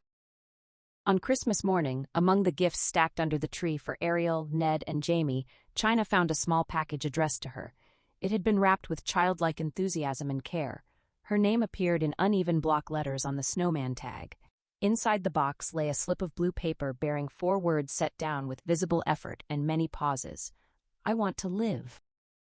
Heart-pounding, China took both of Ariel's hands. For a long moment she could not speak. When words finally came, she told the girl it was the best gift she had ever received, the only one she truly wanted, for her to try.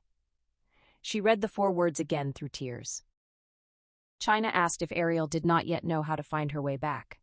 The girl remained very still, then blinked. Her hands tightened on China's. China assured her there was a way, there was always hope, and they would find it together if Ariel could believe. She promised to tell her a story about a redwood forest and what she had seen there one night, and again later when she most needed to see it. Something that meant the world to her, even if she did not fully understand it. Over the next few years, the road back from the wild wood proved difficult for Ariel. There were long stretches of despair when she seemed to make no progress or even slipped backward. Eventually a day came when they drove with Ned and Jamie to that redwood grove. They walked among the ferns and rhododendrons in the solemn shade beneath the massive trees. Ariel asked to be shown the exact place. China took her hand and led her there, saying simply, "Here." In that moment, China remembered how terrified she had been that night, risking everything for a girl she had never seen. She had been far less afraid of Vess than of the reckless caring that had suddenly awakened inside her. Now she understood it was nothing to fear. It was the very purpose for which they existed. Thank you for staying with the story until the very end, allowing its unrelenting tension to unfold with patience and curiosity. Dean Koontz drew the chilling core of intensity from the real-life case of serial killer Edmund Kemper. The intelligent, articulate predator who murdered his grandparents as a teenager was released after psychiatric evaluation and went on to kill again. Koontz crafted Edgar Foreman Vess as a deliberate counter to Freudian excuses for evil, portraying it instead as a conscious, exhilarating choice, a homicidal adventurer who lives only for raw sensation and intensity in every moment. Written in the mid-1990s, the novel emerged during a cultural fascination with the psychology of monsters, yet Koontz pushed against easy explanations, exploring instead the power of ordinary courage and reckless caring in the face of pure sociopathy. He approached the book as an experiment in pure momentum, rejecting the traditional thriller rhythm of peaks and valleys in favor of sustained, breathless intensity. Koontz famously wrote without an outline, polishing each page dozens of times before moving forward, letting the characters drive the story organically. The result is a lean, two-character duel that alternates between hunter and hunted, forcing you to confront what heroism truly costs. The 1997 Fox miniseries adaptation, directed by Yves Simoneau, brought this nightmare to television with surprising fidelity. It captured the novel's psychological brutality and breakneck pace, starring a fiercely committed Molly Parker as China Shepherd and a disturbingly charismatic John C. McGinley as Vess. While some streamlining occurred for broadcast constraints, toning down the most graphic implications to navigate network standards, the core cat-and-mouse terror and China's transformation remained intact. Production faced the challenge of sustaining dread across nearly 3 hours without crossing into excessive violence. Simoneau walked a thin line, relying on tension and suggestion rather than gore. Simoneau, known for his atmospheric thrillers and later works like The 4400 and Bury My Heart at Wounded Knee, brought a visual restraint that amplified the story's unease.